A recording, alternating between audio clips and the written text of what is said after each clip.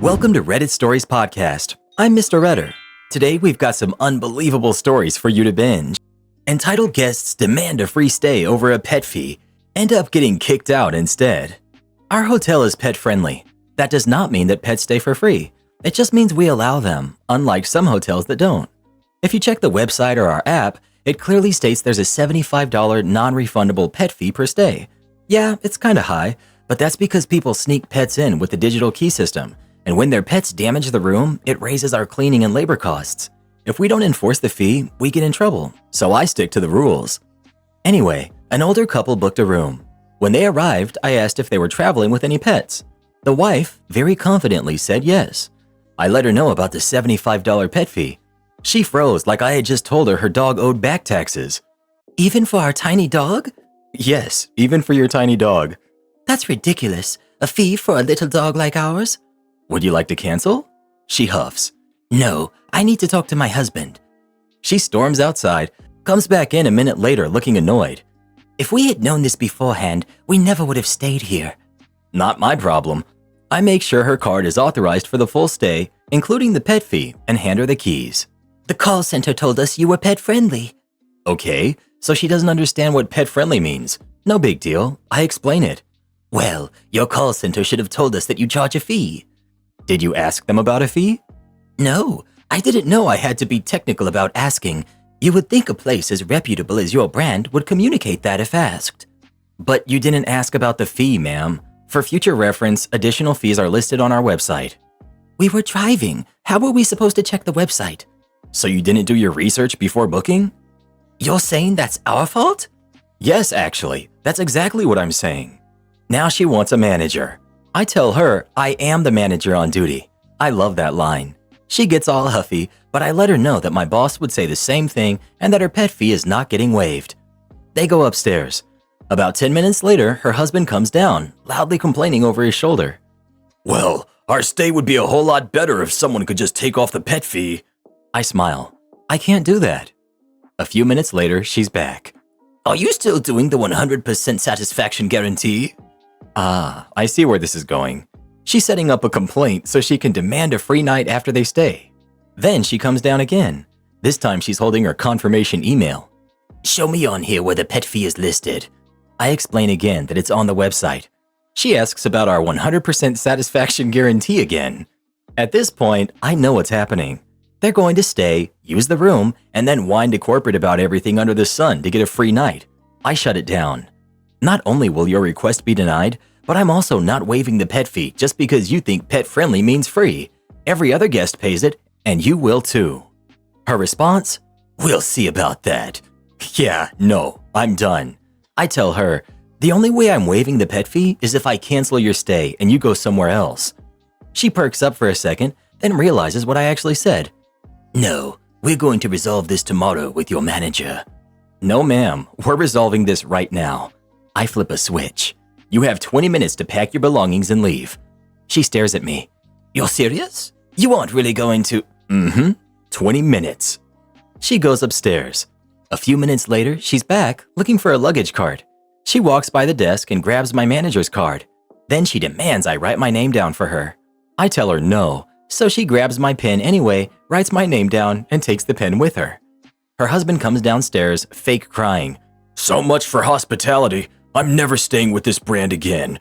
I hope you're happy with yourself. I've never even had a speeding ticket in my life, and you're calling the police on us. We only traveled here because of my sick mother, and now you're kicking us out. The wife starts barraging me with questions. Do you enjoy your career? Are you happy with yourself, sitting comfortably? Have you trained people? Are you really a manager? Where's the sense in all this?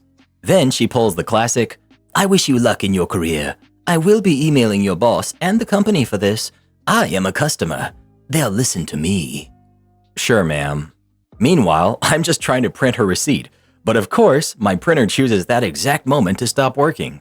So I calmly email her the receipt and I tell her the charges will drop off with no payment. Her last words, they had better. And with that, they were gone. So they tried to argue their way out of a pet fee, got kicked out, and still acted like they were the victims? That's like sneaking into a movie theater, getting caught, then demanding free popcorn on the way out. Don't ask me how I know. We'll save that for another time. Am I the jerk for leaving my own birthday dinner because my girlfriend turned it into a proposal for herself? I'm 28 male. I had my birthday dinner last weekend with my girlfriend, Sarah, who's 27, and she's the one who offered to plan it. I usually keep my birthday low-key, but she insisted on making it special this year. She booked a nice restaurant, invited close friends and family, and kept hyping it up like it was going to be a big surprise. I was honestly looking forward to it. I figured she had planned something thoughtful, maybe my favorite meal or a nostalgic touch from past birthdays. Everything was going great at first. The food was good, the conversation was flowing, and I was actually enjoying the attention for once. Then dessert came. The waiter placed a cake in front of me, and instead of happy birthday, it read, "Will you marry me, Sarah?" I just stared at it. My brain was scrambling to process what was happening. At first, I thought it was a joke, like maybe it was a prank cake and the real one was coming out next. But then Sarah got all teary-eyed, turned to me and said, "Well, this is the best surprise ever, right?" The whole restaurant seemed to freeze. My friends and family were clapping. Her friends had their phones out, recording everything like it was some romantic comedy moment. Meanwhile, I was sitting there, trying to figure out how my birthday had suddenly turned into an engagement party. She kept talking, saying she knew I wasn't big on grand gestures, but she just couldn't wait any longer. So she took matters into her own hands. She actually seemed proud of herself, like this was the most romantic thing ever. I felt trapped. I wasn't ready for this, and even if I was, I sure as heck wouldn't want it to go down like this. My birthday dinner, surrounded by an audience, with a cake that looked more like a wedding invitation than a birthday treat. So I stood up and said, "This is my birthday. If you wanted a proposal, you should have talked to me about it first." Then I grabbed my stuff and walked out. Sarah was mortified. Her friends blew up my phone, calling me an idiot for embarrassing her and ruining the night. She texted me later saying I humiliated her when she was just trying to be romantic. My family is split. Some think I should have just smiled and gone along with it for the night, while others agree that she crossed a line. So, am I the bad guy for leaving my own birthday dinner after my girlfriend hijacked it for a proposal? Not the jerk. She didn't just turn it into a proposal, she turned it into a proposal where she proposed to herself on your behalf. This is not rational behavior in the least. If she wanted to propose, she could have proposed to you, from herself to you. But no, she wanted the public moment of her being proposed to and decided your birthday was the perfect time for her to give this to herself. She was trying to do something romantic, but you weren't the intended recipient. She was. It was nice of her to show you what she values, because it definitely isn't you. You're a prop for her, and at least now you know that for sure. What an amateur. When I hijacked a special occasion to propose, at least I made sure the cake had his name on it. And look where we are now, Reddit boy. Still not sure how that actually worked out, or why I said yes. Oh please, you know you love me. Am I the jerk for not listening to my wife and eating the wrong cookie? I worked a 10-hour shift yesterday, and I barely ate anything except for some bubble gum and a cheap cup of hot chocolate. By the time I got home, I was starving. I had a voice message from my wife saying she picked up a cookie for me from the local bakery. She also got a special cookie for our daughter, which she could have after school. I was excited, not just because I was hungry, but because my wife and I had been at odds lately. I thought maybe this was her way of extending an olive branch. So I opened the box, saw 2 cookies, and figured the one that matched my daughter's description was hers. That left the other one for me. It wasn't exactly what I expected, but whatever. I wasn't about to complain. I ate it. A few hours later, after dinner, my wife poured herself a glass of milk, opened the cookie box, and just stood there. She muttered something under her breath, dumped the milk back into the jug, and flopped onto the couch. I asked her what was wrong. "You never listen," she said. "You ate my cookie." I was confused. I told her I only ate the other cookie in the box, the one that wasn't our daughter's. "Your cookie was separate," she said. "It was in a bag under the box. You should have listened." Then she added, "I'm not even surprised." I asked what kind of cookie I had eaten and offered to go buy her another one. She refused to tell me, just kept saying I should have known it wasn't mine based on her description. For the record, the cookie I ate was white with some kind of brown icing. Apparently, she had gotten me a toffee chocolate chip cookie. So, am I the jerk for not paying attention and eating the wrong cookie? Or is she overreacting? Edit. Since a few things keep coming up, here's some extra info. Yeah, I have a hard time paying attention. I have ADHD and I'm working on it. Not eating all day is on me. It was 2 days before payday and there was nothing at home I could take with me. I had $1 in change in my cup holder and a pack of gum. I made do. No, she never mentioned that my cookie was in a separate bag. She told me it was in the bread bag, which is where we keep bread and other stuff we don't want bugs or mice getting into. She said it was a toffee chocolate chip cookie. I checked the bread bag, found the bakery box, and saw 2 cookies. One was decorated like the night sky. That had to be our daughter's. The other cookie in sight was the one I ate. No, I can't prove any of this unless someone tells me how to download voice messages from Messenger and post them here. All this talk about cookies has me starving. Now I gotta know. What's your go-to cookie? Classic chocolate chip, peanut butter, something with a fancy name I can't pronounce? Drop it in the comments before I end up eating the ones that Karen is hiding in the back of the pantry. Touch my cookies, Reddit boy, and your next meal will be hospital Jello. Can we get a thumbs up for Jello? That stuff is so good.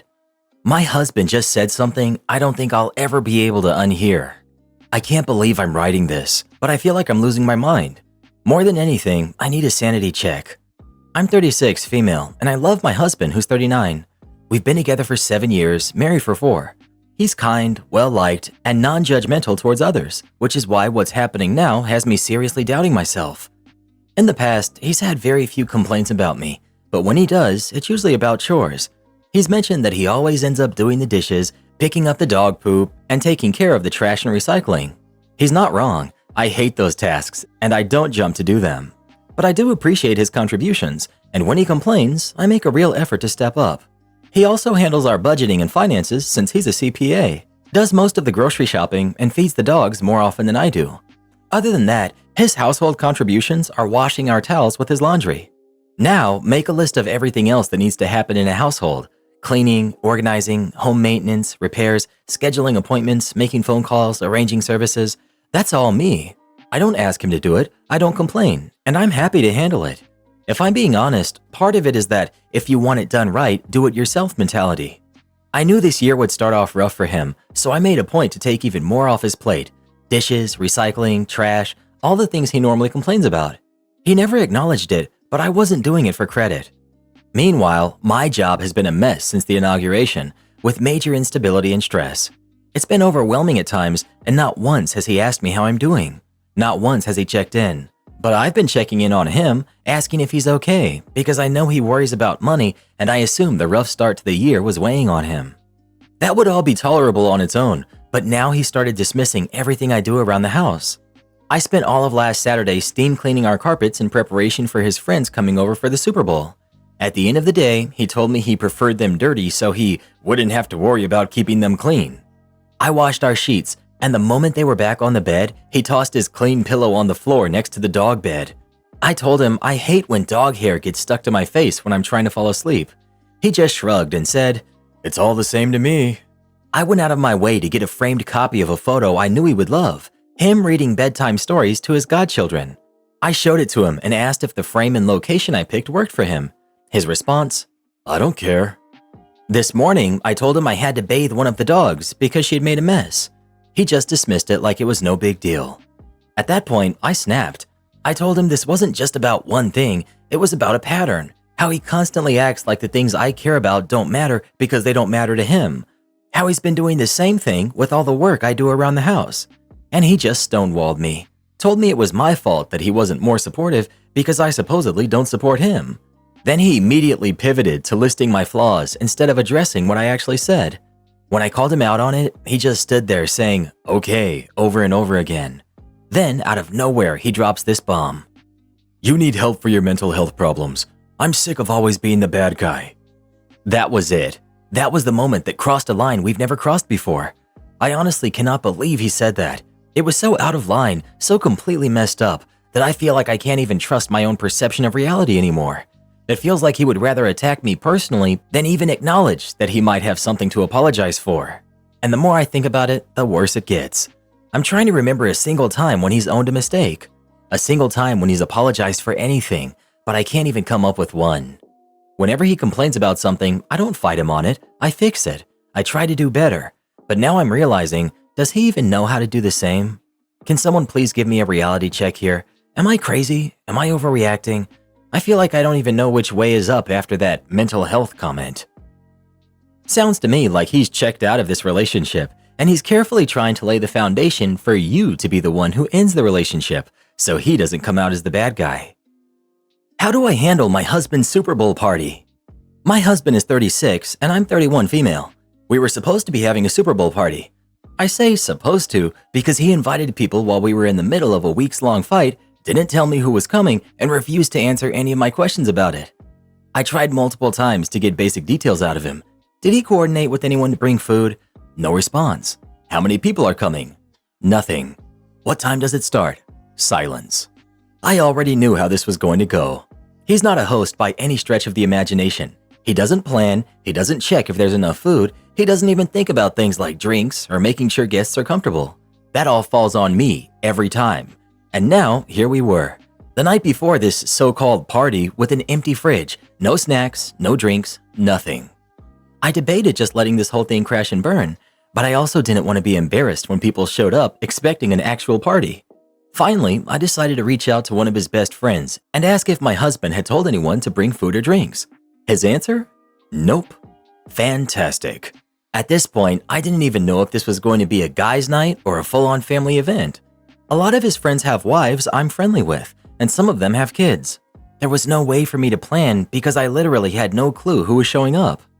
The next morning, my husband hadn't spoken a single word to me, not one. He ignored me all morning, until his buddy, the same one I had texted with, called him up and asked what was going on. I think he did it for 2 reasons. Even the guys didn't want to walk into a party with zero plan. He must have picked up on my desperation the day before and decided to light a fire under my husband's lazy behind. Suddenly, my husband was motivated. Now he cared. Now he was trying to confirm a head count and figure out what to do. And guess what? After all that, the only people who actually showed up were that one buddy and his wife, plus my 2 friends. For reference, last year when I planned the Super Bowl party, 30 plus people came. That was the level of turnout I had originally expected. So the fact that it dwindled down to 4 guests this time, that tells me everything. I have a feeling everyone saw there was zero planning and wanted nothing to do with it. Nobody wants to waste their time on a big event that was thrown together last second with no effort. At that point, seeing that half of the party was actually my friends, I decided to step in. I went to the store with my friend, grabbed some essentials, and actually made sure we had food and drinks. Meanwhile, my husband acted like everything was totally normal the entire time. We got through the night, watched the game, and I kept things together like I always do. He never acknowledged how much I had to step up to salvage this. No thank you, no jokes about the situation, nothing. Now, here we are the next day. He's not giving me the silent treatment anymore, but the tension is still there. The conversation is cold, stiff, and not enjoyable. I know a lot of people wanted me to just leave him and let him deal with the disaster he created. Maybe I am a pushover, but when every attempt to stand up for yourself is labeled as vindictive, you start walking on eggshells. You start picking your battles just to avoid yet another argument. And to be completely honest, we're Eagles fans. I didn't want to ruin my own night before the game even started. If there was even a chance that football could give me one good moment in this mess, I was going to take it. Karen gets caught on camera stealing my plant and ends up on the local news. So this lady walking by outside decided to literally stop and steal our plant by pulling it out of the ground. This wasn't the first time that this happened, but we finally caught it on camera. It had been growing indoors in a vase for 2 years, as we were afraid this would happen again. But it was getting root bound, so we had to move it to our driveway 2 weeks ago. Then comes this morning and this happens. This was in South Brazil. Update. Soon after this took place, our friendly neighbor who happened to be outside had seen this take place and came to us straight away to let us know. As she's elderly, there was no attempt to stop the suspect in her tracks. She mentioned that she knew this person, so my wife and mother-in-law grabbed the footage from the security camera and drove over to their house in search of our plant. Upon arrival at the address, they very politely spoke to the suspect and asked her to give the plant back, as we had video evidence and witnesses that could testify she was the one who took it. She tried brushing it off, saying it wasn't her, and supposedly even threatened us that she would press charges for falsely accusing her. After some back and forth with no success of getting it back, she said, "Fine, if this isn't you, we'll reach out to our local news to try and identify who the actual person is." While this was taking place, I filed a police report and I got in contact with our local news and I sent them the video. We didn't provide the address or name of the suspect, as all we wanted was to retrieve our plant without harming anyone. When the camera footage hit the news, people from the neighborhood and people that knew us were bombarding us with messages. People on Instagram were already reposting the video, and very soon after, we were contacted by this person's family. They were profoundly apologetic and said they would do everything to try to retrieve it for us, as this was in no way a representation of who they were. To be clear, their family was actually very humble people who did different types of general labor work, and they're very well known and respected by everyone in the area for their work and friendliness. They were completely shocked once they saw the news, and they knew straight away who this was. By late afternoon, they had brought the plant back. When they did, they also said this person was mentally ill and on medication. How much of this is true, I don't know. But what I know is they did their utmost best to amend and bring closure to this situation without aggravation and distress. They also offered financial compensation, which we declined. We only asked for the plant back, which they did bring with them. But to our surprise, unfortunately, it had already been mostly burnt, and what I can only suspect was an attempt to rid the evidence. It was placed in a black bag and then lit up, probably when it hit the news. The roots seemed to have survived as it was still moist. I'm no plant expert, so we did replant it after cutting off the burnt stems in hopes that it will regrow. So this is it, the whole story. I decided to post this due to the traction that it's gotten, as I would like there to be no third-party misinformation surrounding this ordeal. For those that requested, the plant is a bougainvillea, and while not an exotic and rather inexpensive species, was very dear to us as it had very sentimental value to my wife's family. No money could replace it, and we had only planted it outside as a keepsake to see it blossom into a beautiful tree, and also because it began getting root-bound in the pot that it was previously in. My teenage son messed up big time, and I'm afraid of what happens next. Plus, final update. My son is 17 and just started driving. He used my car, a Honda Civic, to go to and from school sometimes. I was at home this week when 3 police cars came to our driveway and officers were banging on our door. Turns out my son rear-ended a vehicle and drove away. To make it even worse, the driver was a cop in his personal truck. It took maybe 15 minutes from the incident to when they came knocking. The hit truck has no damage. It was just a tap at maybe 15 miles per hour into his towing hitch. Our Civic's license plate is bent and there is some bumper damage. The truck driver filed an insurance claim with our insurance. My son admitted fault. There's also video footage of everything. I'm beyond freaked out and I haven't slept since. I scolded my son, but there is only so much I can do now. He says he freaked out about hitting an expensive new truck and just drove off. I explained how wrong that was. What I'm more concerned about is that the driver pressed charges to teach this kid a lesson. The cops on scene said it's up to the other driver if he wants this charged, and he chose to. We were told my son will be formally charged on Monday by the prosecutor and probably arrested. Fleeing the scene of an accident is an arrestable offense here, and it carries jail time too. I'm so scared. I'm a single mom. I can't afford to pay lawyers to keep my son out of prison when we can barely afford rent, food, and bills. I know my insurance rates will be done for years to come. His too, probably. What do we do here? Thanks. Update. I really appreciate everyone's input and words, some good and some bad. We've been a ball of stress since last week. He was officially charged with leaving the scene of an accident and fined for failure to maintain speed. I spoke to a few lawyers around town, and they all agreed there is zero chance the DA will drop the charge. Our county is very tough on crime, and they are campaigning on it. The DA refused any agreement, plea deal. They also have lots of video evidence from the truck's front and back dash cameras, a gas station, and an intersection camera. Our focus is to try and get probation instead of jail time. I need to come up with a few hundred for the fine and $1,500 for the lawyer. That's in addition to the insurance rates that will definitely go up. As a kicker, my insurance has small accident forgiveness for damage lower than $500. The insurance estimate for the truck's damage hitch came to $504. They also want to suspend my son's license so he won't be able to go to or from any job that isn't close by. We live in a really spread out area where a car is basically mandatory. I'm just so upset with him and his decision making. Trying to keep it together and work our way out of this, but it's frustrating. After watching the video, I got even more mad.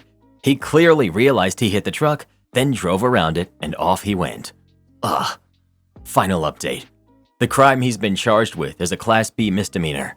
The maximum penalty is 6 months in jail and up to a $2,000 fine. The prosecutor has asked for the max on both.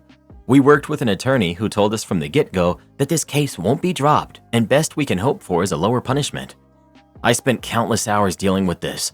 Our attorney was able to negotiate 5 months in county jail and a $1,500 fine. That's all the prosecution would budge on. The alternative was the full 6 months in jail and $1,000 fine. Attorney advised that we should take it because a judge would throw the max penalty in this county, especially since there's clear footage and really nothing to dispute or excuse the crime. Other lawyers had the same opinion. My son is freaking out and he's scared about jail time and now having a criminal record. He's been crying and is just a mess. That's besides the finance aspect. So anyway, financially, this has put us in a deeper hole than we were before. Now my son won't be able to work during the summer because he'll be in jail. He's missing the college start because of it too. We need to come up with $1,500 fine plus $1,000 lawyer fees and $350 miscellaneous court fees.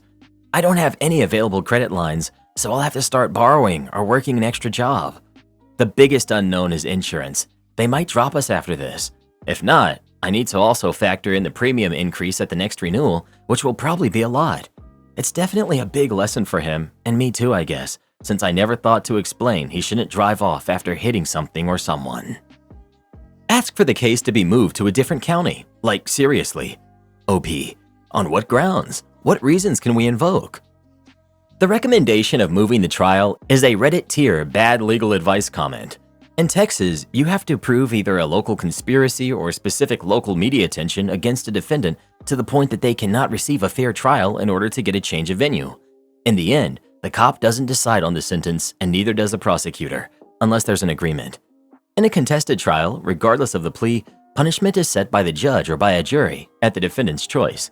It doesn't appear that there's reason to doubt that he would have a fair jury in your jurisdiction. As tempting as it is to listen to contrary opinions of people on the internet with nothing to lose in your situation, if you've already spoken to multiple local attorneys, absolutely listen to them. Source: I'm a prosecutor in Texas. Am I the jerk for asking my fiance to make his parents get up early? I, 32 female, am getting married in less than a week to my soon-to-be husband who's 34. On the day itself, I'm planning on getting ready with a few friends at home. Currently, we have our in-laws visiting from another country, so they're staying at our house.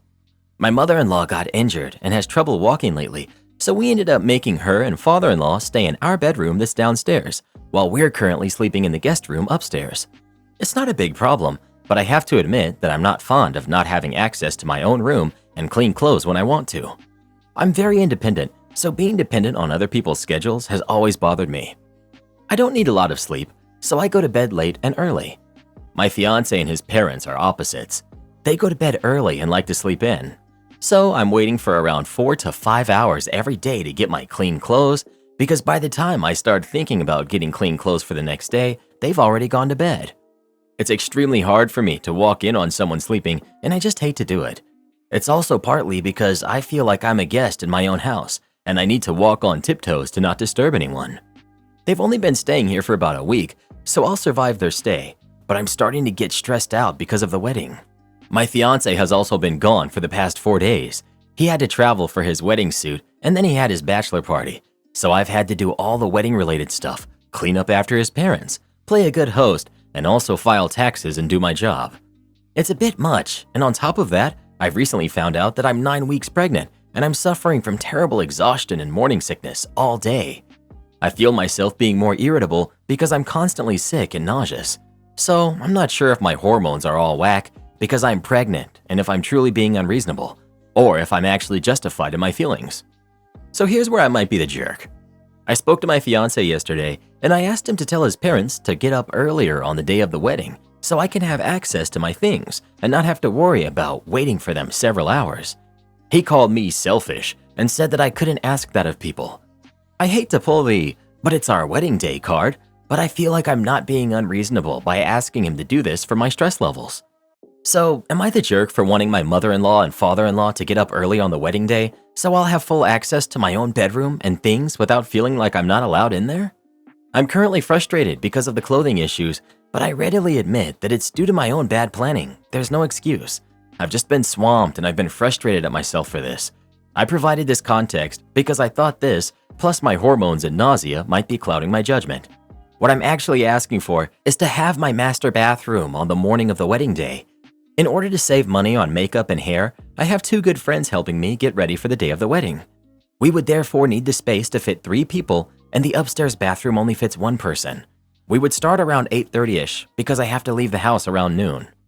As things currently are, I have enough space in the guest bathroom for my daily routine because I don't wear makeup. Thank you, Accutane. On normal days, and I don't need to do much to my hair other than brush and braid it. So I'm not asking for the space until Saturday morning, and I'm not blaming my in-laws for me allowing them to stay in our bedroom.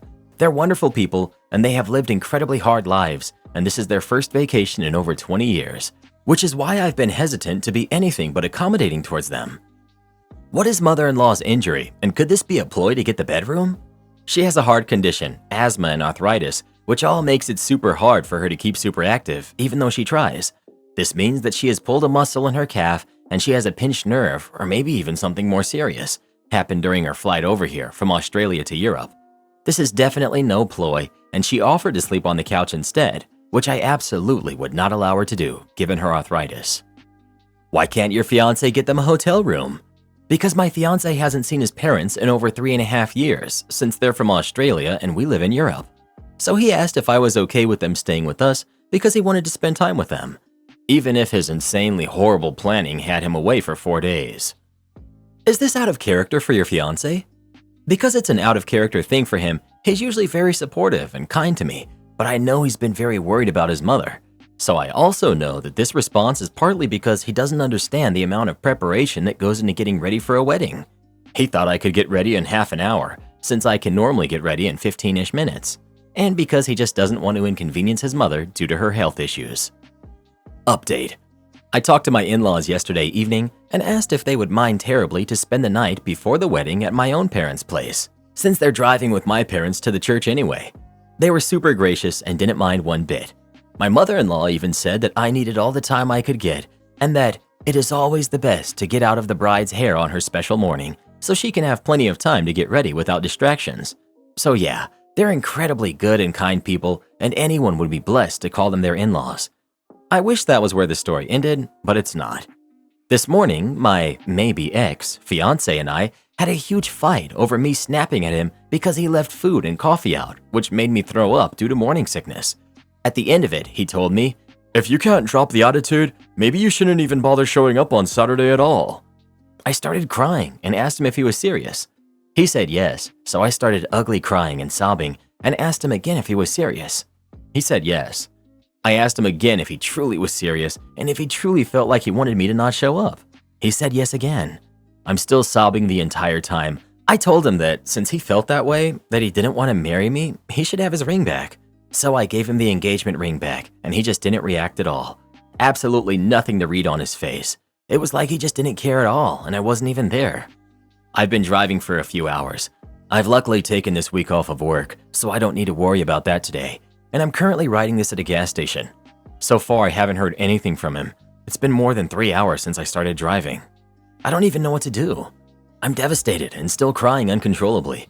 Of all the scenarios I ever imagined for this week, my fiancé, a man I have 2 dogs, a house, and a baby on the way with, asking me to not show up to our own wedding was not one of them. I'm just too hurt to even process what's going on right now and what the heck I should do going forward. I wish I had a happier update, but yeah, sorry guys. More on the fight. I couldn't really write the full version of the fight, but essentially here it is. I suggested that I should maybe stay with my parents for a few days because we were both getting very upset at each other, and maybe it was all just too stressful. He then said, "Maybe you should just stay there until Saturday. Or better yet, if you can't drop the attitude, maybe you shouldn't even bother showing up on Saturday at all." I asked what he meant by that, and he said, "If you can't stop behaving like this, then maybe you should buzz off to your parents. Stay there and stay away on Saturday." That's when I started crying. So I kept asking if he was serious, and he just said yes. I went into the car, cried for 10 minutes, then went back into the house to ask him a final time. He still said yes, and that's when I gave him the ring back. Update 2. I'm okay, I'm safe, I'm warm, and I'm fed. I'm back home with my dogs and in my own bed. The still-to-be-determined, maybe ex, jerk fiancé is staying on the couch and trying not to look like a wounded dog. Apparently, he realized his mistake the minute I gave him the ring back and has told me he basically didn't compute what was going on, which is why he didn't react. He has described it as an out-of-body experience. He didn't really understand what was going on until his parents were yelling at him a few minutes later. They had overheard our fight and were very upset with him. In the end, they ended up contacting me, telling me that he was driving around looking for me and had forgotten his phone and if I was okay. I ended up driving most of the day and coming back to the house around dinner time. Fiancé had come home in the meantime and written me a wall of text apologizing and begging me to talk to him. He word vomited his apology and admitted to being freaked out about everything, especially the pregnancy happening so fast, and he called himself a self-sabotaging idiot. He also said he did not mean what he said at all. Basically, his jerk response was because he misheard me when I had said that his parents didn't deserve him being away for 4 days, as though I had said his parents didn't deserve to be in our house. So he reacted so strongly because he thought I was insulting his parents. Not that that's a valid excuse, but it does clear up why his response was so out of character. He also admitted to me that after seeing his mother's bad health, he's been extremely worried about her and he's afraid that she could be dying. So he has dealt with extreme guilt of leaving them for the 4 days. I barely spoke when he apologized, which then made him cry. First time I've ever seen him cry, and beg for a chance to make it up to me. He already started by asking if he should find himself a hotel room so that I had the house, or if I preferred to stay at a fancy spa hotel, or how I wanted to do things. I decided that he could sleep on the couch for the time being. At least he, without any hesitation or being told to do so, has been running wedding errands all day and sent me a message that he will do all the wedding-related stuff unless I want to do anything. He also looked up couples therapy and has sent me a few options for dates.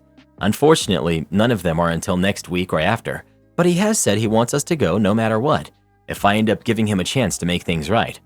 So his parents are basically shunning him and not talking to him, and I'm still making my mind up on whether or not I want to go through with the wedding. I haven't accepted my ring back yet, but I've decided that I'm definitely having a party on Saturday. The question is whether or not I'd like to have him there as well. All in all, this is a roller coaster, and I feel like I'm still free-falling. The hormones don't help either. As long as I can relax today and finally catch up on some Diablo 4, since jerk fiancé is still taking care of the wedding stuff. Thank you again, everybody. I helped the least romantic man on the planet surprise his wife of 10 years by selling him Jello molds on Facebook Marketplace. So a while back, I was buying auction goods and selling them on the marketplace. One piece I found was 3 vintage Jello molds I had listed for $40. There was this man in his mid-30s with a decent appearance, good clothes, and a nice car. He offered to meet and buy them for $40, so I talked to him for a bit, curious about what he wanted to buy them for. As I was also trying to sell him other items, I discovered that this guy planned to buy the Jello molds for his wife of 10 years, and that was all he was doing. I spoke to him and said, "Do you think it would be a bit odd if she found out you only spent $40 after 10 years? He replied, "I guess that would be kind of odd. What else can I do?" I told him, "Well, what about flowers? What are her favorite flowers?" He replied, "I don't really know. I never asked her." I got her name and looked at her Facebook profile. Every photo had the daisy filter, including her cover photo. I told the guy, "Make it 80 and I'll meet you on the day, and I'll get you a batch of her favorite flowers. Also, if money isn't too tight, I know a steak place outside of town where I can get you a reservation for that night." He asked, "You do that for 80? I replied, "Yup." I called Walmart and asked them to put together a bouquet of daisies and some spider lilies for an additional touch. It cost me $15. I made the reservation in his last name, got him everything he needed, and even coached him on not assuming they were her favorites and letting her say it. This confirmed that they were her favorites and made him seem more thoughtful. I also told him under no circumstances to ever tell her I did any of it, and just say he thought he'd do something special if she ever questioned it. Later, I watched her Facebook, and the next day after it was over, she wrote this: "I love this man so much for all the trouble he went through for me. Sometimes you never know how lucky you are until it's really shown to you. He got me my favorites. Look at these. The Jello molds are gorgeous too, just like my grandmother had. I love this man so much. We had a really good time last night, even after 10 years. There were also photos of the restaurant, Jello molds, and flowers. I was so happy when I saw the post. In total, I made this woman's day, and hopefully I helped him be a bit more thoughtful in the process. I know I didn't get paid nearly enough, but come on, Jello molds and no plans when you have the money on a 10-year anniversary? No woman deserves that. Note, I'm a dude, and I would never let my girlfriend down like that. Keeping romance is needed, regardless of how long." Would I be the jerk for canceling my daughter's 16th birthday party after warning her about it a year ago? For my daughter's 15th birthday, my spouse and I paid for her to take some of her friends out to a restaurant for dinner. During this dinner party, my daughter got into an argument with one of her friends who's 15. Apparently, my daughter was upset that this friend gave her a cheap gift bought from a thrift store. According to her best friend, who's 15, who told us what happened, my daughter seemed to like the gift at first and asked her friend where she bought it from. When the girl admitted it was from a thrift store, this is when my daughter lost it and called her names like cheap, gold digger, and a beggar. Now, it is well known that this friend's family is not well off, but I know that she's a sweet girl who did her best to get my daughter a gift with her meager allowance. My spouse and I confronted our daughter about it, and she admitted she insulted her friend. She went on to insult her further by saying things like, "This is probably the only way she gets to eat at a restaurant, so she should be grateful and give me a decent gift." I don't know where my daughter learned such entitlement, but she did not learn it at home. Even her best friend was uncomfortable by her behavior. We immediately took away all of her gifts and donated them. We also told her that unless she apologizes to this girl in front of everyone who is present at the party, we will not be sponsoring any more of her birthdays. My daughter never apologized, and over time, the girl drifted apart from the friend group. My daughter's 16th birthday is coming up next month, and she started talking about what kind of party she wants. I reminded her of our promise that we would not fund any more birthday parties until she has apologized for her behavior at her previous party. Daughter is saying it's been a year and the girl is no longer her friend anyway. She said her best friend is getting a sweet 16 party, not a thing in my culture, and how will it look if she doesn't get one too? We told her she still has a month to apologize, but she's not planning to do it because she thinks we'll cave. My in-laws are offering to pay for her party, but we have forbidden them from doing that. Daughter and both sets of grandparents are telling us that we're being too harsh and ruining her social life. Would I be the jerk if we don't give her a birthday party this year? Not the jerk. Bravo to you for sticking to this. This is the best thing you can do for your daughter. You need to talk to your in-laws and tell them not to interfere. Not the jerk. I would not let her off the hook. Maybe next year I'd pay for it, but there has to be at least some kind of consequence for her actions, and if you cave, it'll just show her that she can escape punishment by ignoring the problem. Karen demanded to get me fired because I refused to sell her skinny jeans. Background info. My name is Sean. This story happened at Walmart in January of this year. I used to work at Walmart in September, but I quit to go work at my sister's donut shop. At Walmart, I worked at the register. I would see this woman from time to time. I actually ended up being good friends with her. She was chill to me and most people all the time, and she was really just cool in general. We would hang out after my shift sometimes, and I loved being around her. Alright, now on to the main story. In January, I was at Walmart looking for a Lego set I've been trying to get for a little less than a year, when suddenly, for the sake of this story, we'll call her Karen. She walks up to me. "Hey Sean, it's been a week or two since we last talked." She would randomly pop up out of nowhere and scare me like that. This was one of those times. "Oh hey, it has." She quickly interrupted me, which was weird since she would usually let me speak first, but I thought nothing of it since we've known each other for so long.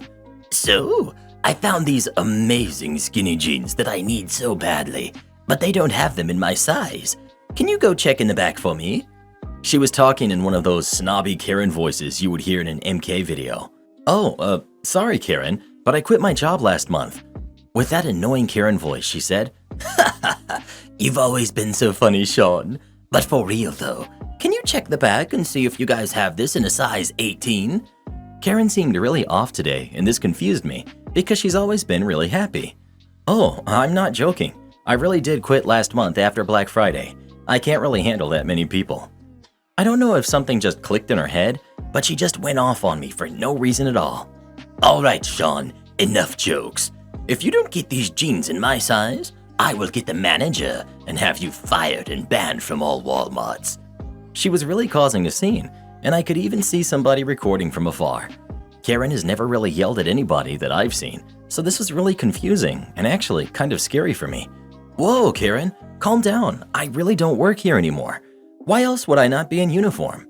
Which she responded with, "Well, maybe it's because you're just trying to pull a prank on other people. Well, guess what, Sean? It's not funny, and I'm gonna get the manager." At this point, I'm just standing in the toy aisle, completely confused and embarrassed with all the people that are staring at me. A few moments later, my old manager came with Karen. Let's call him Bob. Now, Bob was the best manager ever. We would hang out any chance we got, but after I quit, we kind of slowed down. We're still in touch though. "Here he is. "Hey, Sean, Bob is here to fire you." Bob came up to me and said, "Hey, Sean, it's been a while. How you doing?" "Yeah, I broke my arm a while back, but other than that, I'm fine." Karen looked shocked and so confused, which kind of made me cackle a bit. Bob told Karen, "Hey, lady, Sean actually quit a month ago, so he doesn't work here anymore." Of course, Karen's hate being denied, so she said, "Even the manager is in on the prank? I'm out of here." Karen stormed out, and after that, I never heard from her again. This whole situation was so weird and out of character for Karen, so I'm still kind of confused as to why she flipped out on me. If she sees this post, chances are she's gonna sue me for harassment. Also, I'm pretty sure she stole the skinny jeans that weren't even her size, nor were they the proper size for skinny jeans. Edit. A ton of people are confused on how my arm magically healed so fast, but prior to when this story takes place, I was able to get my cast taken off since it had been 4.5 weeks since I broke my arm. Without my cast, it wasn't too obvious that my arm was broken. Hope this helps clear things up. Would I be the jerk if I contact my biological siblings to let them know I exist against the wishes of my biological parents? I'm male, 18. I was adopted by a couple who separated shortly after my adoption, and I was eventually taken away from them and placed into foster care when I was 3. That's where I grew up. Recently, I've acquired details about my biological parents from a family friend who helped connect them to my adoptive parents all those years ago. I looked them up online. They have 3 kids, a son who's 15 and twin daughters who are 13. The son has the same name as me. A few weeks ago, I went to the church they go to and I saw them from a distance. I didn't introduce myself, just wanted to see them before they knew who I was. Also figured out where they live. About 2 weeks ago, I finally sent a message to my mom, explaining who I am and telling her that I would like to meet them. She saw the message that day, but didn't reply for a whole week, and then just sent a very short message telling me they're not interested in getting to know more about me or having me in their lives, to not contact her or her family ever again. I sent a message to my dad then, and he said we can have a phone call. We had that call last week. He didn't even let me tell him anything about myself. He explained that they had had me when they were 22 and didn't want a kid back then, so they gave me to another couple, and there really isn't anything for us to discuss. He said he doesn't want to know more about me and doesn't want to hear from me again. I'm not going to lie, this was difficult for me to hear and I had a few days to process it. But I get it. They didn't want me then and they don't want me now. I'm trying my best to just get over it, but I still have 3 siblings. Maybe they would want to get to know me. So I sent another message to my dad, thanked him for taking the time to speak with me and being frank about what he wants. I explained that I respect the fact that he and my mom don't want me in their lives, and that's their choice, and I will respect that. However, I have 3 siblings, and I would like to meet and get to know them. He called me an hour later. This time he was angry and told me that he made it clear that I have no place in their family and I should stay away from all 5 of them forever. He said the kids don't know about me and it will stay that way. I wasn't expecting him to call me or the aggression, so I was kind of shocked, but I was like, but that should be their choice. And he said he's not going to discuss his family with me. Ended the call with saying, "Do not contact any of us ever again." Would I be the jerk if I went to talk to my siblings, introduce myself, and let them know that they have an older brother? I'm obviously not trying to be a jerk here, but I don't think the parents get to make this decision about their kids. I do want a relationship with my siblings, of course only if they want that too. If my siblings don't want to get to know me, I'll stay away from all of them. You would be the jerk, but not once the eldest turns 18. Reach out to him then, and he can decide whether to tell his sisters. If he doesn't, reach out to them when they turn 18. Just be sure to respect any boundaries they set. Karen snuck essential oils in our food. Now she's paying the price for it. I, 20 male, moved in with my parents for the summer to save money for my job, since the hotel where I work is a 40-minute train ride from my hometown. My sister, who's 29, has been living with them for the past 4 to 5 months because her husband is divorcing her and a judge has decided that she isn't allowed to be around her family for now. My sister fell for an American scam called Young Living that sells essential oils, and in 8 months, she spent around 12,500 euros, which was all of their savings, on buying inventory that she was supposed to be selling. She hid it in the basement of their apartment where they never usually go. Her husband had to repair one of the kids' bikes and found the boxes there. He confronted my sister, and to her credit, she admitted to everything, including secretly mixing the oils in their food. Her husband threw her out and filed for divorce. There was an emergency hearing in which the judge decided that my sister is a danger to their family. Her husband showed records of the insane claims the company makes about their products, and she will only be allowed visitation when she sees a psychiatrist. She has refused to go and is fighting the order. Her husband still allows us to see the kids, and I even babysat them a couple of times when I didn't have exams and was still in the capital. Since I moved here last month, my sister has been a nightmare. The only thing she does are cry, scream, and complain, but she doesn't listen to advice, and she has changed lawyers 3 times. I finished my night shift at the hotel, and I was home by 7 a.m. My parents had already gone to work, and my sister was in the living room drinking coffee. As soon as she saw me, she started complaining about how unfair her life is. I just wanted to eat breakfast and go to bed, and she wouldn't even let me go to the kitchen. After the 4th minute, I couldn't take it anymore and shouted at her. I told her she's acting worse than a kid. I told her that she's lucky her husband didn't make a Facebook post or contact her job. She works with classified information to get her fired. She started crying and locked herself in her room. She's still crying and throwing her stuffed animals, the only things left in her room, at the wall. Also, she's late for work since her laptop and phone, which haven't stopped ringing for 30 minutes, are on the living room table. So, am I the jerk? Edit. Thanks for all the advice. My parents came home finally and are currently fighting with my sister after I told them what's been going on. My dad gave me the car keys so I can sleep on it since I won't be able to sleep in the house for some time and I have a morning shift tomorrow. To answer some questions, her family is fine. Her husband had them all tested and there was no damage to their livers. The only concern was with their stomachs, as they had some kind of wart-like things in them. I don't know the exact details, and I'm not planning to ask my brother-in-law for more info, but it cleared up with time and medication without the need for surgery. My sister was never like this before, although she is really competitive. She was first in high school and has won math and physics competitions. She was accepted into the best technical university in our country. When she was ranked 3rd during her university graduation, she threw a tantrum, but we thought that it was because she was getting married and worrying about what master's degree to apply for. My sister isn't religious, and I don't know why she joined the MLM. The only thing she's told us is that she thought she could make a lot of money quickly, and she had people who would buy all her inventory in a couple of months. She has an amazing salary of 3,000 euros a month, which is equivalent to 6,000 in our currency.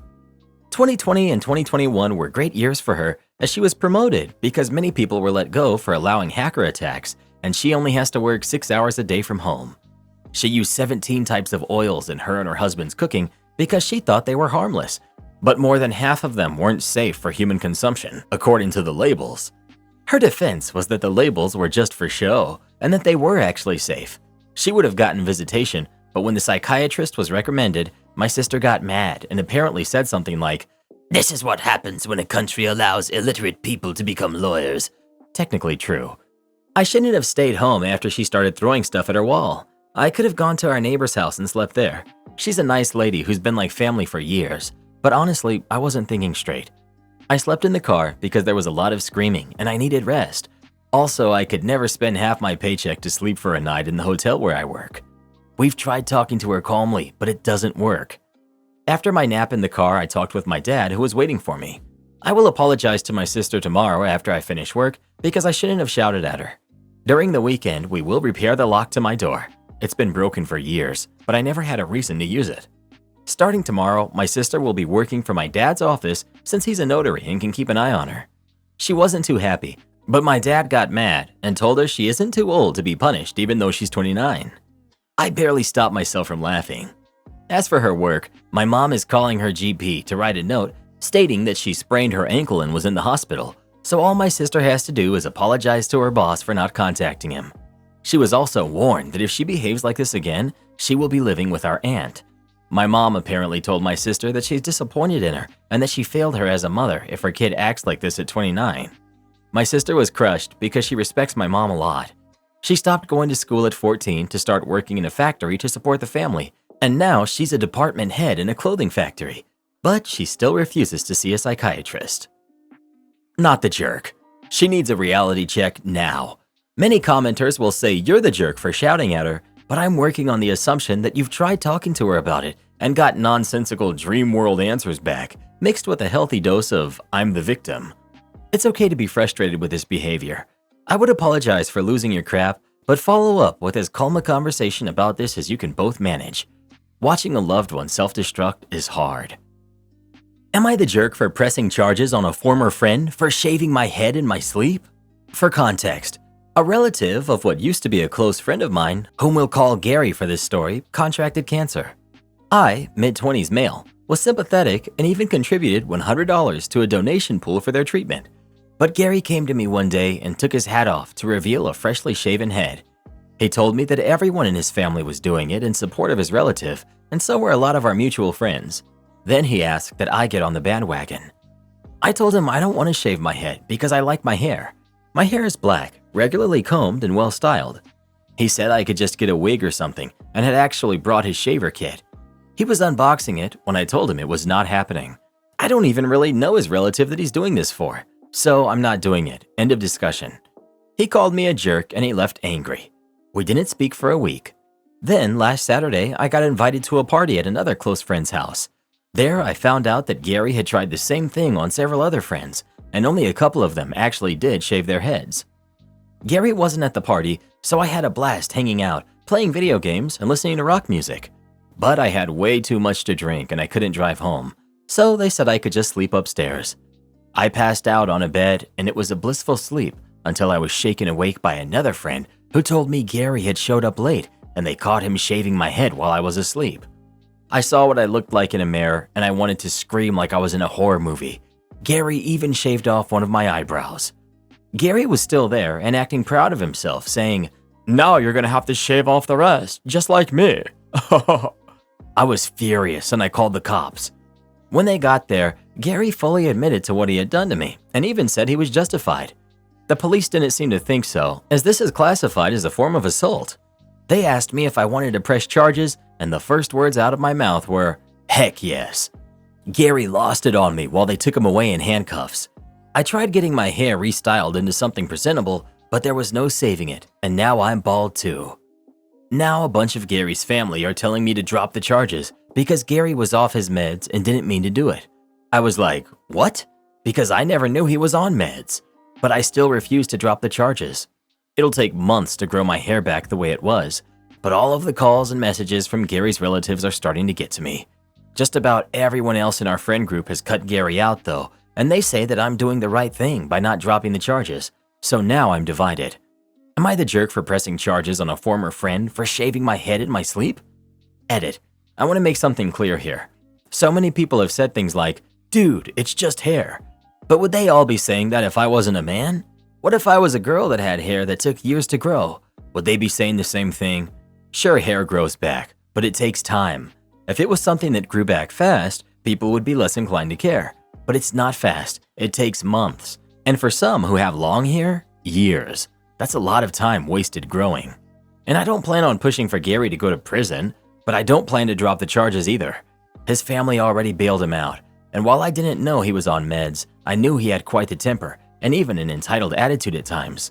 One example being a lunch where he wanted us all to combine the checks and split it evenly. He got the most expensive thing on the menu. I got a cheeseburger. When we all said no, Gary went off on us for not being good friends. He's always been a jerk when he doesn't get his way, and I've only known him for like 3 years. This incident was the last straw, not just for me, but for a lot of our other mutual friends as well. As for the charges, I don't want to send Gary to prison, but I would like him to at least get therapy and community service. With the way Gary has acted around me in the past and what he did to me, I actually wonder how long before he gets more violent. I've seen and heard of him getting in fights for less. Edit 2. I've got many comments from people saying, "You're the jerk, he has cancer." If you actually read what I posted, Gary's not the one who has cancer. It's a relative of his that I don't even know. And no, I don't know what kind of cancer. Gary didn't elaborate. He wanted me to shave my head for this person, and when I refused, he left in a tantrum, then shaved my head while I was passed out drunk at a party. Update. Gary was also described as a neckbeard by multiple people, including women he flirted with. He tried to get a married neighbor woman that was older than him to have an affair with her, and then later egged her apartment door when she refused. That one I only learned about a couple of months after my original post. And no, Gary never saw consequences for doing that either. I also learned he stole several video games and DVDs from friends, mooched food and drink out of their fridges, and even went through a period as a squatter for 2 months by refusing to leave a house he'd been let into by a former tenant, and the landlord actually paid him to leave. Gary's also an extreme hypocrite that contradicted himself more than a corrupt politician. Gary's family harassed me and tried to make me drop the charges. I not only didn't drop the charges, but I reported the harassment to the police. Only problem is that it didn't stop. In fact, it got worse, mainly from Gary's mother, whom I can see where Gary got his charming personality from. She showed up to my apartment a couple of weeks after the shaving incident to scream at me that I knew nothing about what they were going through, and a little hair wasn't a big deal. I told her my hair was a big deal to me, and what Gary did was inexcusable. Well, that earned me a slap in the face, followed by a swift kick and a few more kicks after I went down. It was all recorded by a camera that I had watching the front door. Landlord wouldn't let me put in a Ring doorbell. One of my neighbors saw her and screamed at her that they're calling the police. Gary's mom ran, and I ended up going to the hospital with minor injuries. Gary's mother got arrested, and I filed a lawsuit against her for attacking me. I saw her in court twice for both her assault on me and the lawsuit I filed for her assault. This woman had taken several self-defense classes over the years, so she knew how to fight.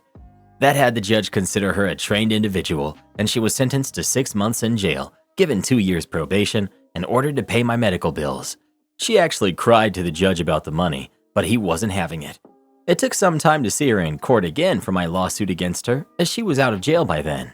I was awarded $10,000 for the harassment, emotional damages, and lost work hours, and she had to pay all court and lawyer fees, which she cried about again because she didn't want to pay anything to the man who had ruined her and her son's lives.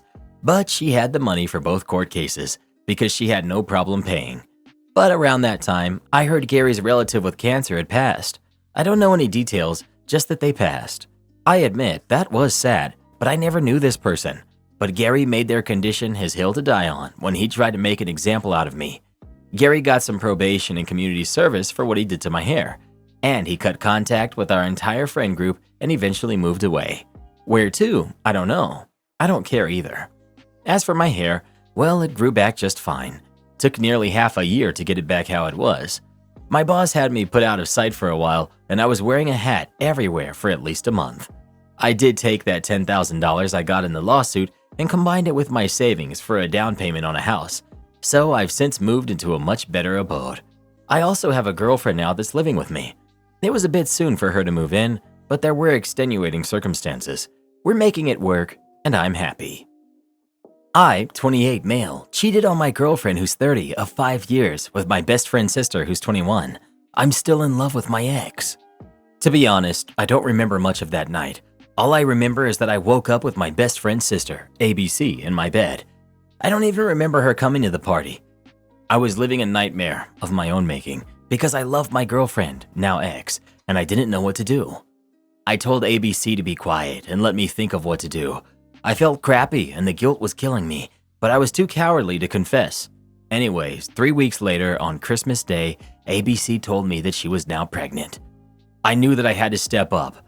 I told my ex that I wanted to break up with her, and I started dating ABC officially.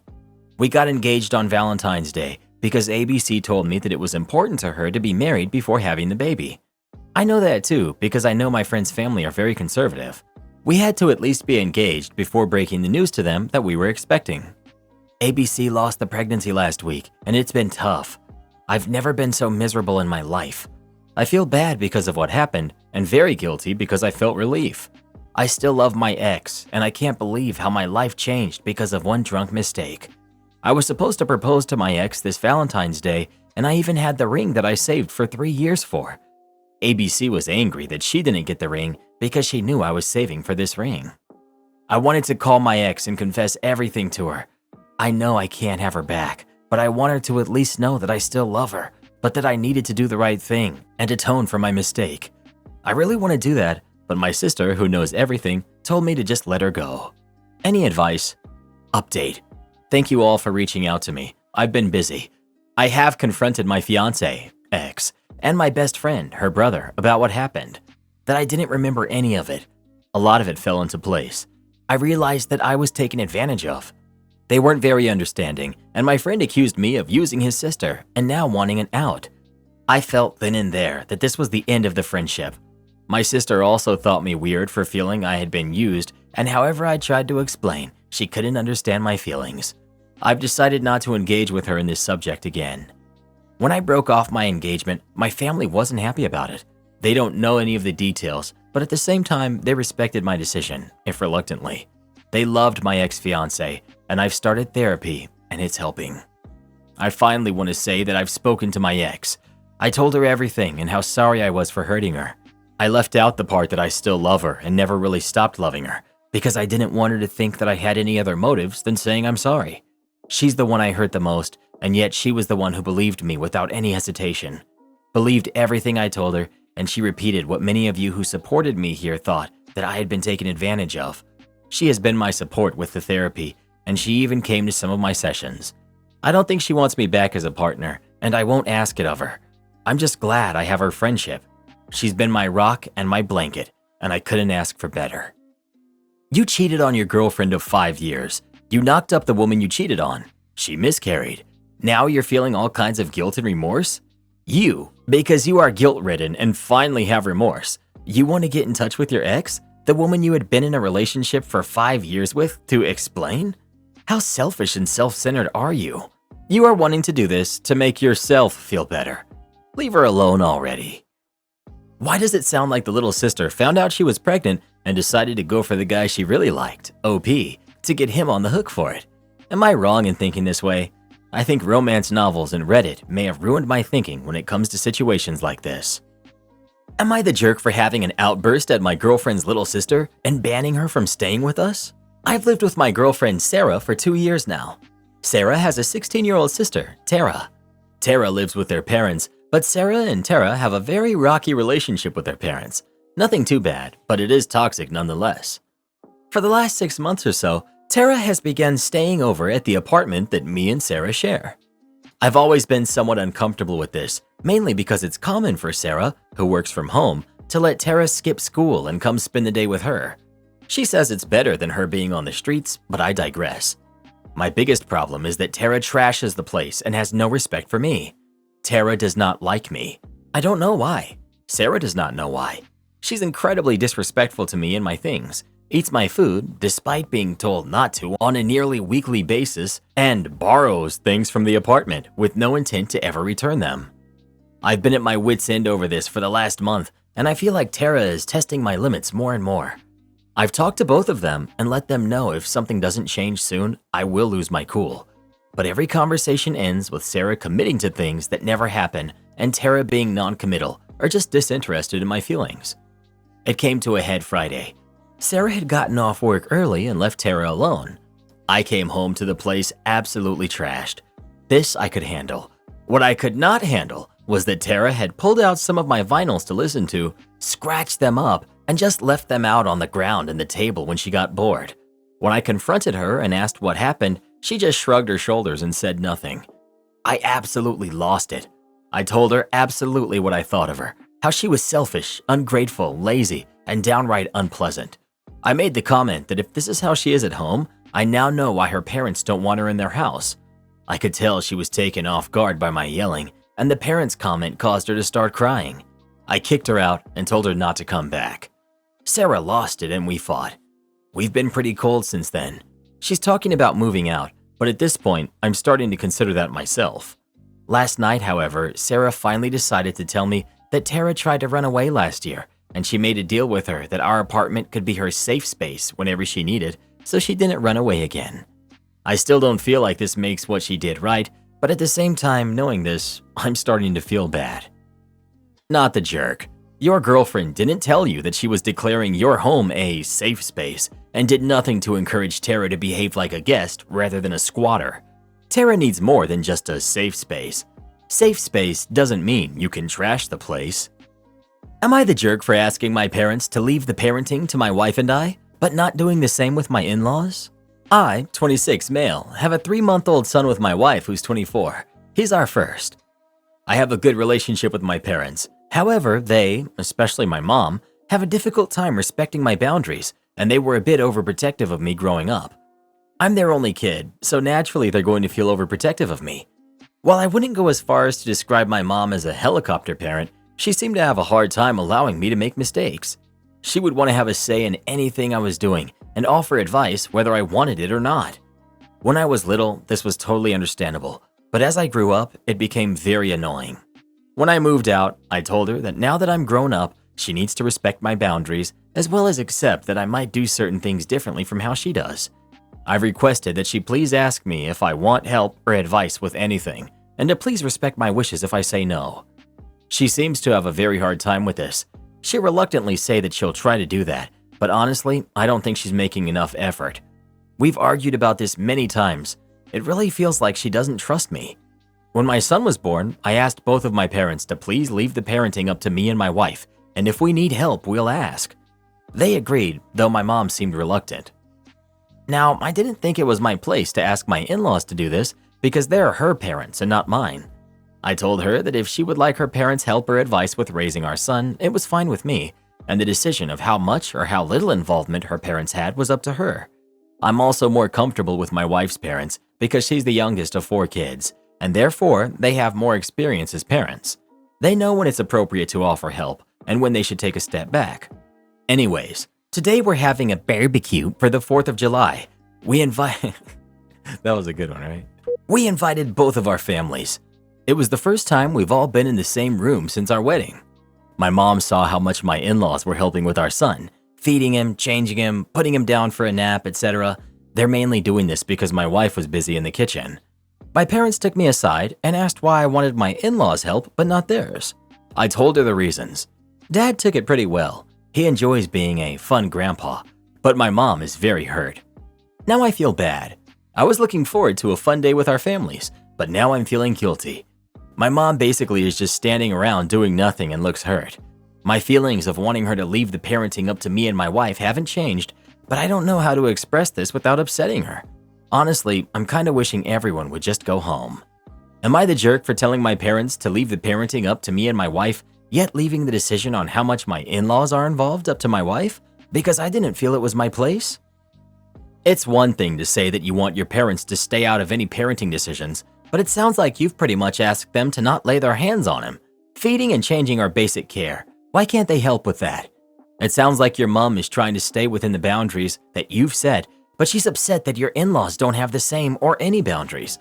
I can understand why she's upset. Your kids are your parents' only chance to be grandparents, and you've decided they're not going to get much of a chance to do anything. You complained that your mom was too controlling in your childhood. It seems the apple didn't fall far from the tree. Find a better balance. You're the jerk. I'm going with not the jerk. Some people don't know when to quit, so it's best not to let them get started. It could also be in how the advice is delivered. We tried to let all of our parents do the same things with our son, but it wasn't working out. Some weren't good with safety, some ignored how we wanted things done, etc. It sounds more like your mom doesn't treat you as an adult, or at least struggles to, and your wife's family doesn't have that issue. That's going to cause some problems. I would maybe sit down with your mom and tell her that as she gets better with understanding and respecting your boundaries, you two, 3 with your wife, can reevaluate what you're comfortable with. Management thought they didn't need me. Turns out they decided to try and sue me. Some context. This company wasn't new. They had been around for about a decade before I was hired, and as far as I know, they're still around, but not sure how they're doing now. When I started there, it was only about 60 employees, which 15 to 20 were just hourly wage nobodies like me. I just had the luck of the draw that my team had 4 managers over my area. I was in a role that wasn't supposed to have any management elements, but turns out not long after I started, a few of the management team moved on and I slowly took over some of their responsibilities. After about 6 months, I was starting to feel overworked and I went job hunting. Having listed the responsibility I got with this position got me a management role somewhere else with substantially higher pay. I even got them to let me have a month before starting because I wanted to give a longer notice than 2 weeks to be nice. After I had given my 1-month notice, they were very dismissive of me leaving and acted like it wasn't a big deal. They thought they could spread out what I did among the other management teams. They were so certain that they could handle my job description of responsibilities that they even told me in writing they didn't need a transition period or training and didn't want an exit interview. They even offered me a week early leave with pay because they just thought it was handled and that I was useless. Before that week was out, I was getting calls, texts, and emails from higher-ups and HR trying to tell me that I'm contractually obligated to help them transition, and that if I didn't, that they would sue me for breach of contract. Now, the best part of this is that when I was hired, I was simply an hourly employee with no special contract, besides the standard employee agreement for hourly workers. But since I had started doing management-level work, everyone had assumed that I was made to sign the management contract, which had a clause in it that required management to work past their notice if the company requested it for handover training, or anything the person was working on that couldn't be finished by anyone else. So within a week, they were frantically trying to get me to help them, and I had already started working with my new company half a week early, so I was ignoring their calls, texts, and emails because I was diving headfirst into my new role. Well, even after the threats, I thought they would have figured out that I didn't sign that contract. About another week later, I was served papers at my new office, and it shocked me honestly. I read over the paperwork, and they were suing me for breach of contract, and it listed a law firm on it, obviously. So I decided to call them up and ask them if they had a signed contract, and I was laughed off the phone by the law office clerk. I realized I shouldn't have called them, and I should have gotten my own lawyer. Just 3 days later, I received a certified letter from the law firm with an official apology for being served and had official documentation showing they dropped the lawsuit. And apparently, they dropped that company as a client for unethical practices. I never got another text, call, or email from anyone at that company or law firm. It felt nice that I shut down a lawsuit with a single question. Karen scams customers, gets busted, and goes to jail. My daughter, Amber, has been challenging since birth. She's never displayed any signs of empathy or remorse and is completely uncaring about anything other than her own wants. We did everything we could when she was growing up: therapy, specialists, and regular contact with experts in her disorder. Amber studied well, but drifted away from us as soon as she got her first job. She kept in touch, but rarely visited. Amber ran a scheme which targeted several elderly, disabled, and vulnerable people and tricked them into giving away money. A few of them ended up passing with nothing left, and Amber got some heavy criminal charges as a result. Amber was found guilty at trial, and ahead of her sentencing next month, the judge denied her bail because she won't be getting anything other than prison time. I visited her yesterday to see how she was coping and to see if she needed anything. Amber excitedly told me that some friends and people who used to work for her had brought her clothes to wear to court. She said she planned to go to her sentencing in red pants and a tailored suit. I was completely shocked. Obviously, she should wear something smart to court, but a tailored suit and designer shoes looks like she's some big businesswoman, and it's sending all the wrong messages and doesn't exactly suggest she's humble or remorseful. Amber's argument was that she's looking at a long sentence no matter what, and so she might as well go out with style. I was sickened, and I made it clear that if she shows up dressed to the nines, she won't be getting any support from me when she's in there or when she comes out. I said she'll never see me again, but she didn't particularly care. My husband sees my point, but he says that I know who and what our daughter is. He says we all know she isn't capable of remorse and that it shouldn't be fair to withdraw support because of that. I'm well aware of that, but she at least has to try. How will it look to the people she's scammed if she shows up for sentencing in expensive clothes that she purchased by destroying their finances? The least she can do is look humble and look like she knows what she did was wrong. My husband thinks withholding support is too far. I disagree. She's my daughter and I will always love her, but her crime was horrific, and if she doesn't regret it, the very least she can do is try to look like she does to give comfort to the people she hurt. If she shows up to court in expensive clothes, she will never see or hear from me again. Am I the jerk? The fact it's her clothes that make you want to cut her off and not her behavior is really odd. I put vegetables in all of my food so my roommate's kid would stop eating it. The mom got upset. I, 26 female, live in a rented house with a single mother, 30 female, and her son who's 6. I had another person living with me, but they moved out, and that was when my current roommate, the mother, moved in. I don't mind living with her and her kid. It's fine, and we kind of both do our own thing. I spend a lot of time at my boyfriend's place or working. Our work schedules collide, so we really don't interact much, but when we do, it's fine. No issues there. I want to start by saying that she clearly struggles financially, but I don't think it's an excuse. I don't make lots of money either. However, I've noticed that my food would go missing or portions would be taken out from it. I assumed it was her kid, so I asked her if she'd stop him from eating my food. I was calm about it, and she just said she would. It didn't really upset me when it first started. It started getting annoying though when I'd get home from work and expect to have a meal's worth of leftovers in the fridge only to see it picked through or just gone. I kept bringing it up, and she started getting annoyed with me bringing it up. Just from observing them, I realized that neither of them eat vegetables, and judging by the food that would get picked through and the food that would be untouched, anything with green in it was avoided. Orange chicken would be gone through, but chicken and broccoli would be untouched. So I started putting vegetables in everything. I find vegetables to be delicious, and anything green or not a potato does not get eaten. So I could mix some bell peppers into the food and it would be fine. I make a big portion of vegetables pretty frequently anyway, so I just started putting it in everything I eat. If I had leftover mashed potatoes, I'd pour green beans in and mix it up. If I had leftover cheesy bacon fries, I'd pour broccoli all over it and mix it in. Usually my homemade stuff has vegetables in it, but I started making sure everything did. I made a pot of mac and cheese, the kids' favorite, and poured in roasted Brussels sprouts, which is actually delicious to me, and I'm eating more vegetables, so it's a win-win. She had been seeming annoyed, but we were all home when I made the pot of mac and cheese. She was in the living room and saw me get out the Brussels sprouts and was like, "What are you going to do with that?" And I poured them in. She said I was being greedy and annoying. I just said, "I like Brussels sprouts," and that was it. She said, "We need food," and I told her to go get some, or stop buying only prepackaged things and your money will go further.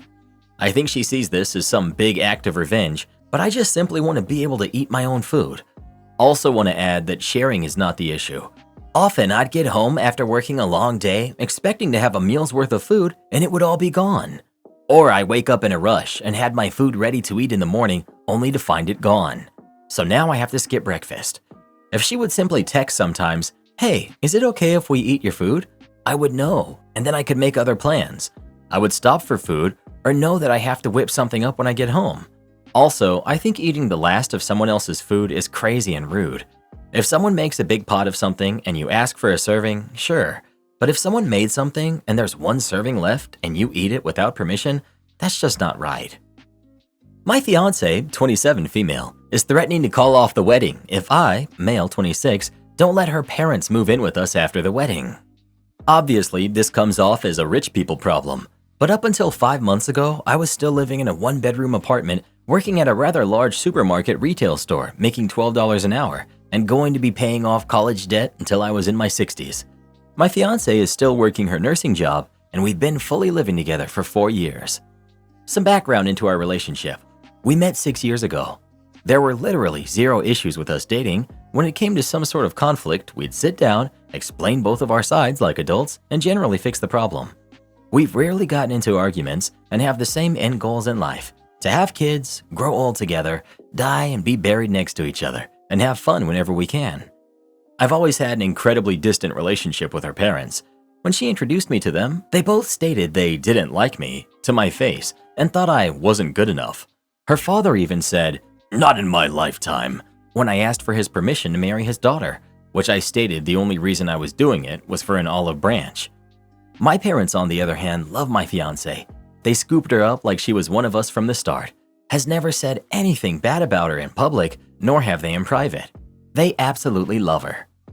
During my grandfather's decline in health, I was the first one there. He just got old, and with being old comes complications. I stopped working my higher-paying job to work retail to have more time to take care of him, because his other kids were busy. This was a very stressful time in our relationship. I had just recently left my job, was not around often, and I myself was super stressed. Recently, I began the slow move of everything over there. While we still have to live in our apartment until the lease agreement is up, there's nothing against the rules of me moving stuff. I brought it up to my girlfriend how taking care of my grandfather has really made me realize how important my family is, and that I wanted to know if it was okay for my parents to move into the new house with us. My dad could retire, and my mom can spend the rest of her life relaxing, not stressing over bills and debt. Because I can pay that off over time, I'm not insane enough to pay it all in one go. She expressed how that was an amazing idea, and how she'd like her parents to move in as well. I laughed at the idea and asked her if she was serious, and why would I want to live in a house with people I don't like, nor want to interact with. She explained that this could be a good chance at us healing old wounds and making amends. I explained that not only do I not want to heal old wounds, if it were up to me, they wouldn't be coming to the wedding. Obviously, this was the wrong thing to say, and now she's giving me the ultimatum of, let them move in or the wedding is off. While I can understand her side, I seriously do not want to interact with them in any capacity. They've tried numerous times to get her back with exes, lie about me, even spread a rumor about me being unfaithful, until I pulled up real evidence of me being nowhere near where they said I was thanks to Google location. My fiance knows all of this and still wants to try and rebuild a relationship with them. This past week, I've been avoiding her with excuses and white lies. I've been meeting with accountants, lawyers, wedding venue people, and jewelers. I've also been spending all-nighters at my grandfather's grave drinking with him and not getting back home until 4 a.m. To me, it feels like my grandfather is still the only person I can vent my deepest secrets and frustrations to. Which is why I've come to you, Reddit. I feel trapped. On one hand, I do not want to live with people I absolutely hate, and on the other hand, I do not want to lose the woman of my dreams. I want a third party's opinion on the matter, with no connection to me whatsoever, as I feel it's the best way to make a good judgment without people close to me influencing my choices. I really didn't understand the "she clearly isn't with me for my money" in the opening paragraph, because OP, she is with you for your money. There are a lot of subtle ways to be with someone for their money without making an outright demand for it. She could be planning to quit her job, pay zero expenses and keep her funds to the side, have herself and her parents live in your house for free. There are many problems. The ultimatum is a huge one, but further than that is you might not have recourse to make her parents leave once they've established residency in your home. And what about bills? I'm thinking their contribution will be zero. Will they keep the proceeds from selling their house, quit their jobs, expect you to pay all expenses? You'll end up paying for 6 people living off you and your money. Do you want to buy their groceries, pay their utilities? What about spending money? Will your wife be handing them money behind your back to keep it fair? Who pays their car, medical, retirement, care when they're older, to go on trips? This absolutely will ruin your relationship. It does not take a psychic to see this. They dislike you. They don't respect you. Do you think they'll respect your home, your money? This path is fraught with challenges. Seek financial advice. Also, why didn't one of your parents get money? Did they also abandon your grandfather? Do you want to care for them for the rest of your life? I'd reassess that as well. Maybe set up a trust with stipulations that they can live independently. It's your money, do with it in regards to your parents what you will. But you do not owe her parents or yours a free ride. OP. My parents would keep the proceeds from selling their house as I have no need for it. Utilities are not an issue. I own the water rights to a natural aquifer and spring underground. As for power, a lot of it's solar energy, which can keep the house going non-stop as long as it's charged. My grandfather was one of those doomsday crazy old guys. I knew about the hunting cabin, I just didn't think it was this big or advanced, so I'll literally never need to pay anything on the property other than tax. I plan to have my parents enter a renting contract. They'd be able to rent out their area and live on the property, use its land or whatever for $1 a month, just in case they upset me so I can evict them. As for insurance, my dad served 23 years in the military, and my mom, being his wife, gets that insurance as well.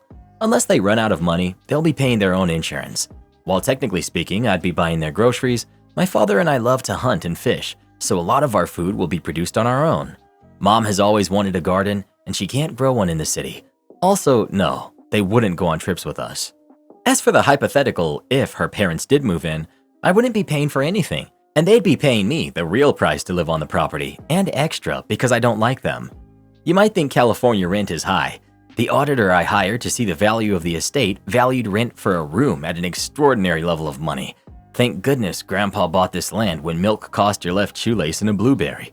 My parents got money. It was nowhere near what I got, but they got a fair share. They didn't abandon my grandfather. In fact, they visited as often as they could, given my dad's work schedule and the distance. It was never viable to visit more than once or twice a year. The only reason I was so close was because I went to college in the same state where he lived and stayed because of my fiance. I've already been working closely with accountants and lawyers who've all projected me moving in my parents and living with them for the next 30 to 40 years of my life will not dent my money in any significant way. I've already invested money and put money into accounts to generate interest. I won't be losing money unless I buy mega yachts, jets, helicopters, supercars. I don't expect her parents to respect me, my money, or my home. I've thought in great detail how my parents would be independent of my finances and my parents have never done me wrong, never given up on me, and encouraged me my entire life. The least I can do is make the rest of theirs something they never dreamed would come true.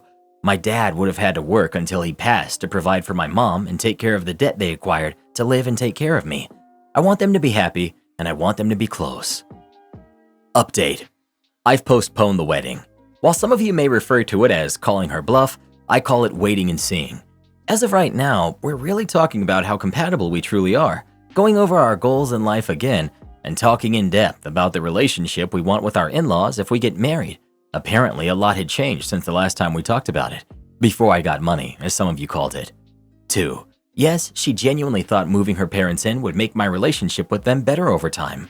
I've expressed that as a result of all they've said and done to me, any positive relationship or communication with them will only be done out of necessity. For example, if she were pregnant, in the hospital, or any life-altering complication or celebration. She did not take this well, but that was expected. But it's important I tell the truth. She believes I'll come around and try to build a relationship with her parents, but as of right now, I can't see myself doing it. My parents won't be moving in, as I haven't even asked them yet. I know some of you were confused and assumed it was already happening. It was not. I asked if it was okay if they could, not telling her it was happening. Some of you suggested that maybe moving them in as newlyweds was weird and suggested building them a small house on the property. I didn't think about that, and will talk to my accountant and parents about it whenever that conversation needs to be talked about. Nice idea. What have I been doing? A lot of meetings about my future, finances, and setting up trusts and wills. I'll be re-enrolling into school to take classes on business, finance, accounting, and economics as my accountant suggested I do. We're still working on a budget, but as of right now, my next steps are furthering my education to manage my newfound wealth and opportunity in a healthy way and to not blow it. As of right now, to be honest, I'm emotionally drained. I think the weight of my grandfather's passing is finally hitting me despite it being months later, and the only thing that kept me going was the idea of the wedding day. With that being postponed, I can really only focus on myself, my values, and my emotions. Staying up all night and drinking at a gravesite isn't healthy, and I've not only promised myself to cut back, but also to not stay up drinking. I've been thinking about maybe getting into some sort of therapy or grief counseling, but I need to make sure that's in the budget with my accountant, as that's a long-term thing. Maybe they know someone. Update. There's not much to say. We sat down and talked for a while. I explained my side of things, she explained hers. She was upset I was postponing the wedding, but once she realized I wasn't going to fold, she agreed under the notion that it was best for our relationship to work on this before marriage. Right now, I'm taking a step back from her to clear the air and give us time to formulate what we want on our own. I've driven the 2 hours to the cabin. Thankfully, the internet people hooked that up yesterday. I've talked to my parents, not about them moving in, but about the situation as a whole. While my dad can't just abandon his job, he sends his love and support. My mom is currently making the 18-hour drive, so I wouldn't be alone by myself. I've gotten attempted phone calls from my in-laws within the last 24 hours, but I've watched them ring and went back to doing my everyday tasks like lawn work, meal prep, reading, and binge watching Netflix. It's strange, but right now I feel happier alone right now than I do with my fiance. Maybe it's some sign that it's not meant to be, or that I've finally been able to relax for the first time in years and have found comfort in solitude. Maybe I'm happy my mom is going to cook me my favorite dinner to cheer me up. I think as of right now though, I have a lot of work to do, not only emotionally, but also literally. I'm thinking about doing some telework just to still have a mainstream of income part-time, as I'll probably get bored of being jobless in about a week. I need some hobbies. My sister's life is falling apart, and I'm happy. So my sister, Ursula, who's 43, yes, I'm using a villain's name, has always made my life horrible. She's extremely manipulative and she's a narcissist. Ursula will be nice to me when she needs something, but then will ignore me. Growing up, I always thought that we were really good sisters. We didn't have the typical sister fights of one being jealous of the other. Now as an adult, when I think about it, I think she hated me. She would always give me backhanded compliments like, "Your face looks better with your glasses." Growing up, I always wanted to be like her. She was everyone's favorite. She was helpful and kind, or at least that's what she made us believe. She would always make me feel insecure about my looks and people I date. The first boyfriend I had when I was 17, she made me believe that he wasn't good enough for me, blah blah blah. I broke up with him. I know, my fault. I moved out of state for college. My sister went to business school while I studied engineering. I would come home from holidays and would still have to hear all her backhanded compliments. When I was 21, I started dating my ex-husband, Jordan. My sister was dating someone else at that time, so I guess her focus didn't fall on Jordan. Also, Jordan was not her type. We dated for 3 years and tied the knot. For 4 years, I've been happy with my life. During that time, my sister announces she's pregnant. We all thought she got pregnant by her then boyfriend, Remy. One day, I went to visit her and bring some food for pregnancy.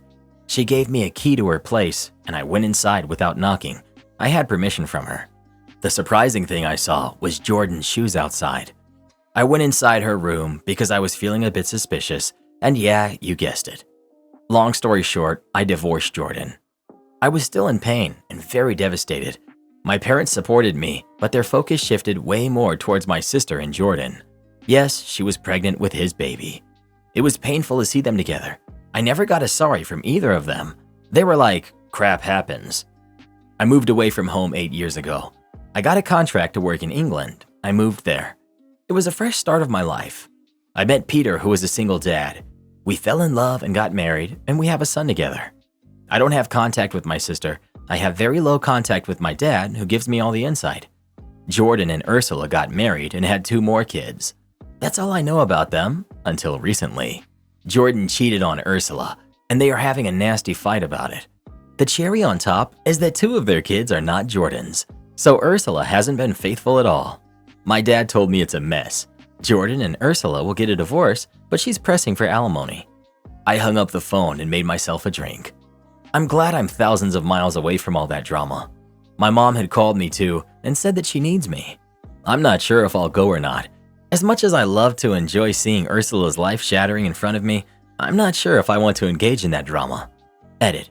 Some people are curious and want to know everything, so I added more details. My sister was cheating on Remy. Remy was a really sweet guy. He was very devastated when he heard that my sister is not pregnant with his baby, rather it was Jordan's. Remy moved on and had a wonderful wife afterwards. I still follow him on Instagram. My parents were mad at Ursula, but she, being a manipulative jerk, convinced everyone that Jordan coerced her and that he said he would divorce me if she didn't hook up with him. She made it seem like she was saving my marriage by hooking up with my husband. Classic. I got married in London. My relatives couldn't come because of the long distance, but my father did. Mom couldn't because at that time she had back surgery. Update. So I've landed on the soil of my home country with my husband and son. My mom and dad received me from the airport. I was so happy to meet them after so many years. Their faces looked pale as if they hadn't eaten or slept in a long time. My mom was happy to meet my husband and kid, especially my kid because she hasn't met him yet. I asked them not to tell my sister that I'm here. I'm only here for a few weeks and then I'll be gone. I'm currently staying with my aunt. Now on to some insights about my sister. My mom said she's living with her along with her kids. I got some details on my sister. She was having an affair with her former boss who is married, and those 2 kids are actually his. From what I'm hearing, the company her boss works in actually belongs to boss's father-in-law. So yeah, her boss is going to be jobless. And my sister has switched jobs way before this happened, but the affair continued. But because of all this drama, she's literally on the edge to lose her new job too, because the company's owner is good friends with boss's wife. So you can imagine the kind of quicksand she's put her foot into. Jordan has quit his job too, because he's adamant on not paying my sister alimony and not wanting to pay child support for the kids that belong to the boss. He will be suing the boss for child support as well. They constantly fight a lot.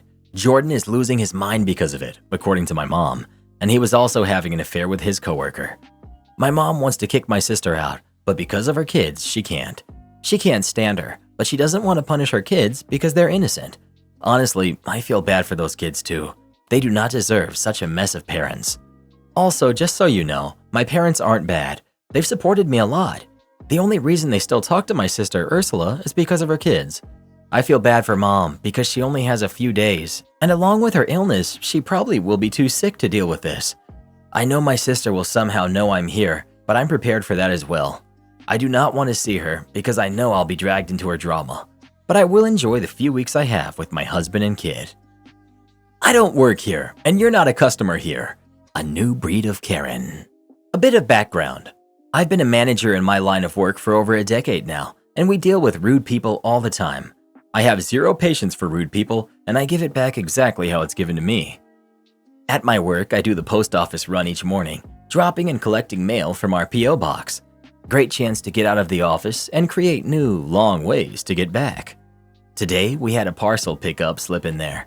Nothing unusual with that. We get them all the time. So I collect the parcel and take it back to work with the other mail. When I get back to my desk, I notice that the parcel is from Amazon, addressed to someone who doesn't work here, but has our office P.O. box details. There's also a contact number for her on the parcel sticker. So, being the kind, caring gentleman that I am, I give her a call. It goes to her voicemail, so I leave a detailed message about the situation and how to contact me. Moments later, I get a call back on my desk phone. Me. Good afternoon. This is the company. How can I help you? Her. I had a missed call from this number, but I have no idea why you would be calling me, because I'm not interested in anything you're selling. Me. Oh no, that's okay. I don't want to sell you anything. We had a parcel in our P.O. box addressed to you.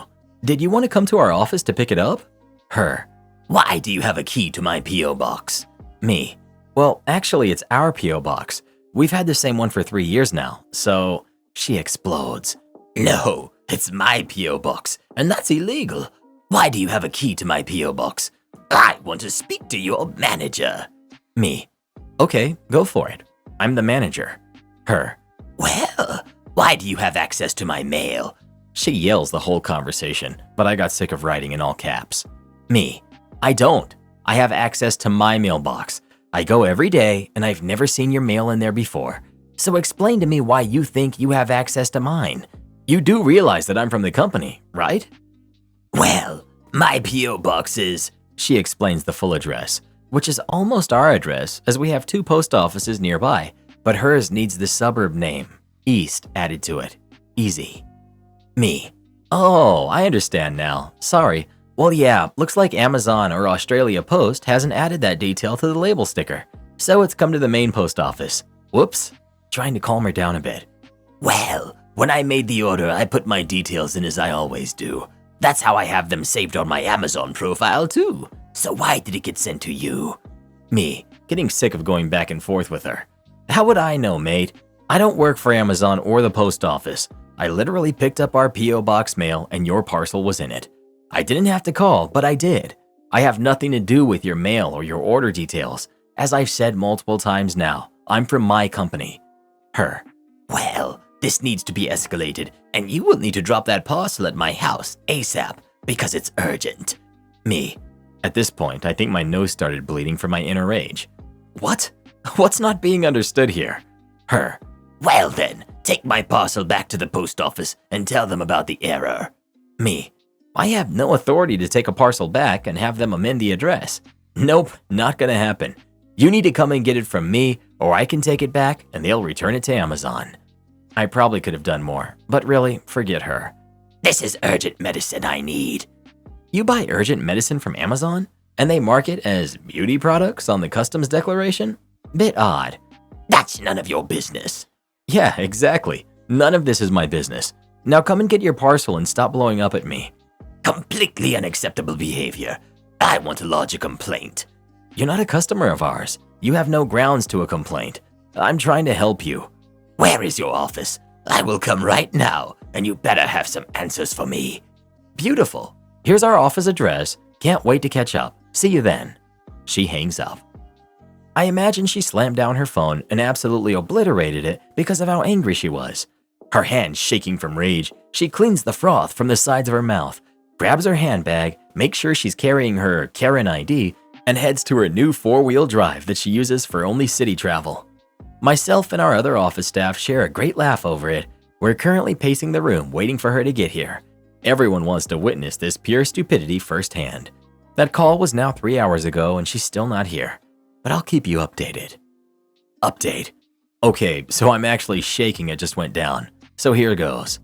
Because my team are quite busy and I oversee their workloads, I sit closest, but still hidden, to the main foyer and reception area. I generally greet all the customers and take the majority of the calls to our office. My team has to focus on complex financial deals, and they don't need the distraction of people asking general questions who just walked in without an appointment. We keep an old-school desk bell on the reception counter, where no one sits, with a sign next to it asking to ring for assistance. Come 9:30 a.m., and I think I hear the bell.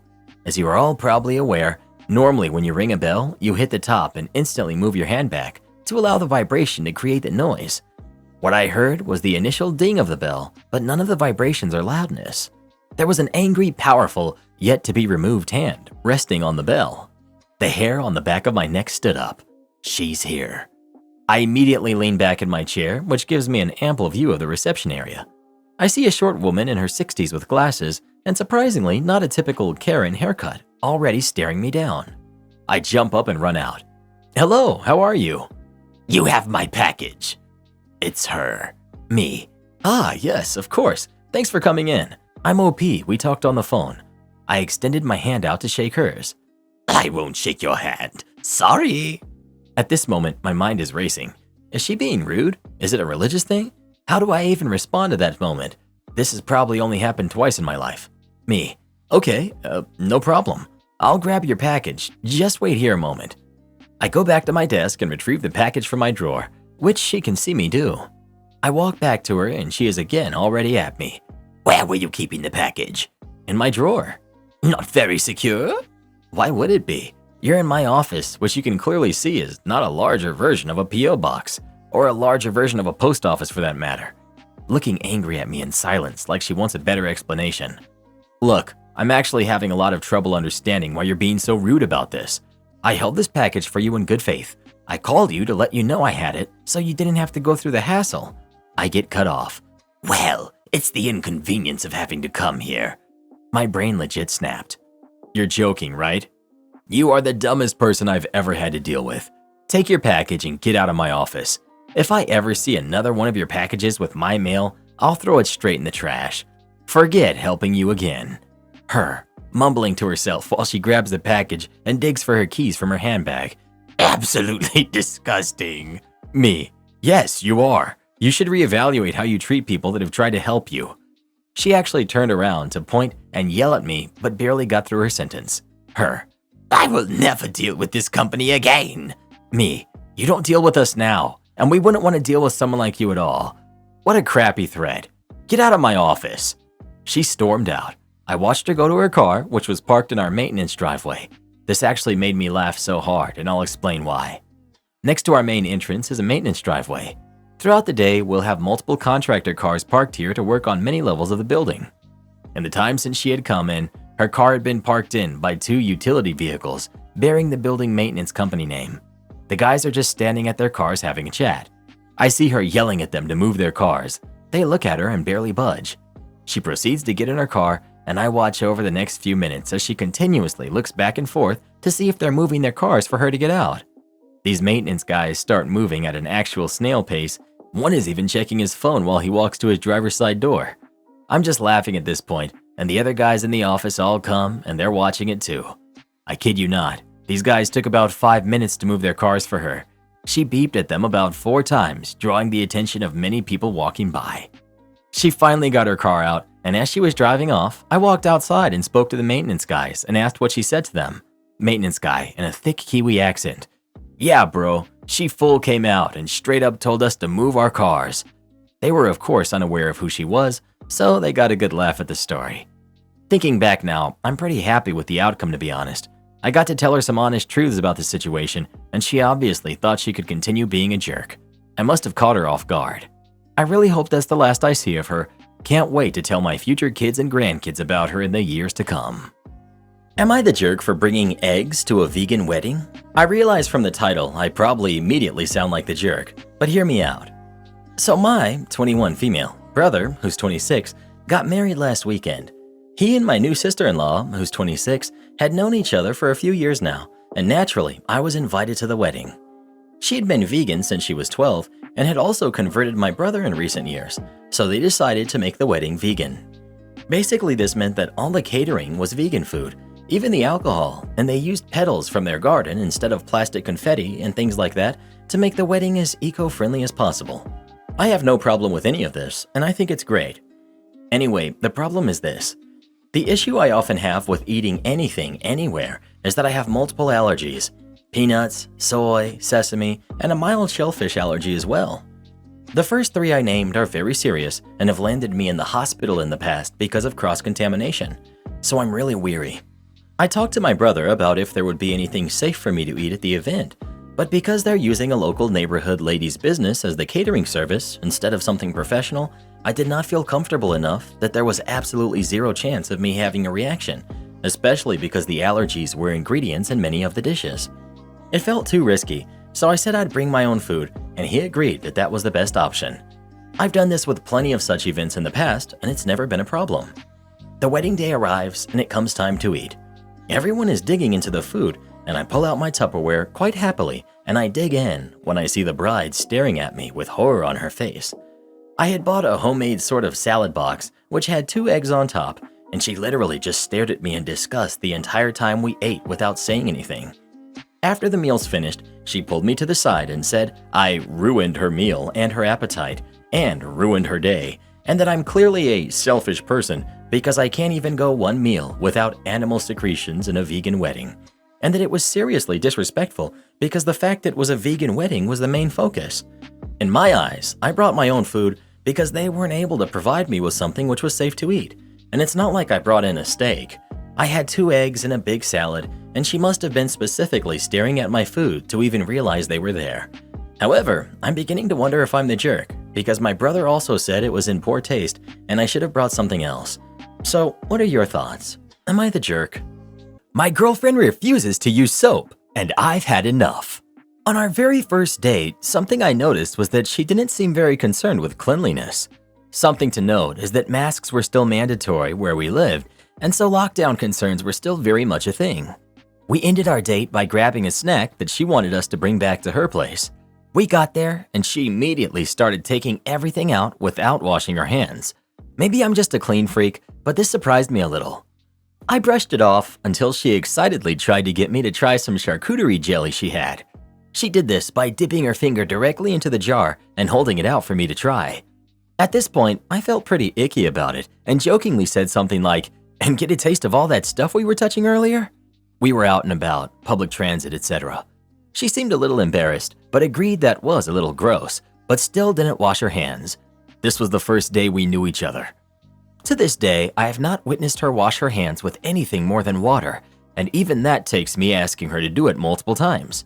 She'll just go about her whole day, use the washroom, etc. without washing her hands. She loves finding treasures when we're walking around, like abandoned toys, household stuff, clothes, etc., even if they are visibly very dirty. She touches everything and anything, doesn't wash her hands. She also showers maybe twice a week, doesn't use soap there either. The only time she washes her hair or uses soap to clean herself is when I literally do it for her, which she says she enjoys. This wouldn't bother me so much if it weren't for a few things. She likes to cook for me. We love to dip our fingers into jars, and we drink straight from bottles instead of using silverware and cups. She touches my face a lot, and to be honest, she stinks. And on to my main point, she is always sick. She tends to be very sensitive and gets upset if she thinks that I'm implying that she's gross in any way, so I try to be as gentle as possible when encouraging her to clean herself. Eventually, I guess I got fed up when she was complaining about being sick again, and I told her that maybe the reason she keeps getting sick is because her hygiene isn't very good. She got very quiet and cried a bit, and now she thinks that I think she's disgusting and cries whenever I bring up washing hands or anything like that. She used to just laugh and brush it off, but now she seems to be really upset by it. I don't know what else to do. I feel like a jerk, but I don't think I did anything wrong either. Edit. I'm getting a lot of the same questions in the comments, so I'm adding the answers here. Have you ever asked why she doesn't want to wash or why she doesn't like soap? Yeah, and she usually just brushes it off with humor or starts crying. The little information I've been able to gather is that her parents were kind of neglectful by not really teaching her about this kind of stuff. She also used to be bullied for being the smelly kid at school, and past partners have called her gross. She claims to not like the soap I have, even though I have several different types: bar, liquid, unscented baby soap. You're gross too for being with her. Well, yeah, I feel gross when I'm around her. I always change my sheets after she leaves. I clean everything. I can usually get away with not eating what she cooks, as I'm vegetarian and she usually cooks with meat. The odd time she cooks something vegetarian, I'll insist on doing the veggie cleaning and chopping and dump it in the pan or whatever for her, so minimal touching on her part. I know a lot of people don't wash their hands often, but I've always washed mine frequently, and I sanitize my phone every day. I don't like feeling this way, but the way she reacts makes me feel like I'm overreacting. If I knew she was like this on the first date, why did I keep dating her? Why are you monitoring her bathroom habits so closely? You're a creep. It's one of those things that sort of builds up over time, and you don't really see how bad it is until you're deep into it. I knew her hygiene wasn't 100% right away, but I didn't know it was literally non-existent until we started spending prolonged periods of time at each other's places and using the bathroom with each other in the room versus alone with the door closed. Then I'd see that she didn't use soap when she took a shower. After going to the bathroom, she would just rinse her hands with water, etc. She complains that she doesn't like the soap I have, but I tell her to try the other kinds then. She must be okay with one of them, but no, she just hates using soap, period. Update. Most of you were really nice about it, but the consensus seemed to be that she needs therapy and I'm gross if I stay with her. And yeah, I feel gross, and I don't want to feel that way. I gave it a lot of thought, and I realized that my boundaries basically became non-existent in this relationship. I keep letting things slide that I really don't want to. I'm allowing myself to be uncomfortable for her sake, and I've done this in the past, but I don't want to do it anymore. So yeah, I decided I'd be very direct with her, and we either get on the same page or I'm done. So I plainly asked her why doesn't she like to wash herself. She cried, sobbed about how gross I think she is, but I asked her again, and eventually she told me that she just likes when I do it for her. She wants to feel pampered and cared for. Honestly, I can't believe that I put up with this for so long. She's a really great girl otherwise, but yeah, this is a deal breaker for me. I told her this and that I don't want to have to do this for her, and she just absolutely broke down. Seems to be a deal breaker for her too. She wants someone who will treat her like a pampered pet, so we are done. Anyways, thanks guys. I can't believe how this ended up, but I guess I'm happier for it. I will never ignore bad hygiene again. Am I the jerk for leaving a note on my neighbor's doorstep about his screaming kids? I've had many neighbors come and go, and I've never had any noise issues. However, last year a new neighbor moved in 3 units down. He's about 40 and has 3 kids under the age of 4. For months, I've listened to his kids scream and cry all day long, whether it be in his apartment or in the hallway. At first, I tried to ignore the behavior as I felt bad. It appeared he was a newly single father and was struggling. However, as time went on, it became clear that he just straight up lets his kids behave however they want. For example, when they shriek at the top of their lungs in the hallway or right outside my door, he never says, "Shh, let's be quiet," or anything at all. He just lets it happen without a peep. Additionally, I've come to realize the frequency and the volume of the screaming, crying, and shrieking is way beyond what's normal.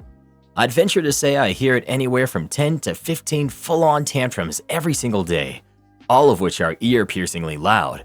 And like I said, he does not say or do anything about these tantrums. It's now at the point where I find myself frustrated and annoyed in my own home all the time. Right now, I'm working on a paper in my apartment and I can't even concentrate because all I can hear are his kids.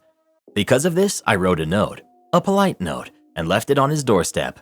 Essentially, my note said that I sympathized with him, but the noise is out of control. I also stressed that I wanted to confront him directly first. I realize this sounds hypocritical since I left an anonymous note, rather than going straight to the management.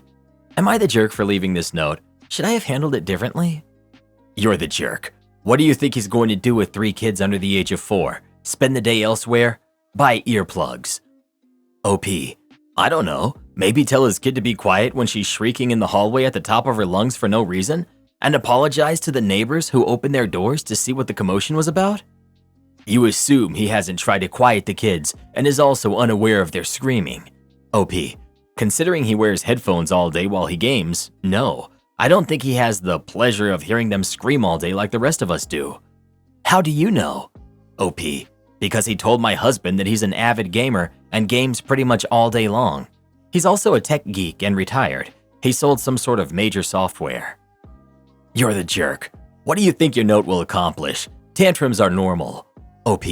According to professionals, it's actually not normal for kids to have that many tantrums in a 24-hour time span. A kid's behavior has a direct relationship with their environment and how they are parented. It's not something that's 100% dependent on their natural temperament. Update. After reading the comments on my original post, I decided to remove the note before my neighbor saw it. I took what some of you said into consideration. Perhaps I just needed to be more patient. I decided if the noise issue escalated, then I'd do something. Otherwise, I'd just suck it up and use headphones like some of you advised. Well, today, his kids screamed and shrieked 4 times within a 1-hour period in the hallway. This was right by my door, about 2 feet away from my apartment. The 4th time it happened, I opened my door and said, "Please don't scream in the hallway, guys." Once I said this, he told me that his kids are allowed to scream in the hallway or anywhere else in the building that they feel like. I told him that actually, no, they're not, according to our lease. He then told me to suck it up and to contact management and to not talk to him. After our conversation, he told all 3 of his kids, "You can be as loud as you want in here," and then gave me a nasty look and proceeded to walk to the stairs. Once he said that, all 3 kids started squealing as loud as possible, on purpose. I sent management an email, and they're talking to him first thing in the morning. I know some of you suggested I do this in the first place. I wish I did. Update. I just went down to management office today to follow up with the manager. She said she had a meeting set for today at 1 with the resident. She immediately contacted him when I emailed her last night. But then today, he emailed her saying he could no longer make the 1 p.m. meeting and asked why he had to come down. He's in his apartment right now doing nothing. He doesn't work. She told him he's in violation of his lease and it's best if he comes down. Apparently, he didn't reply to her. She told me that if he doesn't come down to meet with her, she's going to draft an official lease violation letter and begin the process of eviction. I was blown away. She's a great manager. She told me that his reaction, telling me his kids are allowed to yell and telling the kids to keep yelling, is the reason for how she's handling this, not purely the noise complaint. She said she's horrified and disgusted that somebody would handle the situation that way. Her and I both agreed that it was strange he would encourage me to not speak to him and to contact management, rather than just simply telling his kids to stop screaming and appreciating I said something to him directly. After I talked with management, I saw my neighbor bring his kids to their mother's house. He's been in his apartment alone for the last few days and hasn't come out. He has all the blinds drawn. He posted the following status on social media: "I am the perfect success in all areas of my life." My husband follows him, which is how I know this. I think he's pretending he's not home to avoid both myself and management. I don't know what to make of it, and I don't plan on getting involved. My personal theory is that up until this year, he's never had to take care of his kids. A nanny has. So parenting is really new to him, and he has no clue as to what's normal and what's not. I think he likes making his kids happy, so he never says no or stop. I don't think he has a clue what he's doing. A few weeks ago, he was at the pool with them, and they were all shrieking, and he seemed so oblivious that it was a problem. It wasn't until he saw other parents saying, "Stop yelling," to their own kids that it seemed to click in his head, and they abruptly left the pool. I don't know why he couldn't translate that experience into, "Maybe my kids shouldn't yell in the hallways." More info about my neighbor. In general, he's a friendly guy, but really awkward. He's not very talkative and avoids social interaction. For example, if somebody else takes the elevator, he starts walking in the other direction towards the stairs. However, sometimes he's stuck socializing when he clearly doesn't want to, since we live in an apartment building. My husband is extremely outgoing and social. Me, not so much. So he's been able to have quite a few conversations with him over the past year. I only had an actual conversation with him once. I never assumed he would react the way he did. If anything, he seemed like the type who would be meek and embarrassed when confronted, so I was super surprised by his reaction. So was my husband. In addition to his post about being perfect, he made another post saying, "Overthinking is a disease." I honestly think the guy is just really socially inept. Update. I'm assuming management got in contact with him, either in person, over email, or via paper notice, and notified him that he violated his lease and he needs to fix the issue or else he'll be evicted. And I'm assuming he said okay, but I don't know for sure. I haven't heard his kids scream in the hallway since the incident, which is relieving. However, the other day we were both in the hallway at the same time. He had taken the stairs and I had taken the elevator and made direct eye contact. It was so awkward. Neither of us said anything, just unlocked our apartment doors in silence. Although, when he opened his door, his kids were screaming at the top of their lungs inside. I just laughed to myself and went inside. He can deal with the screaming in his apartment all he wants. I'm just glad I don't have to hear it in my hallway anymore. Hopefully. My brother-in-law called me the one that got away in his speech, and my husband is very hurt and it's all my fault. I don't know what to do. I think I've done serious damage to my marriage before it even began. I met my husband through his brother, Chris, who I had a crush on in college. I never was clingy and never acted on my feelings, and I never really allowed myself to get too close to him because I knew that my feelings weren't reciprocated. Chris knew, however, I had a crush on him, or at least he felt it. He would always say that I was girlfriend material and how he wouldn't want to lead me on. He wanted to have fun before that. He would say this to others, but even once to me. On 2 occasions, he would text me that he had feelings for me, only to apologize later and retract his words. But on Christmas 4 years ago, he texted me that he was in love with me and wanted to take me out on a date. He said he was done playing around and wanted a relationship. He was invited to a New Year's Eve party that my then roommate and I had. He told me he wanted to talk to me then. When he came to the party, he had his brother with him. Chris spent the night going out of his way to ignore me, and later I saw him making out with my roommate, and they spent the night in her room. I decided then and there that I would drop it. Enough was enough. Next morning, he told me that he had messed up and he apologized. During the party, I got to know his brother, who was the opposite of Chris. He was shy and hated attention, and he was just the best, and soon after that, he asked me out on a date. We are married now. Our wedding was last Wednesday. I want to make 2 things clear. I never went beyond a crush on Chris, and only after I fell for my husband that I understood what love is.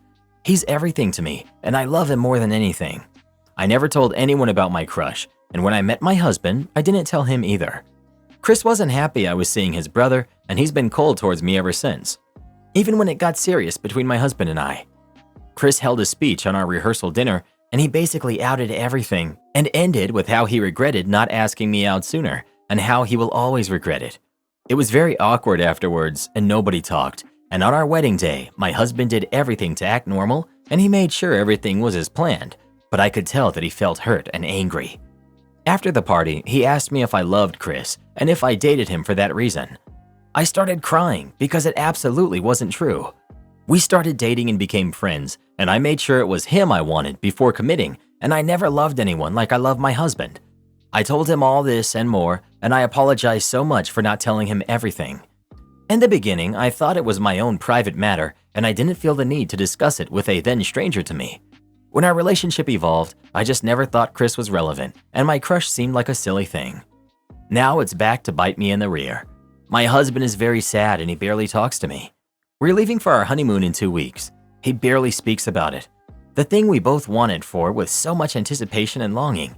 I don't know what to do. I can't turn back in time, so I don't know what to do. Some people's families leave me dumbfounded. I think your husband will be fine eventually, but I don't think he will be fine with you spending time with his brother anytime soon, if ever. What a crappy dude to do that to his own brother and his wife. I'm sorry you got that as a brother-in-law. OP. To be honest, I never spend time with Chris, not without my husband there. As I said, Chris was probably not happy about our relationship and has been cold towards me ever since. We never discussed it, he never confronted me or mentioned it to me or my husband. Am I the jerk for living with my dad because he can afford a much better life for me than my mom? I'm 15, female. My mom always told me that my dad left as soon as he found out that my mom was pregnant. When I was 2, my mom married a man that has 3 kids, currently 21 male, 19 male, and 17 female. My stepdad was the only father figure I ever knew, and when I was younger, I wanted him to be my dad, but he never accepted me. I also have 4 half-siblings who are 12, 9, 9, and 7. My stepsister is definitely the favorite out of us older kids. It often seems like my stepdad only cares about her and the younger ones. My mom and stepdad don't have a lot of money, so it's pretty cramped. I have to share a room with my half-sisters. I always have to wear my stepsister's hand-me-downs, and we live in a bad neighborhood, so I go to a bad school. Sometimes we don't even have enough food. About a year ago, a woman contacted me on Instagram and told me that she thinks I might be her husband's daughter because he was dating my mom a few months before I was born. She told me that my mom ghosted my dad shortly after she got pregnant and moved to a different state. He tried to find her, but he couldn't. I didn't believe her at first, but after she sent me a picture of my mom and her husband, I decided to ask my mom. She confessed and told me that she left my dad because she didn't want to commit to a relationship. I continued talking to my dad and stepmom, and they decided to come visit me. After I told him what it's like at home, he told me that he would fight for custody and the court would probably listen to me if I said I wanted to live with him. I wasn't sure at the time because I didn't just want to abandon my mother.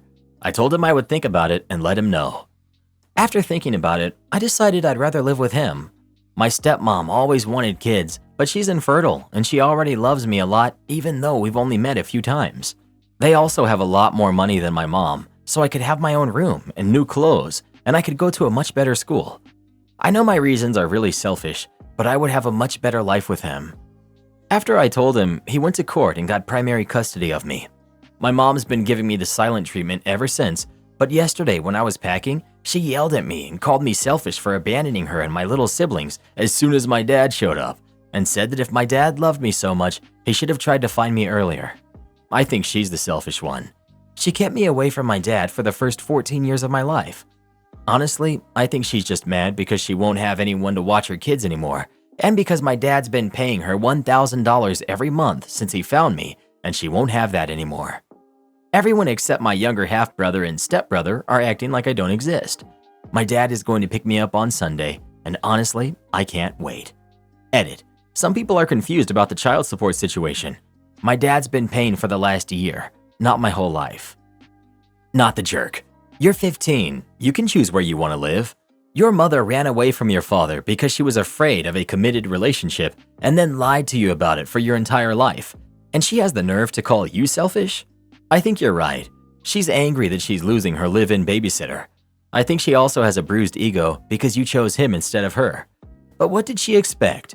She's been lying to you your entire life and has stuck you with a stepfather that doesn't care about you. Also, the court would not have given him primary custody without good reason.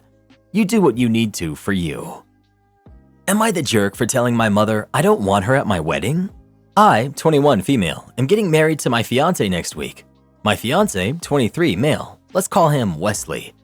My mother has, since I was little, had severe OCD, which came along with being a huge germaphobe, such as making me wash my hands and feet 3 times with a Dove soap bar, nothing else or they're not clean. Anytime I got into the house, like water, soap, lather, and rinse, 3 times in a row in front of her. Even if I just stepped outside for a second, you had to wash. Understandably, it's a bit of a pain, but I love her and she can't help her condition.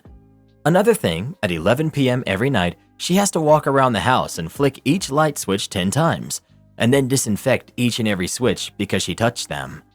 She's been very accepting of Wesley and treated him like he was her own son, cooked for him, let him stay, and generally just lovely. When I told him about the washing hands and feet thing, he was also very understanding and applied the method. Last year, I told my mother about the wedding and she was very happy in the beginning, until after we started making preparations and she started telling me what to do. For instance, for the venue, me and Wesley planned to go to this beautiful place that had ruins of a castle next to the sea during the summer. We only had an hour slot for the ceremony, to which after we would be moving to a hotel to have a nice meal and dance. My mother advised me to change the venue because she didn't like the fact we chose somewhere outside for the ceremony because no one would be clean. I argued it was what we wanted and that it's our wedding, not hers. She then went silent about it for the following time after that, didn't mention it again. When choosing my wedding dress, I invited her along and she argued with me that other people will have been in them so they're not clean, and then forced me to not even wear the wedding dress just to have the assistant hold them up in front of me. My wedding is now next week, and yesterday my mother called me and asked for me to change the venue as there will be no sinks so people can wash their hands and feet. To which I replied, I'm not having over 70 guests individually wash their hands and feet 3 times, especially with the slot we have. It would take a huge chunk of everything. She started yelling at me that everything will go wrong and that she's disappointed in me because I should know the rules. I refused to change my venue as it would be difficult to find another in such short time, and me and Wesley have wanted this place for a while. So she told me she will sort something out, and a few hours ago she sent me a screenshot from eBay of someone selling 5 big water tanks and a box full of Dove soap from her cupboard. I rang her up to inform her I think it's best if she didn't attend, as the wishes she wants are impacting my wedding. She ended the call without saying anything and then posted on Facebook I was no daughter of hers and that I didn't love her. Am I the jerk? Update. The wedding was yesterday. I absolutely had the best time of my life and have made the best memories. I took people's advice, and I had told my friends, bridesmaids and maid of honor about the situation, to which they helped me create a Zoom link that one of my friends would host for her to watch. I sent her this link early in the morning so she could see it in time for the ceremony at 5 p.m. She left this on read. She never attended the call. We noticed 6 out of 7 people had canceled last minute, to which when they were questioned by other people who knew them as to why, they replied saying they wouldn't want to watch me get married due to how I treated my mother, influenced by my mother's out-of-context Facebook post. After the ceremony, we went to the hotel as planned, and then during the dance, one of my mom's friends pulled me aside and asked as to why I was so disrespectful to my mother. From this, I felt extremely guilty, but I explained my side of the story, which she didn't believe. So she then left early and whispered things to other people who noticeably left earlier. Around 3 left due to her gossip. During the night, I sent her photos of which people who attended took and what I took, of little family photos and me at the altar, walking down the aisle, a photo of Wesley crying when seeing me in the wedding dress. She left these on read. The highlight of my night was my dad telling me that my mother tried to give a wedding gift, but he checked what was in the box before he came and it was a bar of Dove soap. So he just left it at home. Made me chuckle a little. After the wedding, me and Wesley stayed a night in the hotel. We had the party and meal, and I received a text from my maid of honor of a screenshot of a Facebook post my mother had made, a quote she posted. Then when I go to check this Facebook post, I see that she has blocked me on Facebook so that I couldn't even see her profile anymore. This was the final straw, so I texted her a long paragraph, basically saying how I love her, but she needs psychiatric help and therapy and meds. I also said how the Facebook posts were unnecessary when we both know I retracted the invite as I was looking out for her, not because I didn't love her. Additionally, I said whether she realized it or not, she was losing me as a daughter, and it didn't have to be like this. I also said it's now her choice to take the help she needs or not, because I can't force her to improve her own mentality. She left this on read too. The situation has been taken way too far, but I can't and will not enable and feed into her compulsions and obsessions anymore. I love her, but I can't take this behavior anymore. Thank you for your support. I'm grateful for your advice. Sold out means sold out, Jennifer. What a weekend. A holiday weekend, which sucked times 3. We were sold out for 3 days in a row. It's 10:30 p.m. on a Saturday. I'm the only one working, and there were lots of people asking for things all night. So I was up and down the elevator bringing stuff to rooms whenever I had a minute. I'm going to refer to myself as Jane here for anonymity and brevity. I got a noise complaint, pretty run-of-the-mill. I had to run a pack and play up to that room anyway, so I went up and spoke to the parents. They had an infant, a little baby who was crying.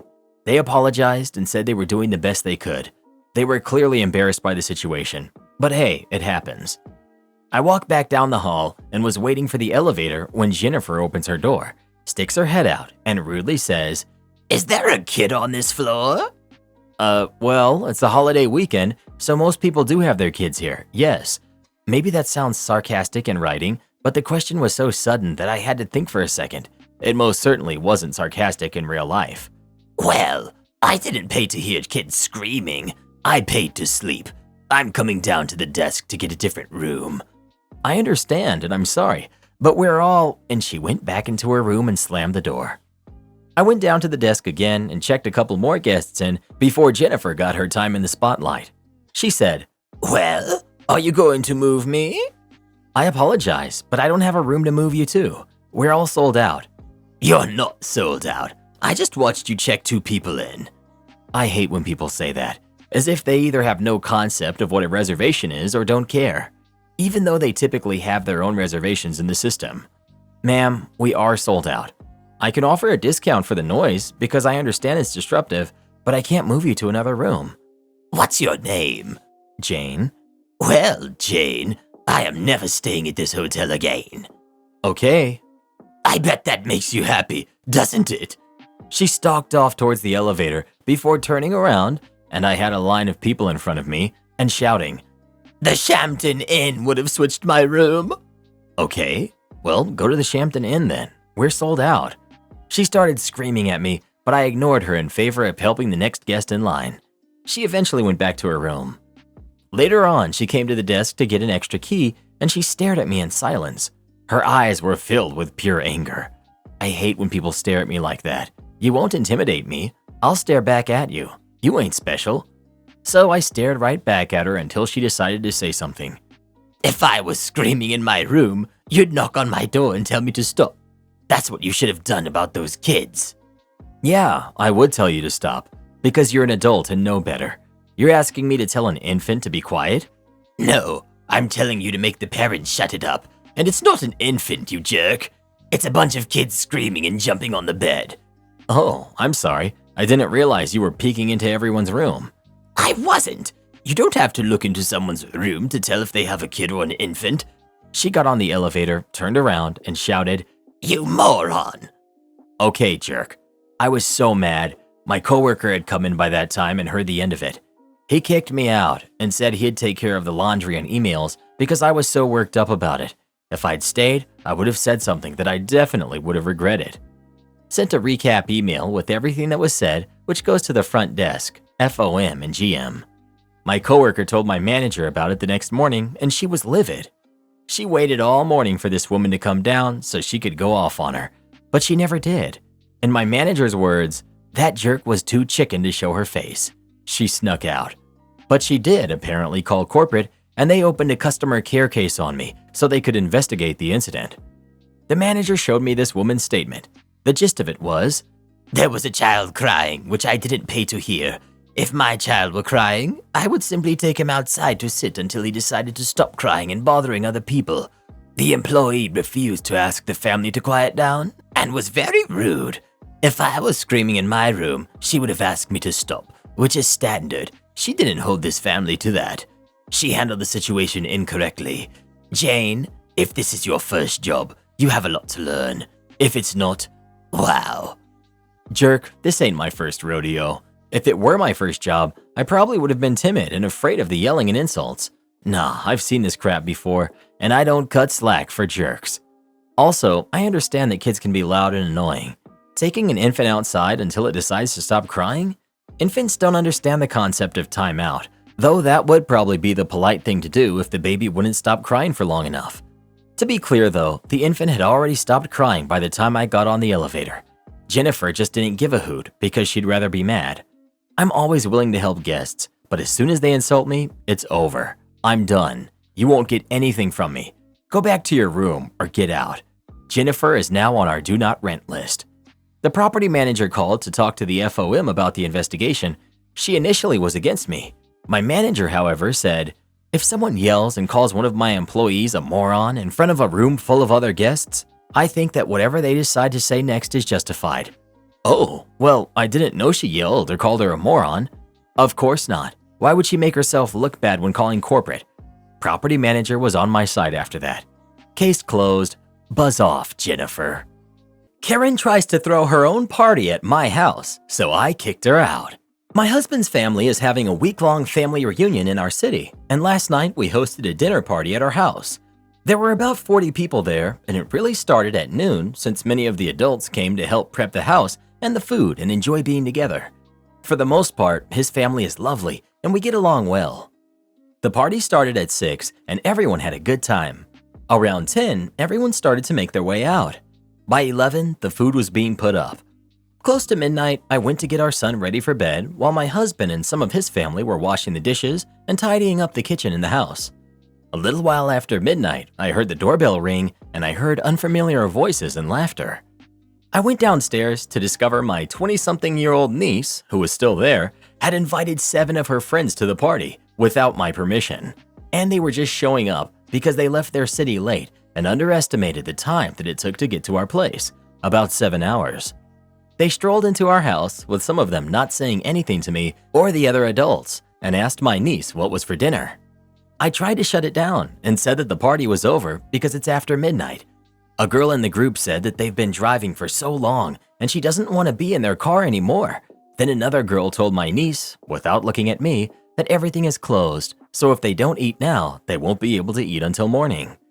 I pointed out the gas stations are still open when my sister-in-law, niece's mom, told the group she can heat up some food for them. We got into a heated discussion, and I told sister-in-law she can leave and feed them at her house. My husband led me upstairs, begged me to just let his sister feed the group, and we argued. It was almost 2 before I could get our toddler to sleep due to the noise and the smell of food coming from downstairs. Today at lunch, another sister-in-law made a passive-aggressive comment about being a good host, so I told her directly that a good guest doesn't bring additional guests. That blew the lid off and we argued loudly. His entire family thinks I'm being unreasonable to a group of tired and hungry kids. My husband thinks it's the stress of having so many people here that I'm overreacting and I should apologize. I refuse to, and I feel like I'm on an island by myself. Was I wrong?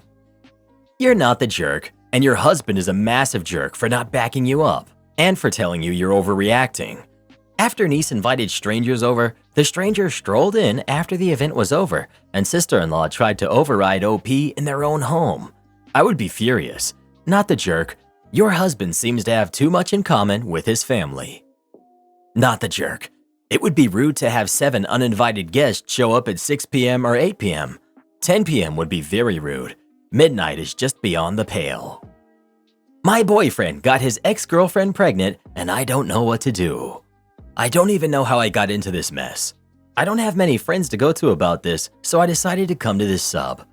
Starting from the beginning, I met my current boyfriend, Jared, fake name, back in January last year.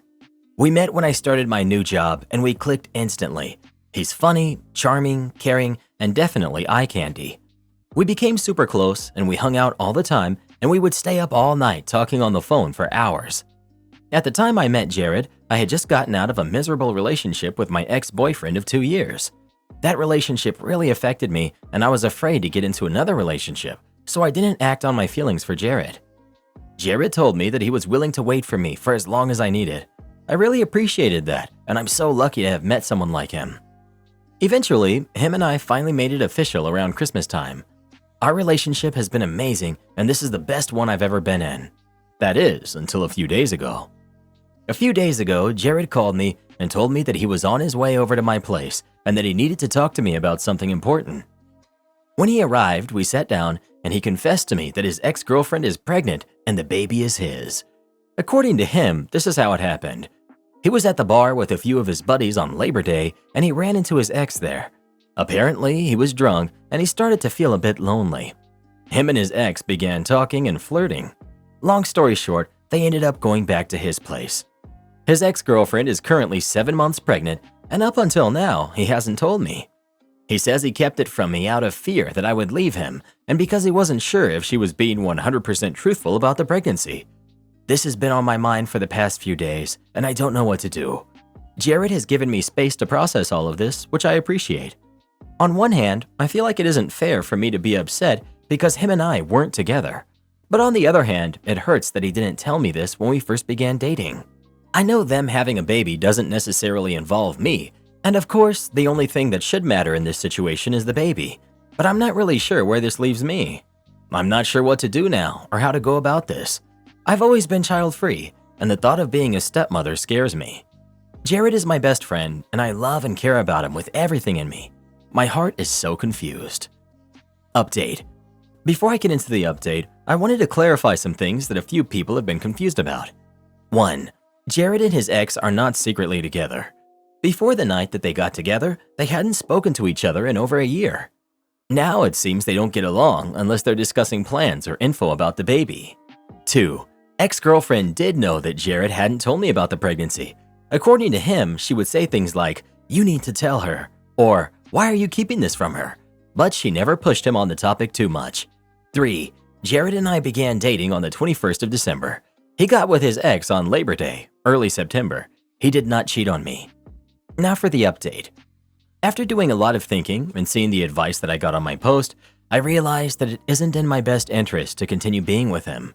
Having a baby is a huge deal, and it would completely shake up our relationship. I wouldn't be able to handle the responsibility of being a stepmother. I also don't feel like I can trust him after he kept this from me for so long. Yesterday, I invited Jared over to my place, and I sat him down to talk. I told him that I'm disappointed in him for lying and keeping this from me for so long, and that I thought he was better than that. Then, I told him that while I do love him, I can't be with him. And he actually cried. It was the first time I've ever seen him cry. Despite what everyone's saying, Jared really is a good guy. He just did something extremely stupid and inconsiderate. By the end of the talk, both of us were in tears. It was a mess. He asked me if we could still keep in contact and possibly remain friends. I said that while I wouldn't mind that, it would take a lot of time, and I told him not to contact me for a while. I wished him good luck with the baby, and that was the end of it. I'm very sad and broken up about this, but I'll be okay soon. I'm planning to go out of town to visit my sister. I haven't even told her about this situation yet. Very soon, so hopefully that'll take my mind off of things. I thank everyone for the advice. It really did help me out. Have a great day." Jared should have told OP as soon as he found out about his ex telling the truth. Keeping a secret for so long about something life-changing like a baby was a big betrayal of trust. Am I the jerk for canceling my stepson's birthday because he facepalmed me? I married my husband 2 years ago, and my relationship with my stepson, who's 12, has never been well. We tried everything, but nothing seems to work. His behavior towards me is so terrible. He shouts at me, says words he shouldn't, and calls me the worst mother ever. His 13th birthday is tomorrow, and since my daughter, who's 7, her birthday is only 10 days apart, we usually celebrate them both on the same day. They're fine with it. I asked my stepson who he has invited, and that's when he facepalms, gesture, and tells me that he's already answered this question before, in the worst tone ever. This is where I lost it and told him that because of his attitude, I'm going to cancel his birthday tomorrow. At first, he didn't believe me since it's not the first time I intend to punish him without actually doing it in the end. But this time I was serious, and to prove it, I called his grandparents and I told them his birthday was canceled. He started crying, begging me not to cancel, but I told him it's too late. I got berated by his grandparents because of this, and they told me that I don't have the right to cancel his birthday. As his mother, I'm pretty sure I can do what I want though, but they weren't listening to me.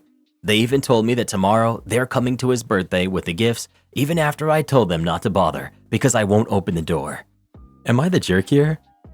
How long have you been in his life? Where is his father? Where's his biological mother? Does he see you as a mom?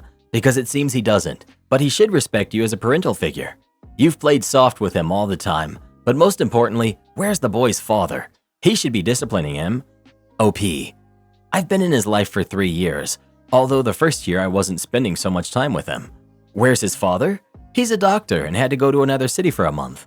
Where's biological mother? She's mentally unstable and did not see her kid for almost a year now. Does he see me as a mom? By the way he's acting, no. Unfortunately, he does not. I'm really hurt from what you just said. You know nothing about me. His father is away most of the time, and I'm the one taking care of him. I spend more time with his son than both his father and biological mother combined, yet you dare tell me that I'm a pathetic excuse of a mother. Shame on you. The fact that people are agreeing with what you just said is honestly so sad. You guys really think you know my life story based on this post? You're free to judge me, as I have made this post for that, but stop assuming things you don't know. Shame on me? You canceled this kid's birthday because you couldn't remember the names. You canceled his party because of something you did. Canceling his party is a horrible overreaction, and that poor kid told you the names. Why didn't you remember them? If you're such a great mother as you call yourself, why couldn't you remember a couple of names? If you wanted to punish him for simply facepalming, that's already bad enough. But canceling the whole birthday party? Shame on you. I wonder if you would have reacted the same if your daughter facepalmed. I think not. OP. If she was also disrespectful before, then yes, I would. I didn't punish my son only for the facepalm. Despite knowing him for only 3 years, believe it or not, I love them both equally as much. Info. What did his dad say when you told him that you made this decision? OP. He just called me not too long ago and is against it. His birthday party will most likely not get canceled anymore after the arguments I had with him and my son's grandparents, and the judgments that I've had here. But it might have to be postponed due to me not arranging things on time and other issues. I will still take his presents as a punishment and give them back to him once he behaves, and hopefully I'm taking the right actions with this. You really are bad at parenting. OP. I only started parenting him 2 years ago. Until then, I was parenting my daughter, who still respects me and is overall adorable. I don't think I was the one that failed here. Edit. All right, I had enough. Starting from now, offensive awards are going to be hidden. Update. A lot of you have asked me for an update, so I decided to go ahead and give you one. Since many of you have called me a jerk, and after the conversation I had with my husband and his parents, I realized that I did indeed overreact, and I shouldn't have made such a harsh punishment. Some of you suggested if his attitude persists, I should find other ways to punish him, like not allowing him on his laptop, let him do some housework, etc., and I will start doing these sorts of punishments if needed. Unfortunately, due to me not contacting his friends on time, his party still didn't happen on his birthday. It was postponed 2 days later, but my daughter still got to celebrate her birthday on that day. My son was obviously really upset, and in the morning he came to me and was on the verge of crying, asking me if I did actually cancel his birthday party. I told him that unfortunately his friends already made plans, but if he behaves, I will still do his birthday 2 days later. Surprisingly, he was really polite with me these days, probably because he really wanted his birthday party.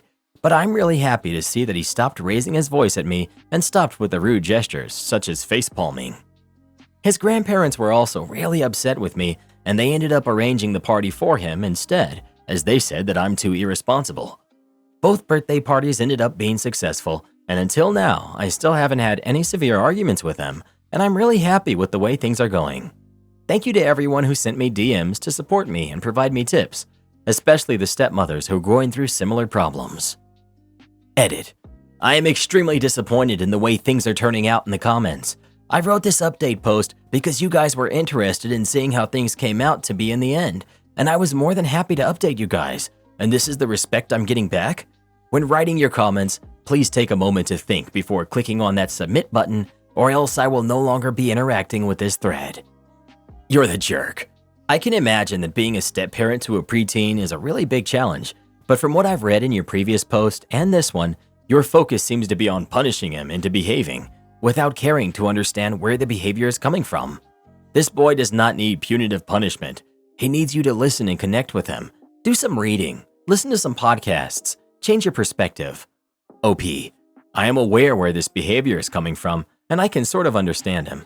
Unfortunately, he gets little time and attention from his biological mother and father, and this obviously affects him emotionally, and I've already told my husband this.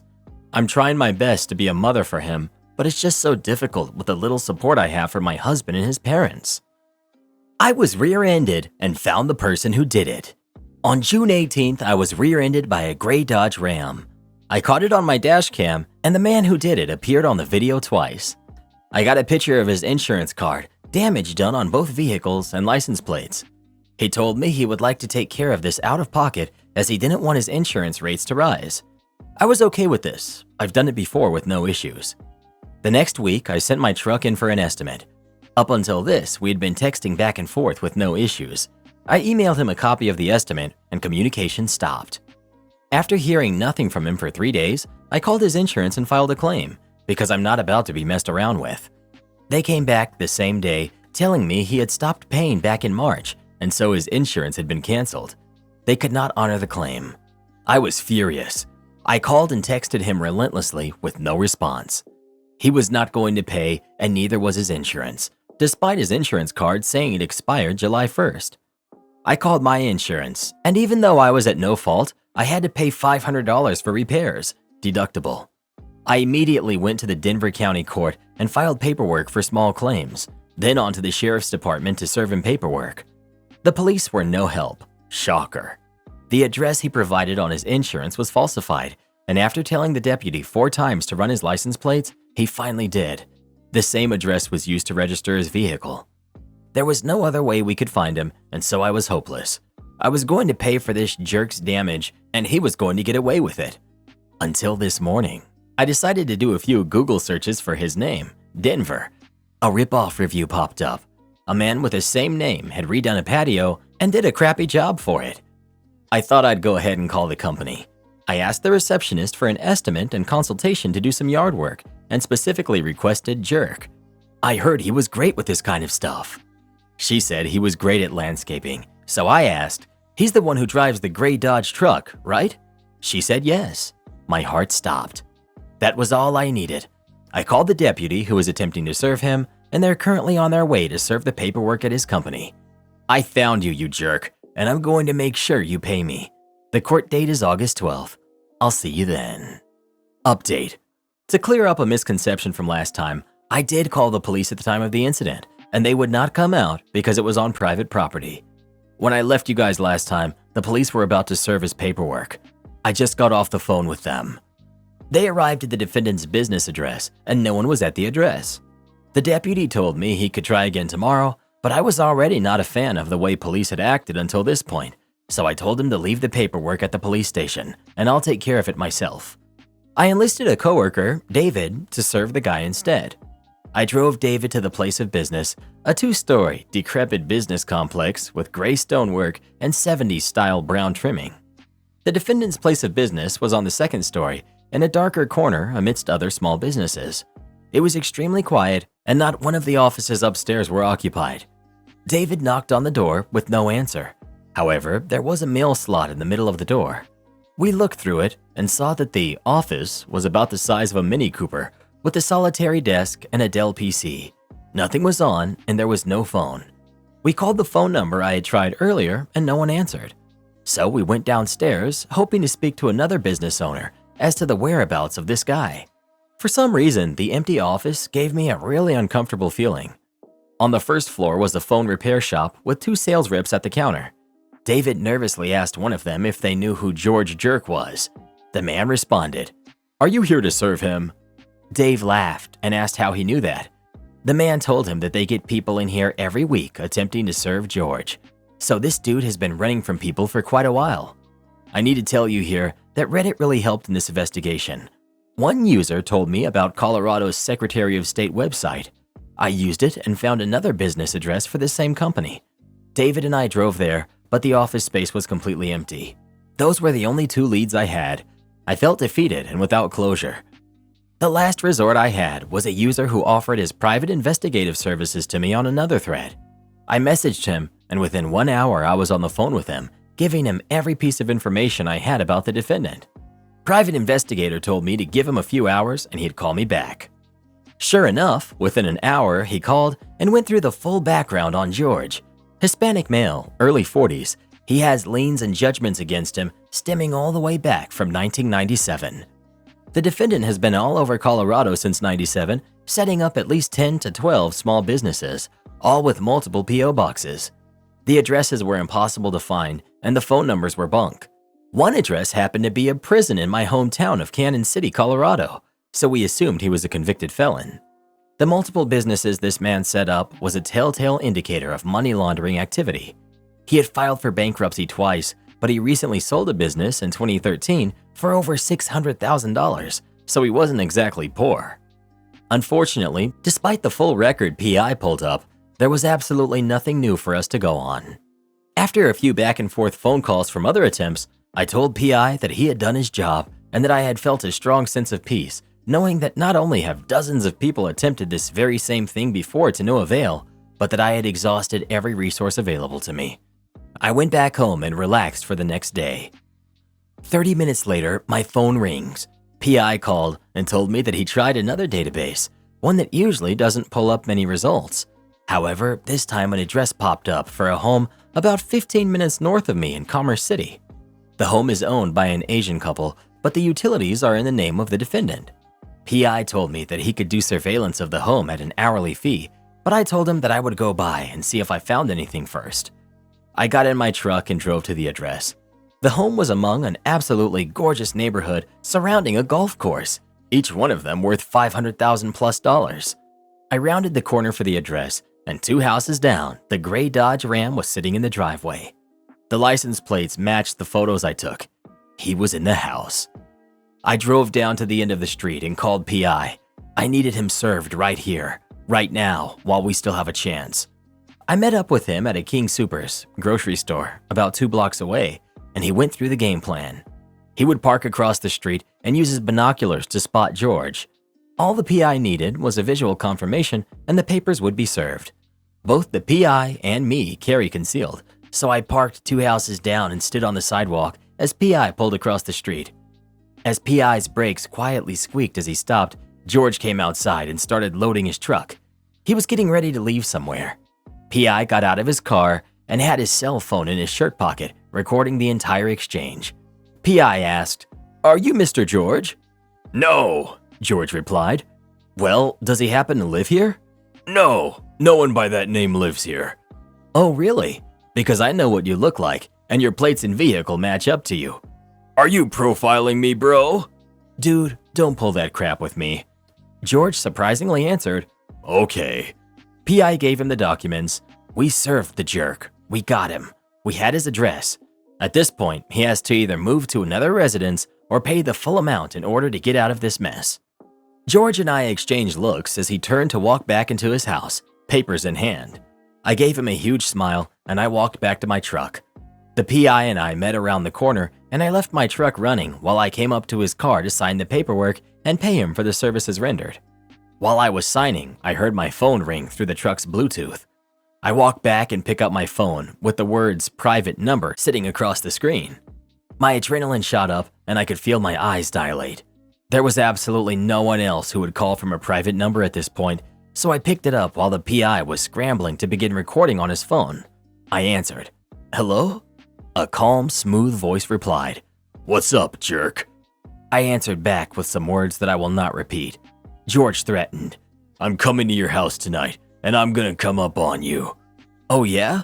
How do you know where I live?" I had intentionally left my address off the copy of his service notice. "Doesn't matter.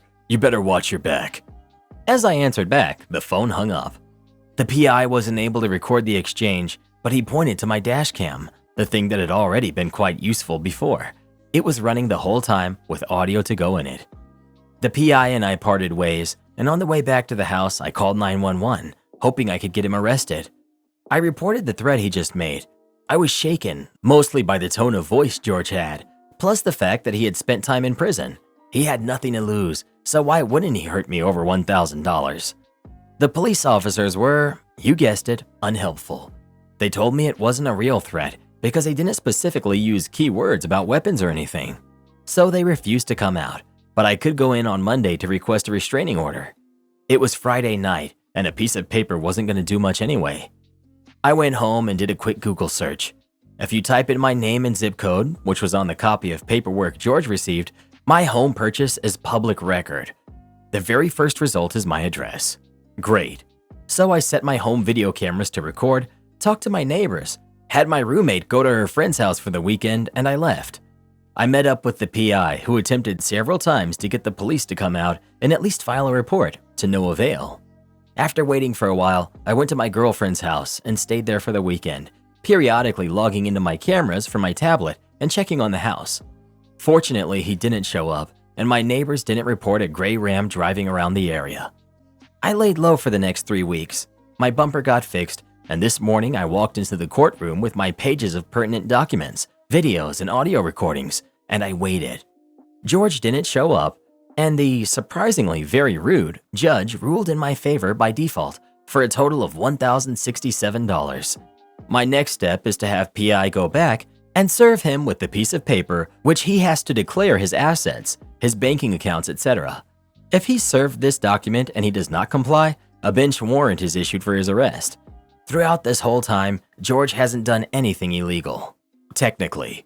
Colorado driving laws state that insurance is not required on private property, which the Home Depot parking lot is, so I'm hoping to get these papers served and get a criminal charge against him. If I don't, it's really not a big deal. I got under his skin enough that he had to call and threaten me, and that makes me a happy man. Am I the jerk for telling my father he either had to give me his car until mine was drivable or I was calling the cops on his son? My dad left my mom when I was 12. I love both of them, but when he remarried within a year of the divorce, I knew more than I needed to know. I live close to both my folks, and they both have keys to my house in case of emergency. My half-brother, who's 18, still lives with my father and his mother. He seems like a good enough kid, but he is my dad's son, not my brother. I just went on vacation to Brazil for a couple of weeks. When I got back, my car stunk. I almost threw up from the reek. I found a piece of chicken breast rotting in my car. I don't buy raw chicken breast to eat. I hate the way it feels. I buy it prepared and fully cooked. I asked my mom about it and she had no clue. I asked my father and he told me that he borrowed my car, which he is allowed to do, and he used it to get groceries. I told him that he had to pay someone to clean my car. I got a hold of a detailing company, but they said that the smell was in my upholstery and I would probably need to get it replaced. I told my dad and he said that he couldn't afford that. I called my insurance company and asked if I was covered in any way. They said that if my car had been used without my permission, I could report it as stolen and they would cover it. I told my dad and he lost it. He admitted that his son had taken my keys and used my car, and that if I reported it stolen, he would get in trouble and it would affect his college admission. I gave my father 4 choices: pay to replace the upholstery in my car and guarantee the smell was gone, buy the car from me at full market value so I could replace it, give me his car to use until the smell went away, or I would report the car as having been stolen. Since the only extra money he has is his son's college fund, he's in a bind. I told him I was taking his car until he decided. I grabbed both sets of keys and left. I also took my emergency key back and changed the locks at my house. His wife has been hounding me because they have to drive around in a stinking car. I told her that I could report it as stolen and have her thief son deal with the consequences. She has had to start taking Ubers everywhere because she can't handle the stench. My dad is close to cracking and using his kids' money to pay for my car. I feel like a jerk, and that family thinks I am, but my car was only a year old and I loved it. Not the jerk. Your father and his son created this situation and they lied about it to try and save themselves. Why should you suffer for their stupidity? What was the story with the raw chicken breast? Why was it left in the car? Was it some kind of malicious prank or a bizarre accident? Regardless, it's their problem to fix, and stealing a car, which is what the son did, has consequences. I told my entitled daughter that if she wanted me to raise her baby, then she shouldn't have gotten pregnant. I'm 52, male. My daughter, Amanda, who's 27, and her husband, Chris, who's 25, got married a few months ago. Amanda has lived on her own since college, but still is in the general area. Currently, Amanda and Chris aren't that focused on their future, mostly on having fun and doing things while they're still young. There's nothing wrong with that, in my opinion, and I think that young people should have that kind of period in their life, especially after lockdown. I got a call from Amanda. She and Chris told me how they've taken several tests and confirmed that Amanda is pregnant. They would be hosting an announcement dinner, but wanted immediate family to know right away. They could barely wait as they had been trying since they were married. Note that this was an intended pregnancy. I told them I was thrilled to be a grandpa. The dinner party happened last week, and the announcement was met with only happiness and excitement. Chris and Amanda were talking to a friend, and Chris made a comment along the lines of, "Good thing that Bobby, me, will while we're at work." I was confused and asked what they were talking about. Amanda revealed that she and Chris were expecting me to always watch the baby while they were working, and so they could have fun time while not working. Now, I love my kids and will never regret being their dad, but I didn't sign up for a new baby. I'm done with all that. I want to enjoy my retirement and be free without any kids. I explained this to Amanda and Chris, also that there are many great daycare options in the area. Amanda began to cause a scene because, "You told me that you were thrilled to be a grandpa." I responded that exactly, I was thrilled to be a grandpa, not a parent to this baby. She said that I should help out since I don't have to worry about working. I receive a pension, and that she's young and these are supposed to be the best years of her life, and she thinks it's unfair that she and Chris' life should be all about a baby. I was very frank and responded that, "Amanda, of course you and Chris' life is going to be all about a baby. That's what it means to be a parent. You should not have gotten pregnant if you just expected someone else to raise your kid." Amanda yelled at me, "Don't be surprised when I put you in a crappy nursing home." My son, Michael, says that I was harsh in my delivery, but not my message. My son, Nathan, agreed that Amanda and Chris are expecting too much, and it was irresponsible to purposely get pregnant when they believe they don't have time to raise a baby. My sister, Sandra, however, told me my comment was callous, and I haven't raised a newborn in 20 years and don't realize how much harder being a parent has gotten. And I can agree to start providing at least 4 days of childcare per week, then go from there. Multiple family members are agreeing with Sandra, so I'm looking for some unbiased perspectives on here. Am I the jerk? Not the jerk. I have 17 grandbabies and have raised several of them. Helping and raising are two very distinctive different things. Enjoy your grandkid, but do not get wrapped up in the raising of him or her. Trust me, it doesn't stop at 4 days a week. Karen wants to use me as her backup ATM, plus update. Next month, I, female, am going away on vacation with a longtime friend who's also female. We're going to the Caribbean for 5 nights. It's not all-inclusive, so we will be responsible for paying for food, drinks, and any activities. She asked me how much I was bringing in cash, and I said $300 cash, plus debit and credit cards. She told me that she's going to bring $300 cash, but no debit or credit cards. She said she's on a tight budget and $300 is her limit. I explained that comes around to only $60 per day. This is not one of the cheaper Caribbean islands, so food and drinks alone won't leave her with much left over. I reminded her that she needs to factor in cabs, incidentals, or any activities we may decide to do. And you never know if an emergency will come up where she'll need money. She says to me, "That is why I have you," and started to laugh. That upset me to no end. I tell her that we're both adults who are responsible for our own selves. It would be one thing if she lost her purse and needed money. I would float her money before she even had to ask. But to purposely use me as her backup ATM is not going to work. I told her now that I know what she's up to, I'm not going to go along with it. If she runs out of money, she'll just be out of luck and hungry. She needs to bring her cards with her for her own good. Now she's telling me that I'm too harsh and she will bring extra money but no cards. I told her to do what she wants, but if there's an emergency, she's on her own. Update. Some of you said that the hotel would want a credit card on file from the person making the reservation. My friend was the one who booked the vacation. She put the whole thing on her credit card because she wanted the card points. I told her because the reservation was booked through a third-party app, the hotel would need the original card used to make the reservation. So she was on the hook to bring her credit card. I have no idea if that's true or not, but it sounded good based on what you all commented. She was not happy that her own greed got her, but at least she brought a credit card. 2. Others mentioned that she was going to sulk, and sulk she did.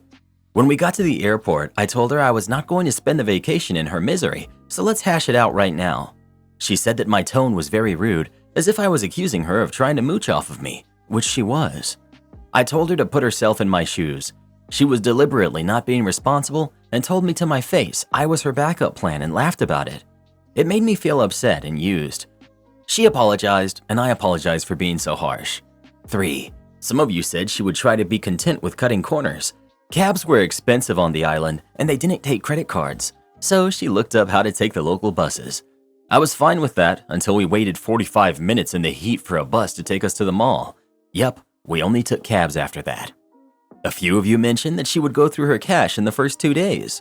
You were close, 2.5 days. There were several markets with local jewelry and crafts that she absolutely loved, and they only took cash. So she ran through her money rather quickly. She only brought her credit card, not her debit card. So as someone suggested, I made her Zelle me right then and there the money I took out of the ATM for her. She paid for the exchange and ATM fees. She tried it with the meals. She ordered something big and wanted to split the bill evenly.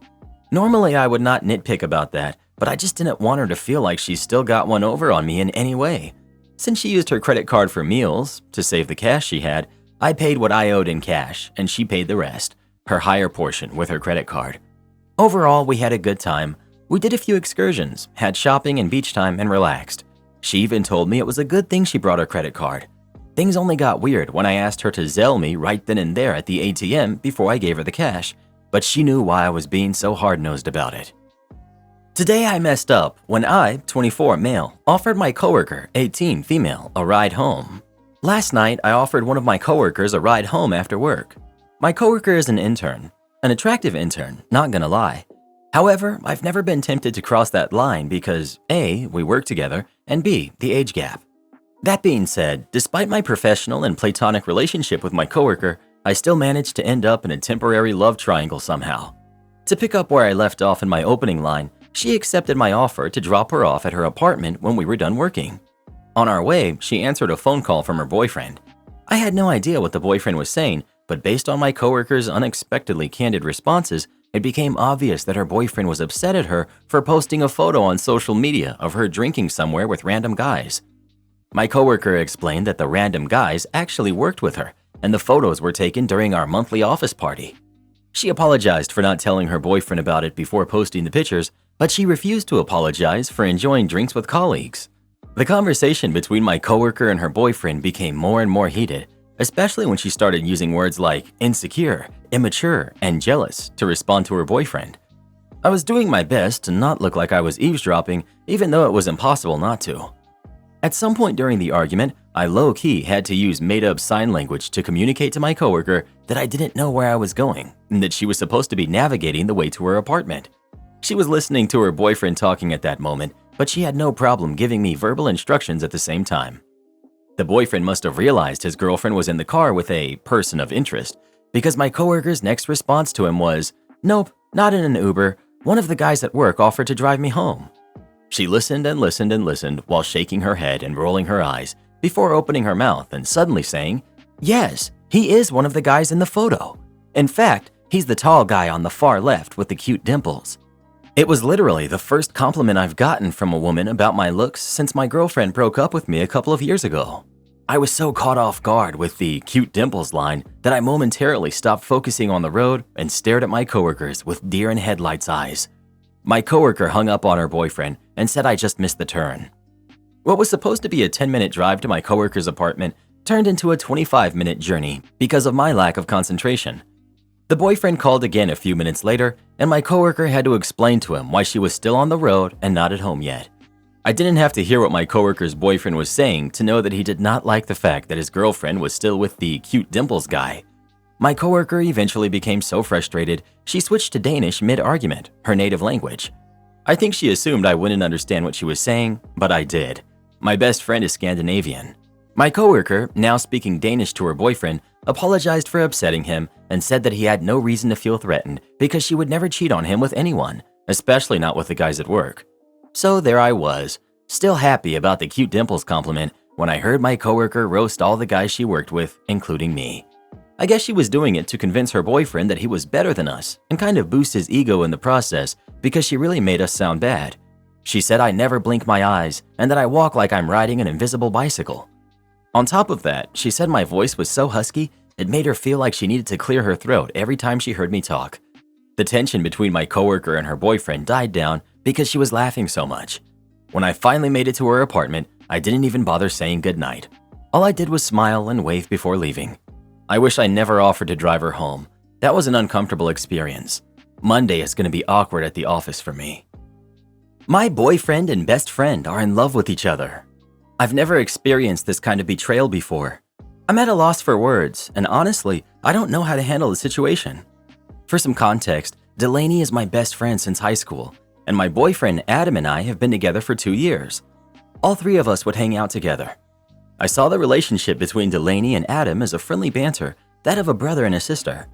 Delaney never spoke down on Adam, nor Adam of Delaney. Of course, they'd have disagreements, but I always saw it as something funny, like kids fighting. I noticed the signs when Delaney started saying that she didn't want Adam to hang out with us. She said she just wanted it to be her and I. Every time Adam got mentioned or anything, she'd look super upset. I asked her what was wrong, and she insisted it was nothing. Fast forward to the next day. I'm staying the night at Adam's, and he's asking about Delaney. He said she's acting weird. I asked if he talked to her, and he said not much, but that she seemed off, and he asked me to check on her. Adam went to go take a shower, and he got a message from Delaney. He's always left his phone around me, and I really didn't think anything of it, so I checked it because I had messaged Delaney, but she never responded to me. The first message she sent was, "I feel horrible, and I love her, but I can't help how I feel about you. You need to choose because you can't have us both." Apparently, Adam and Delaney had hooked up a few months ago after Valentine's Day, and almost all the time since. I remember when Adam brought Delaney and I flowers on Valentine's Day, but I only thought it was a friendly gesture. Delaney was so happy, it was all she talked about. She kept telling me how lucky I was, but as my best friend, I didn't think it would mean she'd do this. I read more messages. Times when Delaney and Adam said they were hanging out with friends or doing overtime at work, they were with each other. They had sent each other all kinds of pics. She had been trying to convince Adam to tell me about them and leave me, hoping I would understand that they were in love. But apparently, Adam was still in love with me and didn't want to let that go.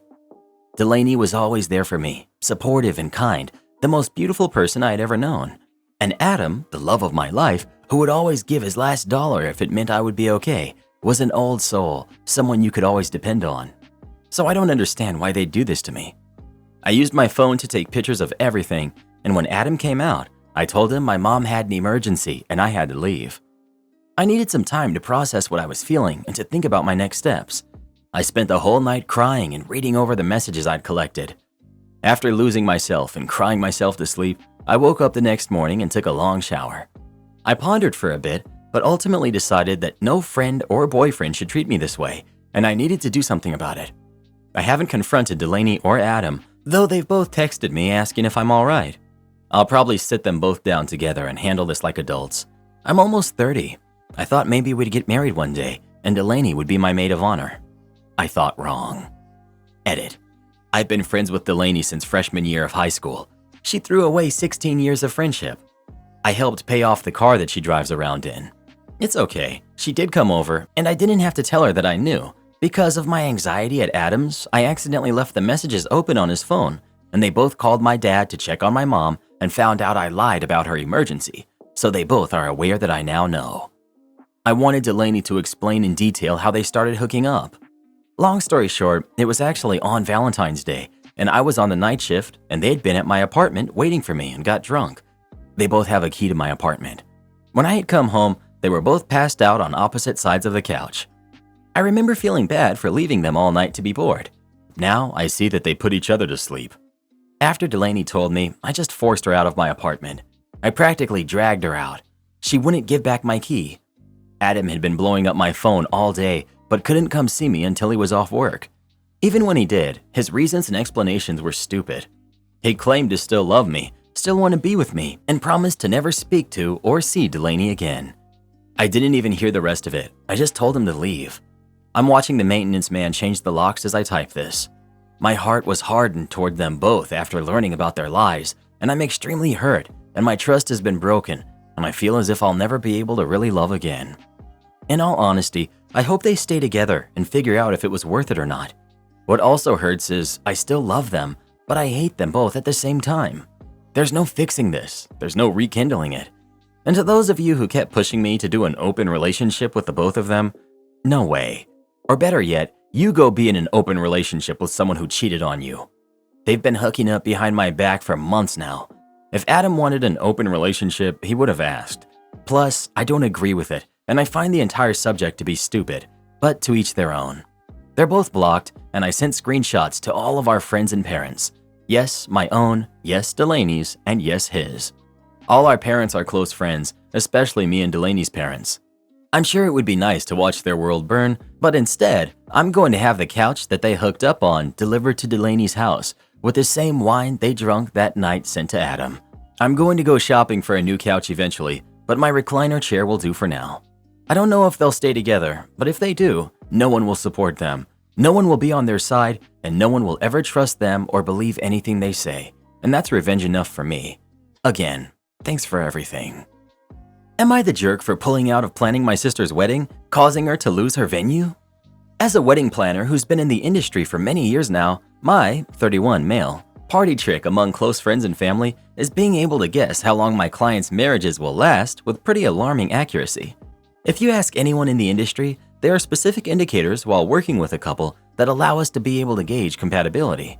I can usually get down to around a 6-month window when predicting when photos of each other will disappear from socials. This is not me taking joy in crashing or burning of relationships. Working in this career field can actually leave you feeling jaded about relationships in general, which is why I'm reluctant to work for friends and family. The specific stress wedding planning puts on some people and couples can bring out the worst in them that you don't see in everyday life. My sister is getting married early next year and practically begged me to plan for her despite my stance on clients I know personally. I finally gave in and we began the process back in March. Last week, while we were meeting and finalizing a few things, she asked me about the party trick I mentioned. She said since I had been working with her and her fiancé for months now, I could give my prediction as to how long they were going to last.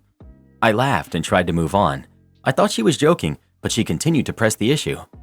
After her continuously bothering me for at least 15 minutes when I'm trying to move on, I do have work outside of my specific appointment with her that I needed to get done, I finally told her I thought they would last forever. She claimed she didn't believe me and wanted my real number, so I shrugged and told her the truth. 1.5 years. She was livid. I felt incredibly uncomfortable with the whole ordeal, especially with how little she respected my boundaries in what's supposed to be a professional setting, and she just tried to usher her way out of my office. Instead, she began ranting about my own marriage and said she gives us until the end of the year before we break up and accused me of being a homewrecker. She finally left and I emailed her saying I would no longer be involved in planning. I gave her the contact information for all of the vendors we were working with, but told her the venue would no longer be available as they only book to people they have existing relationships with and my involvement was necessary.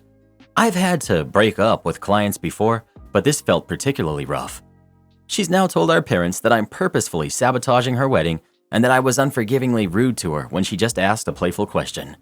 I feel very silly for letting a person disrespect my boundaries over and over again, something I typically wouldn't tolerate. But now I'm wondering if I'm the one in the wrong. Am I the jerk? Not the jerk. She pushed, you gave a perfectly acceptable answer of forever, to which she didn't like that and wanted a real answer. But what would she have been happy with? 20 years? 10 years? Everyone sucks here. I think you should stop playing this party trick with anyone. Even if you're accurate, it's not a nice thing to say about people. You could have avoided this whole scenario if you never played mental games with people's lives. Now, of course, your sister is a jerk for pushing and pushing, but you should never have told her the truth. I think OP was being too generous with her. With as pushy as she sounds, I give him less than a year. Would I be the jerk if I go on vacation with my mom instead of attending my father's wedding? I'm 26, male. My parents, 44 female and 45 male, have been high school sweethearts. My mom got pregnant straight out of high school. My mom has always supported my dad through everything. She worked double shifts so that my dad could start a business and earn a significant amount of money. She never splurged on luxury goods, and even after my dad started his successful business, my mom saved and encouraged him to invest more in his business. And how did my lovely dad decide to thank her? He hooked up with a woman who was only a year older than I am. They've been divorced for 3 years, and my dad publicly started dating his mistress without any shame. My siblings have a sort of strained relationship with him. I never talked to him after the divorce. I hate to acknowledge his existence and hate it even more that he seems to think he did nothing wrong. He's getting married to his mistress in 10 days. I can tell mom is still hurt by the divorce. She told me she's going to Romania, where her parents were born. She always insisted my dad take her there, but since my dad was busy cheating on her, he never took her. I also wanted to go with her because I needed an excuse to avoid the wedding altogether. My siblings told me if I don't attend the wedding, they wouldn't go either. My dad has been on my neck and trying to guilt trip me into attending his wedding, but I already booked the tickets to Romania. My relatives are saying if I don't go, I'll be disrespecting my dad. I don't think he deserves an ounce of respect from me. Plus, I'm pretty sure their marriage won't last more than 2 years, considering how much she spends just to show off. I'd rather be with my mom. Go with your mom. If anyone did any disrespecting, it was your dad by having an affair. Although if you still want to have a good relationship with your dad, then you'd better think it through and discuss it with your siblings. Go support your mom. Go to Romania. You're right, your dad doesn't deserve respect, at least right now. Marrying someone so much younger than him should have consequences. I'm not going to tell you what to do. You're not the jerk here. I will point this out. The affair was between your mom and dad, not you. Yeah, it certainly affected you, but he can't be miserable for the rest of his life. What he did sucked, but if he wants to marry this woman, he should. What he had between him and your mom is over. But you also don't owe him your time or respect. What he did sucks, but it's done. Do you want a relationship with him? Update. So I'm in Romania with my mom and my girlfriend. We just landed 36 hours ago. My dad's wedding is canceled.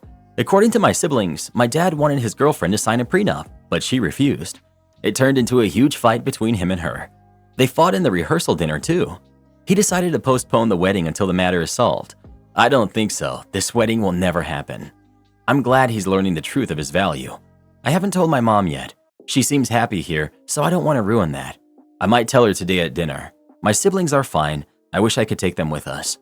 Also, to those people who defended my cheating father and told me it's not my business, I hope each and every one of you suffer from what my mom, my siblings, and I went through. It wasn't easy.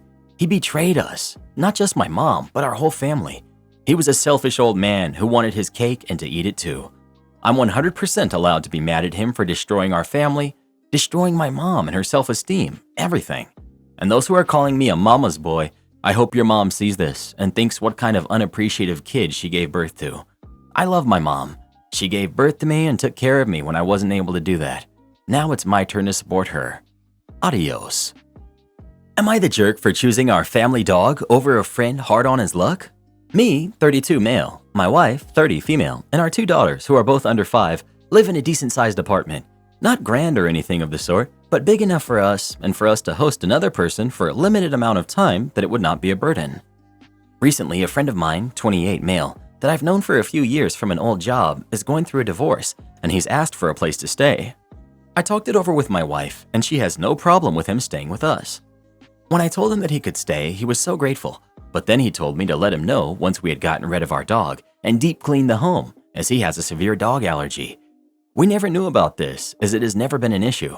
We always hung out at a mutual friend's house, work, the bar, or double dates at restaurants where no dogs are.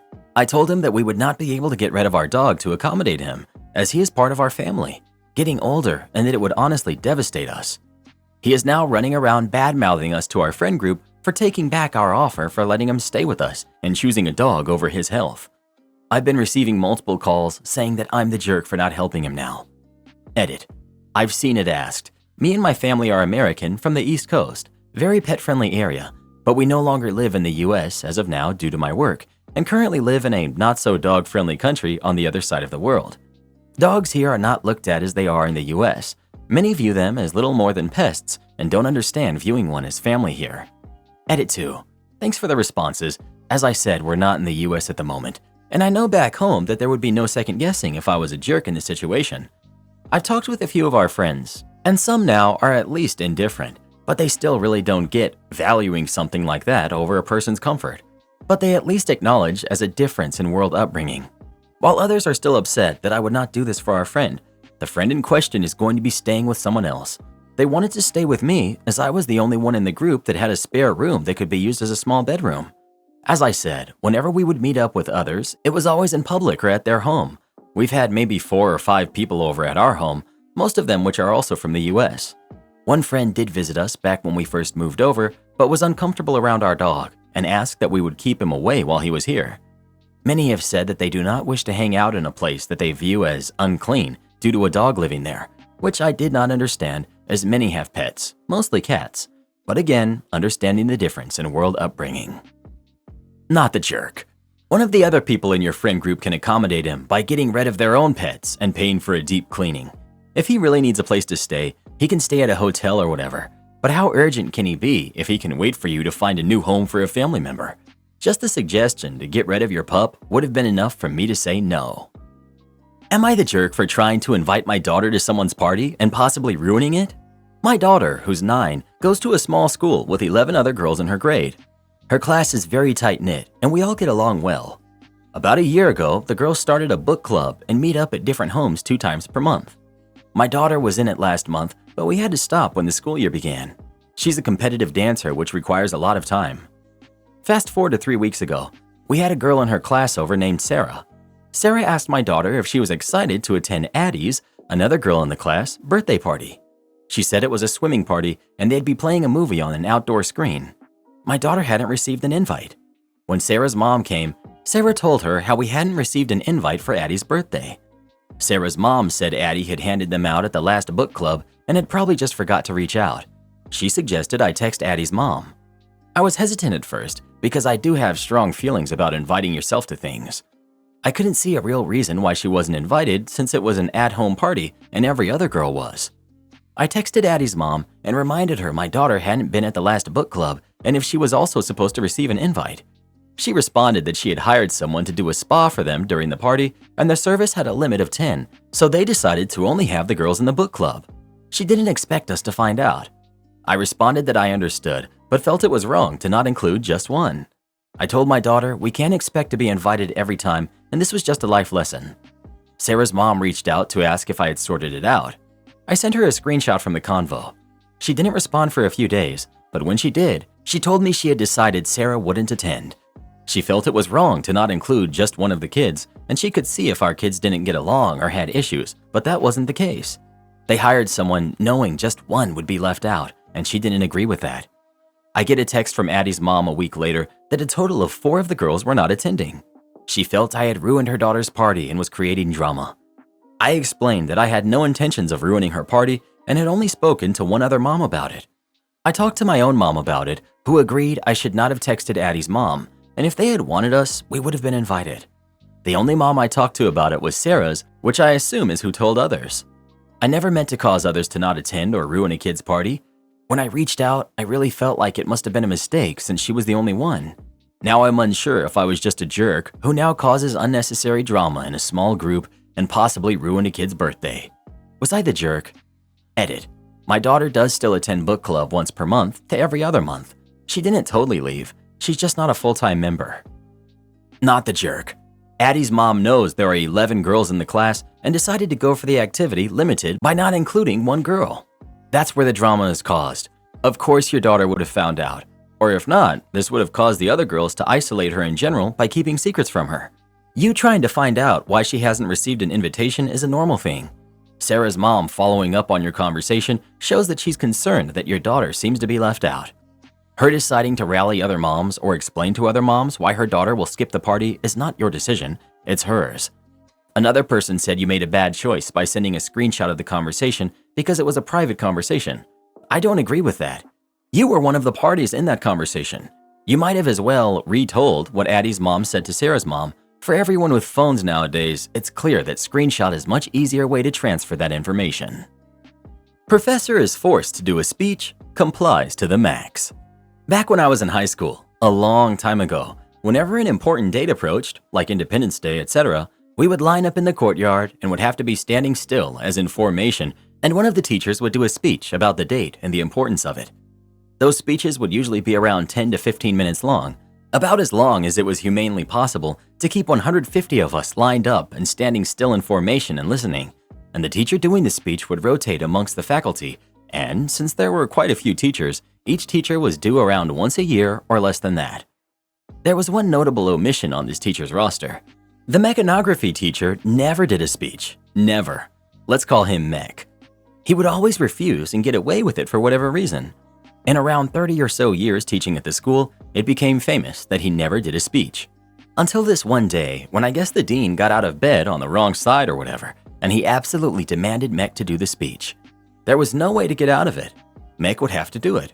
His first speech in 30 or so years at the school.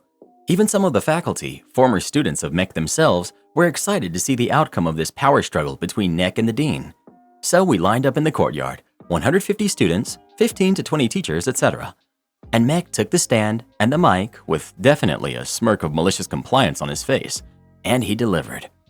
More than 45 minutes of an absolutely drowsing speech, telling every single minute detail and fact about the date in question. For the students, it was destruction, having to stand still and silent for almost an hour. Failing to do so was one of the most punishable offenses, trying not to fall asleep on our feet. The dean tried to stop Mech twice. The first time, Mech just completely ignored the dean.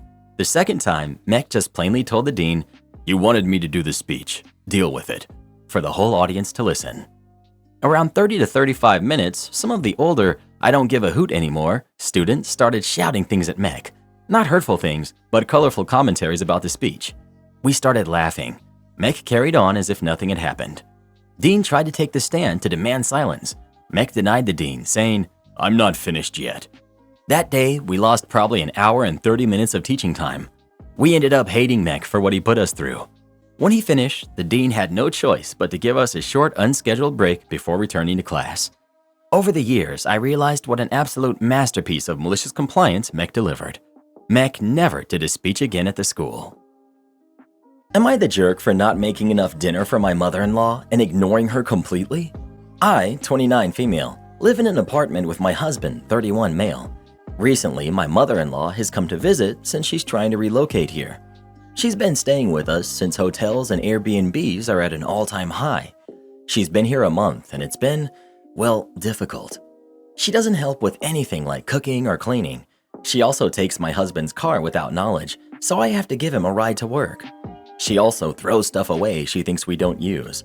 She also has been going shopping lately, buying decor. She was only supposed to stay 2 weeks to see if she likes it here and try to find a home. It seems like she wants to relocate here and like she found her home, with us. I've had conversations with my husband to get her to leave. He's asked and begged, but she still doesn't want to leave and he doesn't want to disrespect her. I've remained kind, but I can't take it anymore. I went into the guest room she's staying in and cleared it out. I took all the clothes out of the dresser and closet and put it into her suitcase. I also put all of her things on the floor. She came home and yelled at me, then got into a fight with my husband.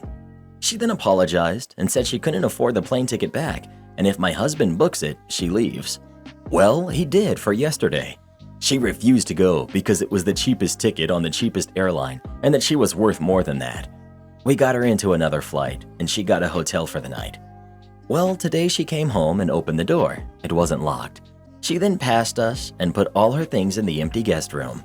She went to the living room where we were and said, "Well, are you guys ready to apologize?" We were dumbfounded, of course. I stormed to my bedroom and locked myself in there. I took a nap and came out, and they were both watching TV.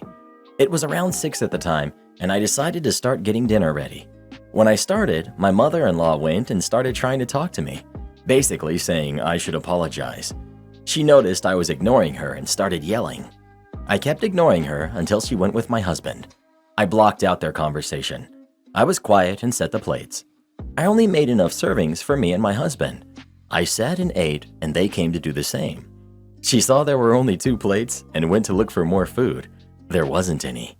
I don't know how it happened, but we got into a huge fight, and I ended up throwing all our clothes outside and screaming at her for all my neighbors to see. She was crying, and my husband was begging for me to stop. I drove to my friends, shaking and mad. I passed out and woke up to paragraphs upon paragraphs of not just my husband and mother-in-law, but sister-in-law and brother-in-law, basically telling me I'm a jerk for disrespecting mother-in-law and embarrassing her. Well, I have no idea what to feel. So, am I the jerk for how I reacted? My needy boss wants me to adopt her. Plus update. My manager, Wanda, is a director about 5 years younger than I am. I'm 63, also a woman. She's been with our employer for over 20 years, is extremely good at what she does, is fiercely loyal to her staff, and possesses a wealth of knowledge and insight about our specific work unit and about government in general. She's also emotionally juvenile, totally self-focused, extremely needy, has never had any kind of a romantic relationship in her life, and her completely perfect parents gave her a completely perfect childhood that left her unable to trust any man outside of her own family. I'm no expert, but I'd wager to say that a good psychiatrist could probably get at least 2 or 3 dissertations worth of material out of her. Not that she'd ever consult one, since she is completely perfect. At the time I was hired, Wanda was going through some rough times. She had spent her entire adult life living at home caring for her elderly parents, who were both in fragile health and nearing the ends of their lives, so she was under tremendous stress. I had lost my parents some years previously, and I tend to be the empathetic and nurturing sort. I also did not realize at that point just how messed up Wanda was emotionally. I made the huge mistake of trying to be supportive as she dealt with caring for her parents during their final illnesses. I encouraged her to chat about books and theater, invited her to join my spouse and I for a couple of concerts, and even invited her to a family Christmas meal the year her second parent passed. Understand, she does have family nearby. She has one brother who she barely tolerates and a sister who she adores. The sister and her husband were out of town that year for Christmas, and she didn't want to go to her brother's celebration, so she hinted and hinted until finally I broke down. It made for a fairly awkward gathering, as our family is kind of rowdy, while she's considerably more quiet, and she made no secret of the fact that our typical holiday was not what she was accustomed to. But she continued to hint for more invitations afterwards anyway. I've worked very hard since then to ignore the hints, which, several years later, are still being dropped on a near constant basis. I've extended no more invitations to family celebrations and have worked with other family members to shift hosting duties elsewhere, because if I'm not hosting, then I'm not in charge of the guest list. I've limited outside the office contact to a once-a-year concert and a couple of dinners. My spouse thinks even that's too much, and I don't disagree. However, given that Wanda is my boss, I also don't know quite how to completely exclude her without repercussions. A few weeks ago, she came to my cubicle in a flood of tears with the news that her adored sister is, selfishly, moving across the country to live closer to her kids. She sobbed that she is being abandoned and that I need to adopt her because she won't have any family that she likes in the area anymore. She expects to be included in family gatherings, all concerts and theater plans, and also made it clear that she'd like to go with us on vacations. The absolute last thing in the world that I want is to adopt my needy, clingy boss and include her in every single non-work activity I engage in. It would unquestionably end my marriage and quite possibly drive me over the edge. I can't afford to take early retirement, and at my age, I'd never land another job in my profession at my current income. Going to HR is out of the question because there's no such thing in my workplace as confidential reporting. Firing people is nearly impossible due to the civil service system, so I'm not concerned about that. But in her position as my boss, she could very easily make my work life intolerable. She has done so to others in our section who angered her, such as by going to HR with a complaint. Do you have any suggestions for how I can establish appropriate boundaries at this stage of the game? Or am I just stuck providing emotional support to this woman until one or the other of us retires or passes on? Update. I wrote her a letter about it, and I realized that a big part of the issue for me has been that while Wanda makes herself very, very clear about what she wants, she does so with passive-aggressive manipulation tactics, rather than by outright asking for things. And because I had a parent who did the same thing, and on whose account I spent a number of years in therapy, I'm rather more susceptible to that approach than I'd like to be. Your comments were incredibly useful in helping me realize how deeply I had gotten pulled back into the same kind of unhealthy relationship that had caused me so much angst when I was younger. The first thing I did was sit down with my husband and explain the whole thing to him. I wanted him to know that I was going to start setting limits with Wanda, and that part of the limit setting would involve casting him in the role of hopeless romantic who insists on lots of couples-only time. Once we both stopped howling with laughter, which took a while, because Bob's about as romantic as a box of hammers, he readily agreed to take the heat for me. He's a good guy. So when I put in my vacation request for this summer, and Wanda asked, "And where are we going this year?" I chuckled ruefully and said, "Bob is such romantic that he insists on us taking a mini honeymoon together every year, and he doesn't want anyone to know where we're going, even our kids." She pushed back a little, even to the point of saying she could easily take the same week off, but I basically took the approach he suggested, treating it as a joke, which worked quite well. Then of course lockdown came along, and we had to cancel our plans, but if it worked once, it'll work again. When I started planning a ticket purchase for an autumn concert series that Bob and I always attend with friends, one that Wanda also likes and used to attend with her sister who moved out of state, I offered to include her for the one performance that we take a large group to. She immediately replied, "Yes, I'll go with you for that one, and then you can go with me to all the rest."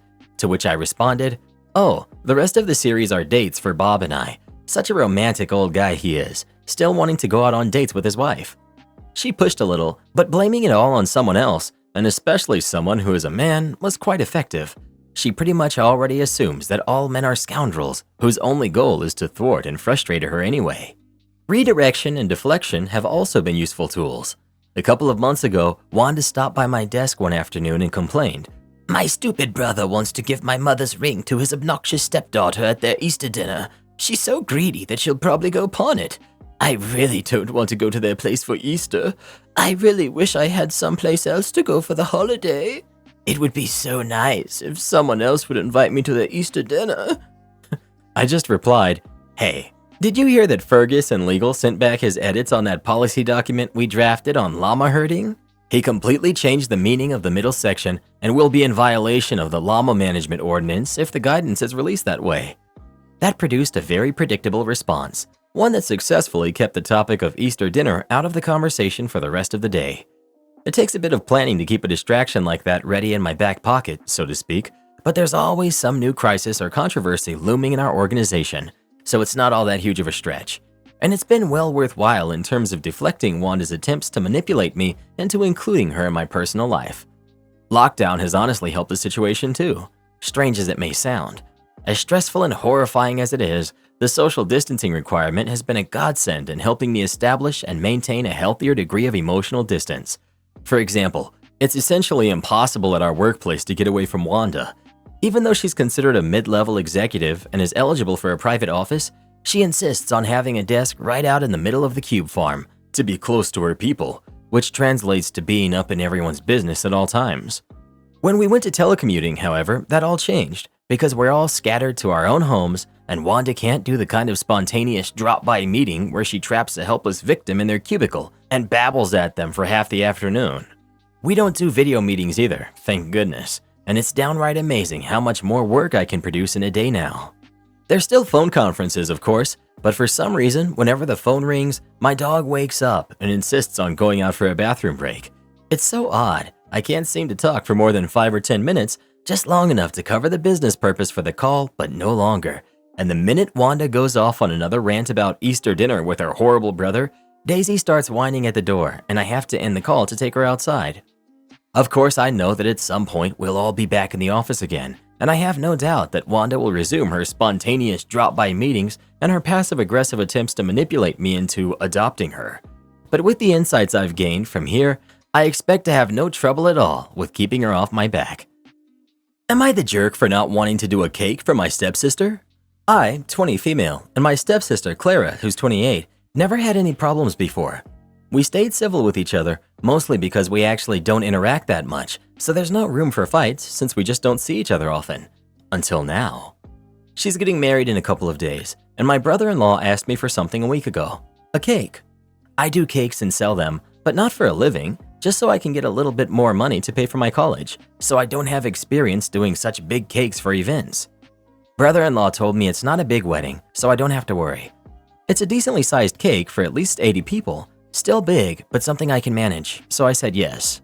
I sent Clara a message asking for specifications, and she replied with screenshots of cakes from Pinterest. Nothing more. I had to push her further so she could give me exact ideas for the cake, since all of her replies to my questions were, "It's literally in the images I sent. Can't you see?" Whatever. A few days pass, and I sent her a quick sketch of the cake, and she didn't reply. Another day passed, and I sent an image of all the things I bought for the cake, so she can tell me if this'll work. But again, nothing. So I then told her how much the cake would cost in total, and I asked her to please pay me half of it now, so she can pay the other half later. And at this time, I did get an answer. A call. She was fuming and demanding an explanation of why I'm charging her for the cake, practically yelling at me. I was confused by her reaction, and I had to explain to her that it's literally my job, and that I already bought all of the things for her cake, so all I'm asking for is half of the payment.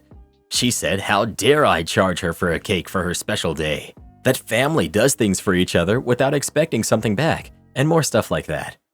Long story short, she's not paying me for anything, and she made sure to make it very clear that she's not giving me a single penny. Yesterday, she called me again and asked me how her cake is coming along. I told her I'm not doing anything since she's not paying, so if she wants a cake, she can go ask someone else. She yelled and cried, saying I'm a selfish jerk, that I don't care about her and there's no time for her to get another person, so to please stop being a jerk and just help her out.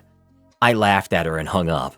Later, my dad called and told me that I am a jerk for laughing at Clara when she's in distress, and that just make this stupid cake so that she can stop complaining about me. I admit, I actually can do her cake since I already have the stuff to make it, so that had me thinking maybe I was being salty. I can do her cake. I have the things already bought and her sketch made, so I don't lose anything. My mom told me the exact same, and I'm genuinely starting to think that I might be the jerk here. So Reddit, am I the jerk? Update. I stood my ground and refused to do the cake. I actually made some cupcakes using Clara's cake decoration and turned it into a graduation gift for one of my friends and their classmates. I posted it on Instagram yesterday, and some family members blocked me because of it. Also, because yesterday was the wedding, and because I wasn't invited, I spent the day with my friends, and later some uncles and cousins told me that at least I should have been respectful and stayed the evening at home. Stupid? Yes. Did I tell them that? Of course. That's why they blocked me or straight up ignored me. The important thing here, there was no cake in Clara's wedding. Guests who aren't from the family asked why there wasn't a cake, and they made up a lot of things such as, "Oh, we just didn't want a cake," or "The cake got accidentally destroyed when it was getting sent here." And they even tried to imply that Clara was pregnant by saying something along the lines that Clara was getting nauseous over the idea of cake, so that's why there wasn't one. Anyways, the situation thankfully de-escalated, and now everyone's calm. I haven't been reached out to about the cake, besides the cupcake thing, but my cousin told me that some people were mad because I didn't show up with a cake. Like, I was uninvited. How the heck would they want me to show up with a cake? They're just delusional like she is. Brother-in-law was so ashamed because of the lies Clara said about the cake and confessed to me that he's only one day being married and already thinking of divorce. I actually feel bad, and I told him that I got his back with whatever decision he makes. So that's all for the update. My new neighbor is making his loneliness my problem. So Bob, who's around 60, recently moved into the apartment that I share a wall with. We live behind the Smith family. They're cool. The street is in front of the Smiths, and Bob and I live between the Smiths and the alley. I, 31 female, am a solitary person, but I don't feel lonely. I have a cat and a dog to keep me company. I'm not a stop and chat kind of person, and when it comes to encounters with neighbors, my ideal scenario is to ask how it's going and move on. Bob's apartment is between my car and my apartment, and Bob sits on his stoop all day, every day. He asked me if I was heading to work whenever I used my car. I didn't really answer at first because I didn't want to make it a habit of telling him where I'm going all the time, but I did eventually tell him that I work from home. Anyway, one day while I was working, a package was delivered to my apartment. The delivery driver put it on the doorstep, rang the bell, and left. My dog, Hubris, barked a bit, but I was busy, so I decided to get the package later. My apartment is tucked away from plain view, and I've never had any issues with porch pirates.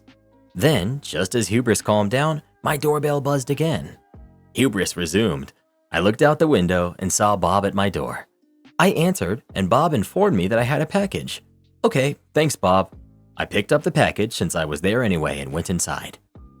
A week or so later, I was taking a shower. I heard the doorbell and Hubris freaking out, but I didn't rush. The doorbell kept ringing and Hubris kept barking. I started hustling because it must be urgent. When I answered the door, Bob told me that Mountain Dew is on sale at the grocery store. I blinked a few times and told him I don't drink Mountain Dew, but thanks. I wish I had been less polite. Another week passed. Bob buzzed while I was on a Zoom call. Hubris went nuts, and I wanted her to quiet down, so I answered the door so I could continue having a productive meeting with my client. I opened the door, and Bob said, "You need to go check on your car right now. I heard something in the driveway last night." He sounded super concerned, and that worried me, so I very quickly popped over to check. My car was fine. As I went back to my apartment, Bob said he heard a noise at 3 a.m., but didn't see anything or anyone when he looked outside. If he had simply looked to his right on his way to my apartment, he would have seen that my car was totally fine, and there was no reason to ring my bell. But to be fair, if something had happened to my car, I would want to know about it. So I thanked him and went back inside and apologized to my client for the disruption. At this point, I felt that Bob was becoming a nuisance, and I was concerned that Bob might expect something from me. I don't know what that would be, but in my experience, people don't do nice things for no reason. I told a friend about this. They suggested I share a plate of food with Bob the next time I make something tasty. I said I'd think about it. Anyway, that evening I took Hubris for a walk. I thought about what my friend said and reluctantly let Hubris greet Bob. Bob spoke to Hubris in a baby voice and said something like, "How come you're so friendly out here, but when I come to the door, you bark and bark?" I wish I had said, "It's her job to bark at people who come to the door. She won't bark if you don't come to the door." That will be relevant later. Last Saturday, a few days before the 4th of July, I let Hubris out for one last bathroom break before going to bed. I share a fenced yard with the Smiths. I called her after about 5 minutes. I waited. Nothing. I called a few more times. Silence. Then I remembered one of the Smiths kids had been playing in the yard with some friends earlier. Oh no. Maybe they left the gate open. I should have checked before letting Hubris out.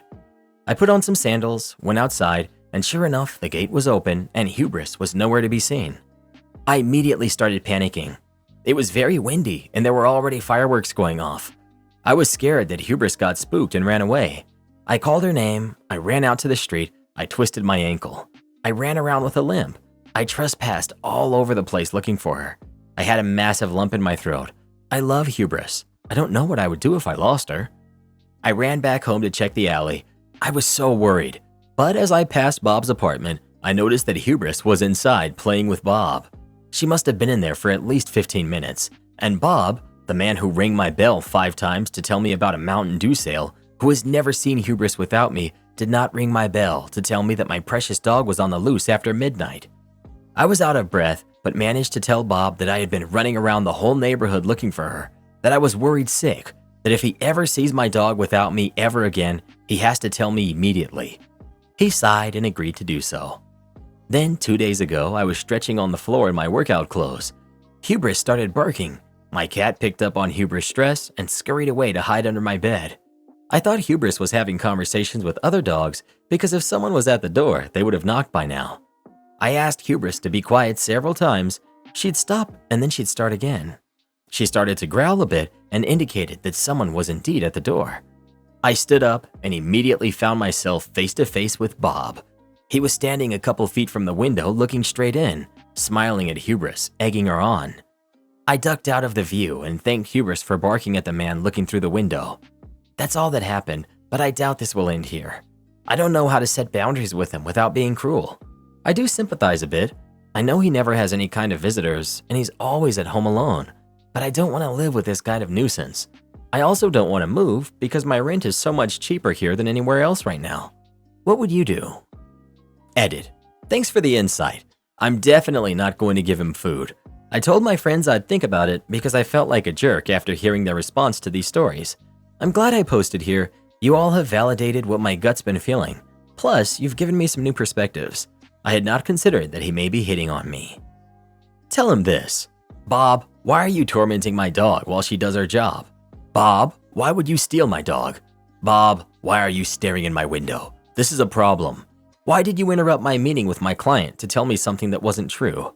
They were quite annoyed and talked about dropping the contract if they couldn't get my full attention during meetings. Be unreasonable. Twist every one of Bob's potentially innocent actions into something inexplicable and do it immediately. Make him shy and reluctant to engage. If that doesn't work, use these to make complaints to the landlord. Bob sounds very creepy. I'm also a solitary person and I love being alone. Bob would scare me. Do not invite him over for a meal. He's also not really what I would consider an old man. It doesn't sound like he's housebound or incapable of taking care of himself. It sounds to me like he's thinking of you as a potential romantic partner. He knows what he's doing. I'm terrible with confrontation. I'd probably end up keeping my blinds closed, turning off my doorbell, and trying to sneak out a back door to walk my dog. That's no way to live though. Another idea I had for my creepy neighbor is to start saying things that are obviously not true. The mature thing to do would be to tell Bob to stop ringing your doorbell and talking to you. Put up cameras and alert him to the fact that you have cameras. You don't owe him an excuse. You don't have to be nice. I don't think I could do this, but I think it's the mature thing to do. I worry that any excuse you give him, he'll either ignore it or try to find a workaround. If you don't feel comfortable being direct, then I would try to weave in an anecdote of you seeing him as an old man.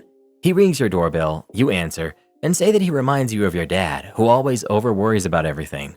Tell him if a package is stolen or the car is damaged, you'll deal with the insurance, and that you'd rather have a package stolen than hear the doorbell. My future stepmother demands I dye my hair to a more natural color for her wedding. I'm 19, female, and my dad is marrying his girlfriend of 5 years. She wants me to be one of her bridesmaids, as it would look great to have me up there. I'm not particularly close to her, but we're civil, so whatever, right? I agreed, telling her I'd be happy to do so, and to let me know if she needed any help with the wedding. I got a call from her last week, telling me that she wants me to go to her hairdresser with her so that my hair can be made a more natural color, like my natural brown or even a deeper chestnut, as she thought that would look nice on me. I was confused by this and asked her what she was talking about. She told me I would stand out too much in the bridal party with my hair.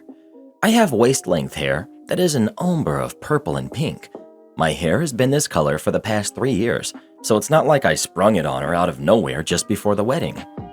I told her I wasn't about to ruin the style I spent a lot of money and time to upkeep just for her wedding, and she implied that at 19, I was getting too old for such a childish style, and it was really for my own good, and reminded me how I'd told her if she needed anything for the wedding to let her know. She then told me that this is what she needed. I was shocked by this, and I pointed out I'd meant something like picking up party favors for the reception, dress fittings, and the like, not changing my hair. I told her I wouldn't be doing this, sorry, and if she felt that way, I just wouldn't be her bridesmaid, so I didn't stand out too much. She was upset with me, and the call ended rather coldly. I've had my dad phoning me every so often since, trying to talk me into changing my hair. He's implying it's not a big deal, and he'll pay to fix my hair after the wedding. That's not the point. It'll be difficult to get my hair back to this, and bad to recolor it. So anyway, I don't see why I have to change my style for her. I can be just a guest, though honestly, I'm not even wanting to be that now. He told me I had to be her bridesmaid, as she had told everyone I would be, and how I'd embarrass her in front of her friends and family if I refused now, as they'd think that we're not close. I've pointed out to him that we're not, and it's on her if she made it seem like we were close to people she knows. I told him if I had to be a bridesmaid, she could accept my hair as it is, or I'd just stay home. I don't know, maybe it's my inexperience with weddings, as I've never been to one before, but surely this is too much to ask of me. Maybe I should just cave in, as my dad said he'll pay to fix my hair afterwards, but the idea of going through all the work to fix it and the damage it could cause is upsetting to me. Should I just suck it up for my dad's sake? My mom is upset over this and has been fighting with my dad on the matter. Not the jerk. I'm in my 50s, and I had my hair magenta for a while and loved it. You be you. She's being ridiculous. You're not the jerk. They can invite you, the real you, or not. You can accept their invitation or not. What they don't get to do is invite an imaginary alternative version of you that they'd rather have instead of you, and then insist that you fake it. Not the jerk. The people getting married can ask someone to wear their hair up or down, or wear certain clothes, but asking hair to be cut or dyed is way too much. Also, as a woman in her 40s with purple hair, it's not childish to have hair colored whatever shade of the rainbow you like. I've refused jobs that want me to dye my hair. I'd happily refuse to participate in a wedding if doing so required me to dye my hair. Company VP was a major jerk, so VP and the company paid the ultimate price. Just hired by a small West Coast construction company to stand up and run a major East Coast regional office. The small company was just bought by a huge multinational construction company. First order of business, get a base of operations. Need a large warehouse with loading docks, office space, and good access to the Washington, D.C. area. The idea was to get a place for a short-term lease of 1 year. If needed, we could easily move to a better location without too much fuss. Lots of good space available, but it's not cheap and nothing will rent for less than 1 year. No problemo. Myself and executives of small company are okay. Financials look fine. I'm allowed to execute the lease on behalf of the company. Just need to run it by legal for a quick check. Lease is as standard and as fair as you'd expect. No surprises, no issues. Everything is on the up and up. Legal calls me and says it's no good. We need an early termination clause. All leases are required to have them. I reiterate that this is the shortest lease we can get, 12 months. Legal is adamant that they need the early term clause. Okay, time to renegotiate again. Leasing company won't budge, won't accept anything less than 12 months. I plead with legal for help. This is the in-house counsel for a huge international construction company that does work across all sectors. They spend millions on politicians and legal. Legal's response? We don't negotiate or provide lease documents. I'm like Bob from Office Space. What exactly do you do here? Legal says, legal will review the contract and approve, but you must negotiate and execute the contract. Cue malicious compliance. I need this wrapped up now, so I draft a clause that says basically this. Early termination. Tenant will have the right to terminate the lease for any reason. Tenant will be required to pay a termination fee equal to 200% of the remaining rent due on the lease. I sent it to our legal team, expecting them to revise it. Nope, completely approved. Okay to execute. I sent it to the property manager company and they were dumbfounded. I said, our legal department is okay with this. Are you? They said sure. Before a year was out, I was let go for political reasons. I tried to inform the new VP about the lease and other issues, but new VP wasn't interested in what I had to say. Okay by me. At the end of the lease, VP renewed the original contract for 4 years. A few months after VP renewed the lease, VP decided to move the warehouse. The hefty 7-figure and valid early term bill was paid without question by accounts payable. This totally crushed the VP and P&L and completely prevented any bonuses for himself and his staff that year.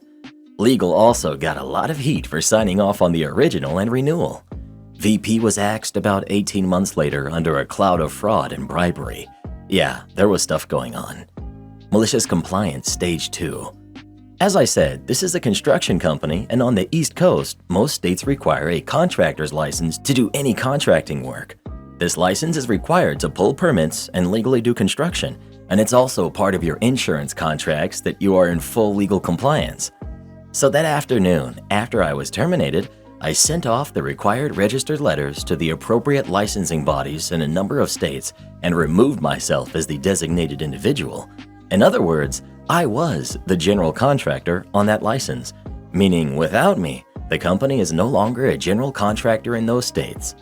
Now, the company usually has 30 days or so to backfill that individual, but it's not easy to find a person already licensed. All of a sudden, legal gets a letter from a bunch of states saying that branch of huge multinational is no longer a GC. And this gets sent to the insurance companies, which in turn immediately inform the clients that the policy is no longer valid until it is rectified. This halts all work in a number of states, even for work not part of my region, as the company was using my license to pull permits and get work without my knowledge.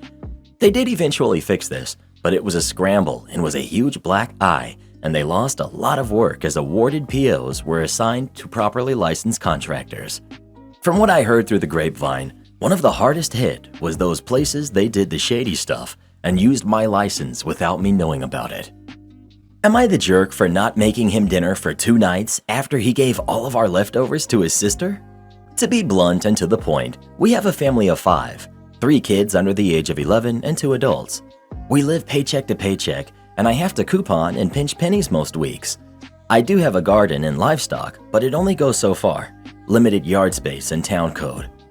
My sister-in-law is an individual who gets nearly $1,000 a month for food stamps, despite only having 1 kid and 3 working adults in the home.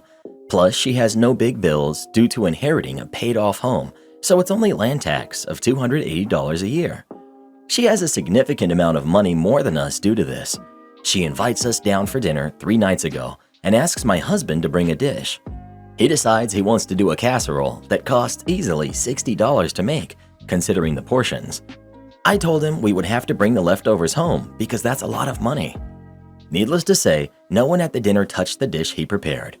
I left early because the kids were tired, and he comes home without the leftovers hours later. I asked where they are, and he said his sister asked if she could keep them because she didn't feel like cooking and claims he felt cornered and couldn't say no. His sister is 100% aware of how hard up we are too, so the amount of selfishness and disrespect baffles me to the highest degree. Those leftovers would have fed this household of 5 for 2 days. I was livid for obvious reasons. This means that the $60 he spent was basically thrown down the drain and we couldn't afford it. The past 2 nights, I've been making the kids dinner, not even myself, to save on food costs because I need to make up for this. $60 with my couponing at a grocery store would have been enough groceries to last us about a week and a half, but he didn't use coupons to buy the meal. He went while I was at work, and therefore we need to recoup. So yeah, I've only been making my kids food, and I personally have been eating things from the garden, cucumbers, tomatoes. He said I'm being a jerk and punishing him for wanting to help his sister, who in my opinion was simply lazy and didn't feel like cooking for her 1 kid with her free food that she gets from food stamps. But no matter how I put it, he still thinks I'm the jerk here. ETA, food stamps questions. In my state, they currently have the $450 extra per kid, school kids, because of lockdown food stamps bill passed in 2021. 1 kid is 13 and the other is 18 and goes to college. Therefore, my sister-in-law is still collecting that $450 extra for the 18-year-old because she is apparently still considered a kid until she's 21, stops going to school, or moves out. Dang, for sure not the jerk. Take care of the family first. Sorry sis, I got mouths to feed. I'm taking the casserole. That should have been it. Sorry you have to live like that. Do this next. Tap here on your screen to come see our new podcast playlist, where you'll find thousands of hours of the best stories you've ever heard. Or tap the one on the right. That episode is specifically just for you, based on other videos you've enjoyed the most.